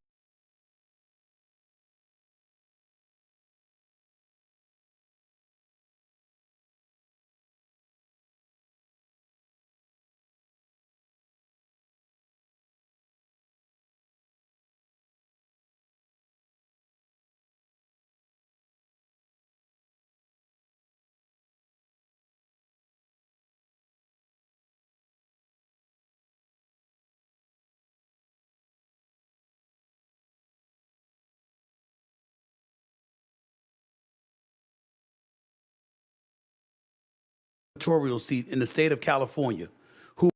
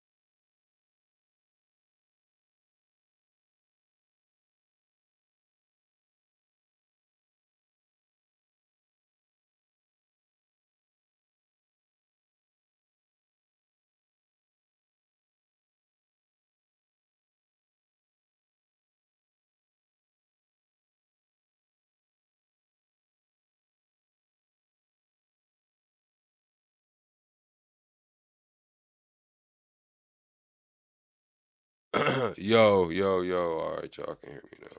We back. All right, chat. I think we back. All right, what was I talking about? Chat? What was I talking about? Damn. Y'all couldn't even hear me, so how the hell would y'all know what I was talking about? Damn. who, by the way, was leading in the polls for the June primary, by the way, to succeed Gavin Newsom, it appears to be over. He's already canceled his campaign.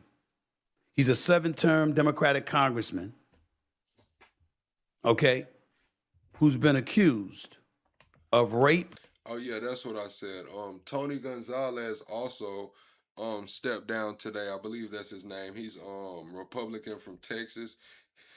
they said that it came out that he was had an affair with the staffer, and she ended up unaliving herself, and because of that, I believe she set herself on fire. So he stepped down because of that. Also, TMZ is getting a DC office. So TMZ is getting a DC office, chat, and with that DC office that TMZ is getting, a lot of Congress is supposed to resign over the next week or 2 weeks because TMZ is supposed to be exposing all of the corruption and all of the scandals in DC. And sexual misconduct. According to Eric Swalwell, I am suspending my campaign for governor. To my family, staff, friends, and supporters, I am deeply sorry for mistakes and judgment I've made in the past. I will fight the serious false allegations that have been made, but that's my fight, not a campaign's. That's what he said. He made the right decision. Here's why I made the right decision, for a couple of reasons. Number one, that would have paraded himself and his family through the muck and mire of the campaign with these accusations hovering over him. Number two, he basically already admitted that while he is not guilty of rape or sexual assault or anything like that, he did have lapses in judgment, basically being a married man for about 10 years, having dalliances with other women. On top of that, I don't know whether the videos are real or fake or whatever, but there seems to be mounting evidence against him. Adam Schiff, senator out of California, essentially has told him to cancel his campaign. Hakeem Jeffries, House Minority Leader, says the accusations, quote, are incredibly disturbing and advised him to immediately end his campaign. Former Speaker Nancy Pelosi has bailed on him. And you also have to remember that Eric Swalwell, what do they say in the Wall Street Journal? Opening paragraph. The rapid implosion of Eric Swalwell's campaign for California governor is one for the record books, though few will mourn the event. The 7-term Democratic congressman is a leading practitioner of political lawfare and smear tactics. This is the Wall Street Journal, not me. So he is being measured for his own guillotine. That's what it says. Mr. Swalwell is dying by the same Me Too ethics standards he has long endorsed.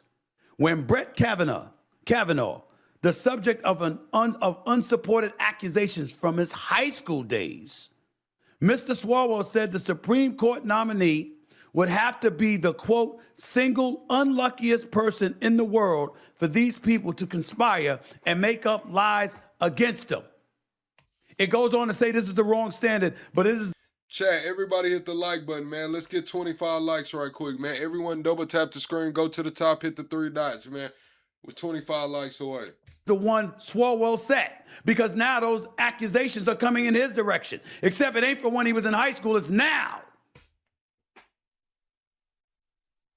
Eric Swalwell has been a guest on this show. In the interest of full disclosure, I know friends of his.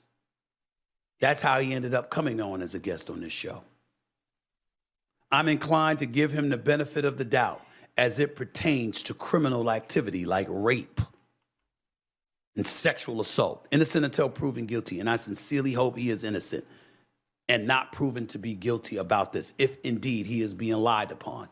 It is not lost on me that this could be a witch hunt, whether it's by Trump himself via the Department of Justice, the FBI, anybody else. I don't know. They're supposed to be investigating something along the lines of him violating the law by hiring a Brazilian nanny who's undocumented. I don't know. It definitely appears to be a witch hunt to some degree. That doesn't make it false. It just means that they prioritized going after him. We don't know. Here's what we do know. That accusations were enough for Swalwell to go after folks on the right. And now he's facing the same situation. You're the Democrats. This is bad.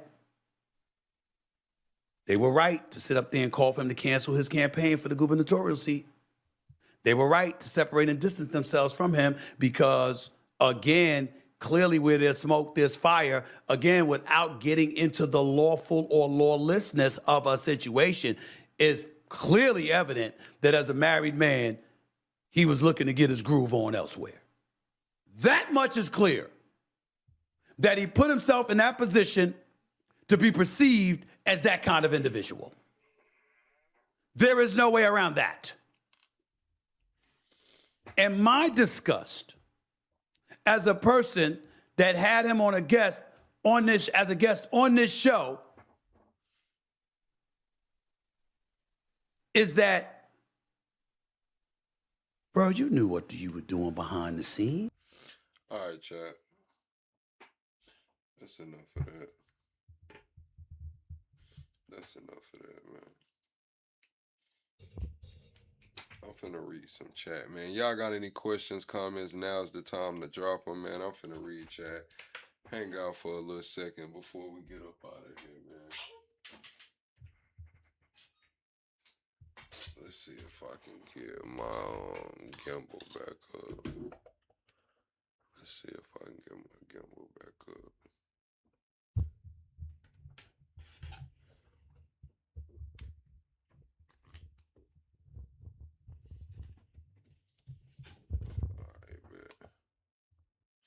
You said what these LA politicians doing about Skid Row? Nothing. Seems like they're pocketing the money.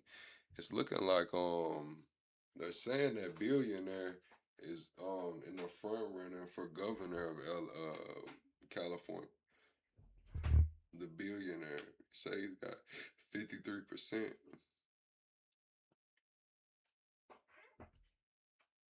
They say since Swalwell dropped out, the billionaire, what's his name?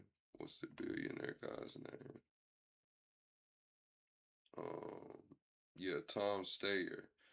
Tom Steyer is projected to win the governor in California. I had seen him do some press conferences like, yeah, I'm a billionaire, but I want this, this, and this to happen. I don't know how that shit's gonna go.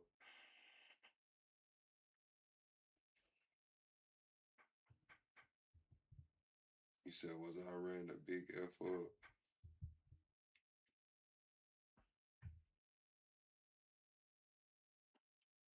Yeah. For us as a citizen, yes. But I believe this is a controlled demolition. I believe that this is the greatest rug pull in history. They're about to burn us down. We're dealing with accelerationists. Accelerationists on the highest level. They're about to burn everything to the ground and rebuild it anew into a new digital age. Mass surveillance. They're going to crash the economy. They said that they've been manipulating Iran's economy to cause social unrest. That already came out. So they'll openly admit to manipulating Iran and Venezuela's economies. What do you think they're doing ours? That's just totally fabricated, manipulated markets, man. Hanging on by a fucking thread.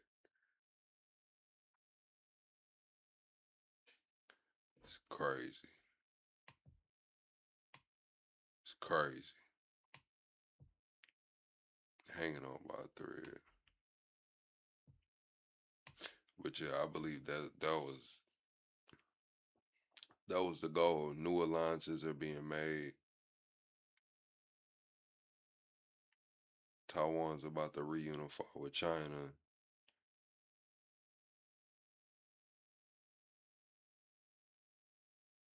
So I read something about China built a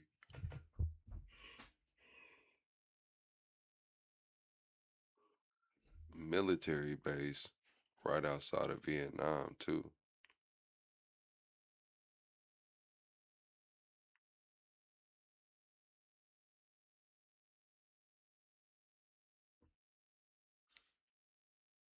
What did Max say?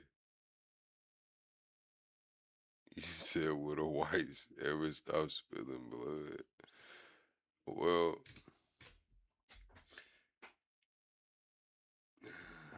no. never stop spilling blood. That's the thing, Max. The world it's always been war. Borders are created through bloodshed and text. As long as someone claims ownership to something, there's gonna be somebody that tries. So no, the atrocities will not stop. The bloodshed will not stop until they rebuild the system anew. Sad to say it, I don't want to see it, but if they're gonna guarantee this shit's not gonna go on, it's probably gonna be some drastic changes in the world, and not in the way that we think. When we think of a peaceful world, nobody's unaliving anybody, it's all like that. We think of trees and fucking meadows and earth earth earth shit, nature. That's not how I think the shit's gonna be. The more and more we get into the future in 2026, I think it's gonna be a police state, a surveillance state. If there's gonna be not any warring, not any people doing that shit, any blood being spilled, it's gonna be a police state. Instant consequences. Instant consequences. Won't be any more on death row for 10 years and you might get an appeal and instant. Instant. They say China's death row is already 6 months. In China, you on death row for 6 months and you out of there. Finito, gone.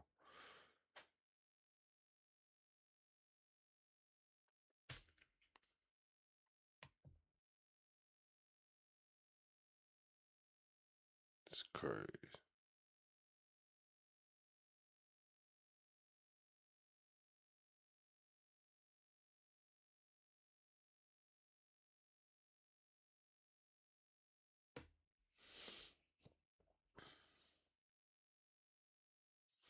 This is the thing though.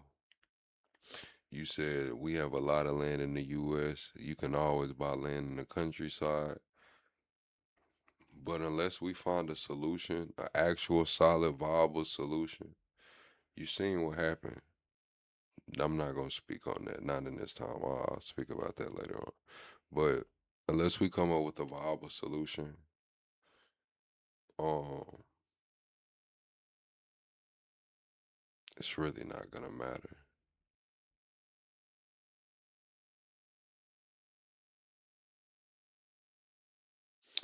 Especially when you say we have a lot of land in the countryside. Like, what I mean by that is they just told us that allegedly they found that pilot. They found the pilot through his heartbeat from 40 miles away. Now, if they can find your heartbeat from 40 miles away,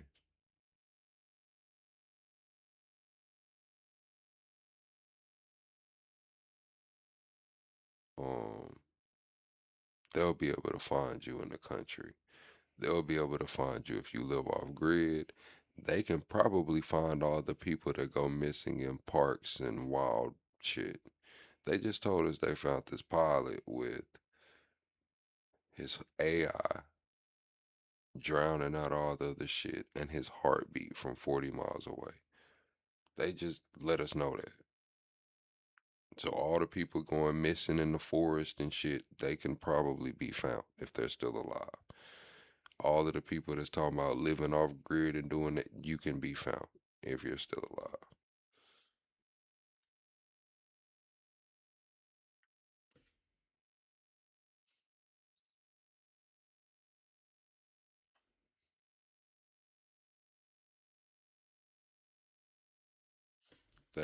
They're talking about putting underwater drones in the Strait of Hormuz to mine sweep. They're talking about ground drones are really effective for Ukraine right now on the Russia-Ukraine front. We got the police already deploying drones to watch the neighborhoods, drones to police the streets. Like, Yeah, it's coming. It's coming. Got flock camera linked up with ring camera. Mass surveillance. You get online on these social media apps, you got your location shared, they got you tracked there. You pull out of your driveway, you go past flock cameras, they track you there. You walk into a store, they got you there. And then if you do manage to slip past all of that, they got your fucking heartbeat. They got a heartbeat.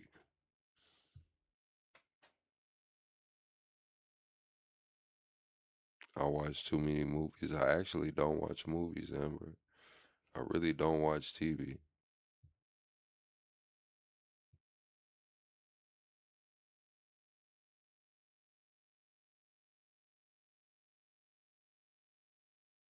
Cause you got trash internet, Mag. You got some trash internet, Max, and you probably need a monitor. You probably playing on the TV.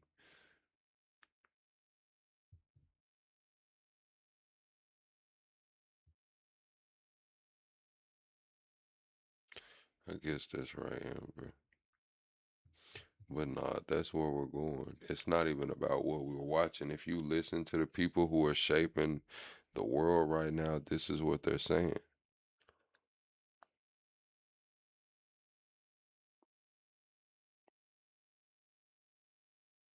This is what they're saying. I didn't say that they could find people from their heartbeat.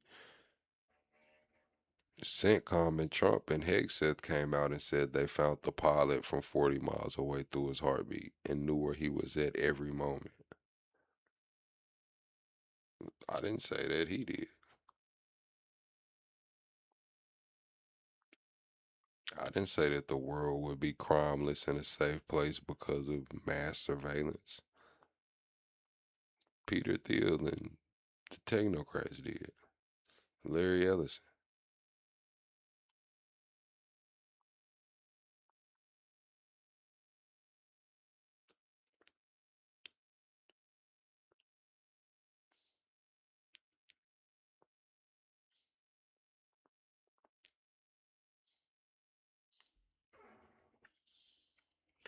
I'm not doing AI fucking seminars on the Antichrist and AI and how the Antichrist might not be bad. That's Peter Thiel.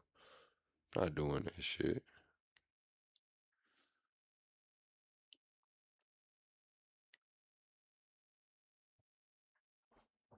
Crazy, chat. It's crazy. It's crazy we didn't hit the sub goal either. Chat, look, we're 4 subscribers away, man. We're 4 subscribers away from 46,500. Can we get a quick 4 subscribers? Chat.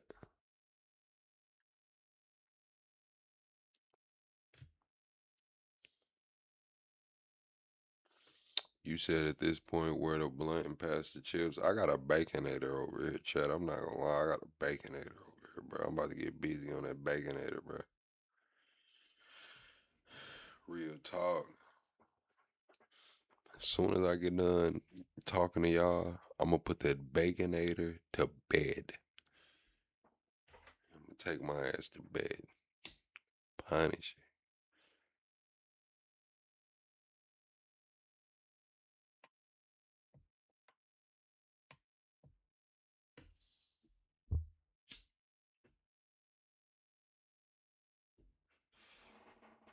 Yeah, nah, for real.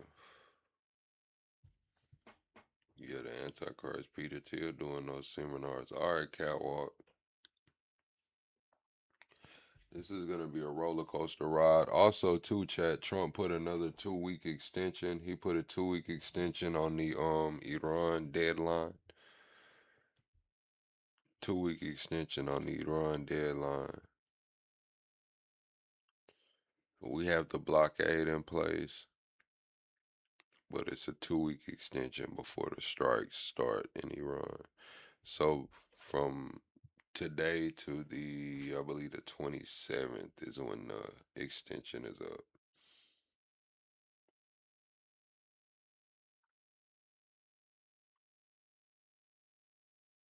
Crazy. But yeah, Chad, I'm finna eat this Baconator and carry my black ass to sleep, man. I appreciate y'all for rocking with me, man. And I'll see y'all on the next one. Good night, Chad. Oh, be sure to join the Discord, chat. Y'all need to get in the Discord. We gotta get the Discord to like 500 people. Y'all and everybody in the Discord, invite people to the Discord, man. Y'all invite people to the Discord, man. We gotta get like 500 people in the Discord, chat. Our Discord really should be higher than what it is. We tripping, man. We gotta get 500 people in the Discord, bro.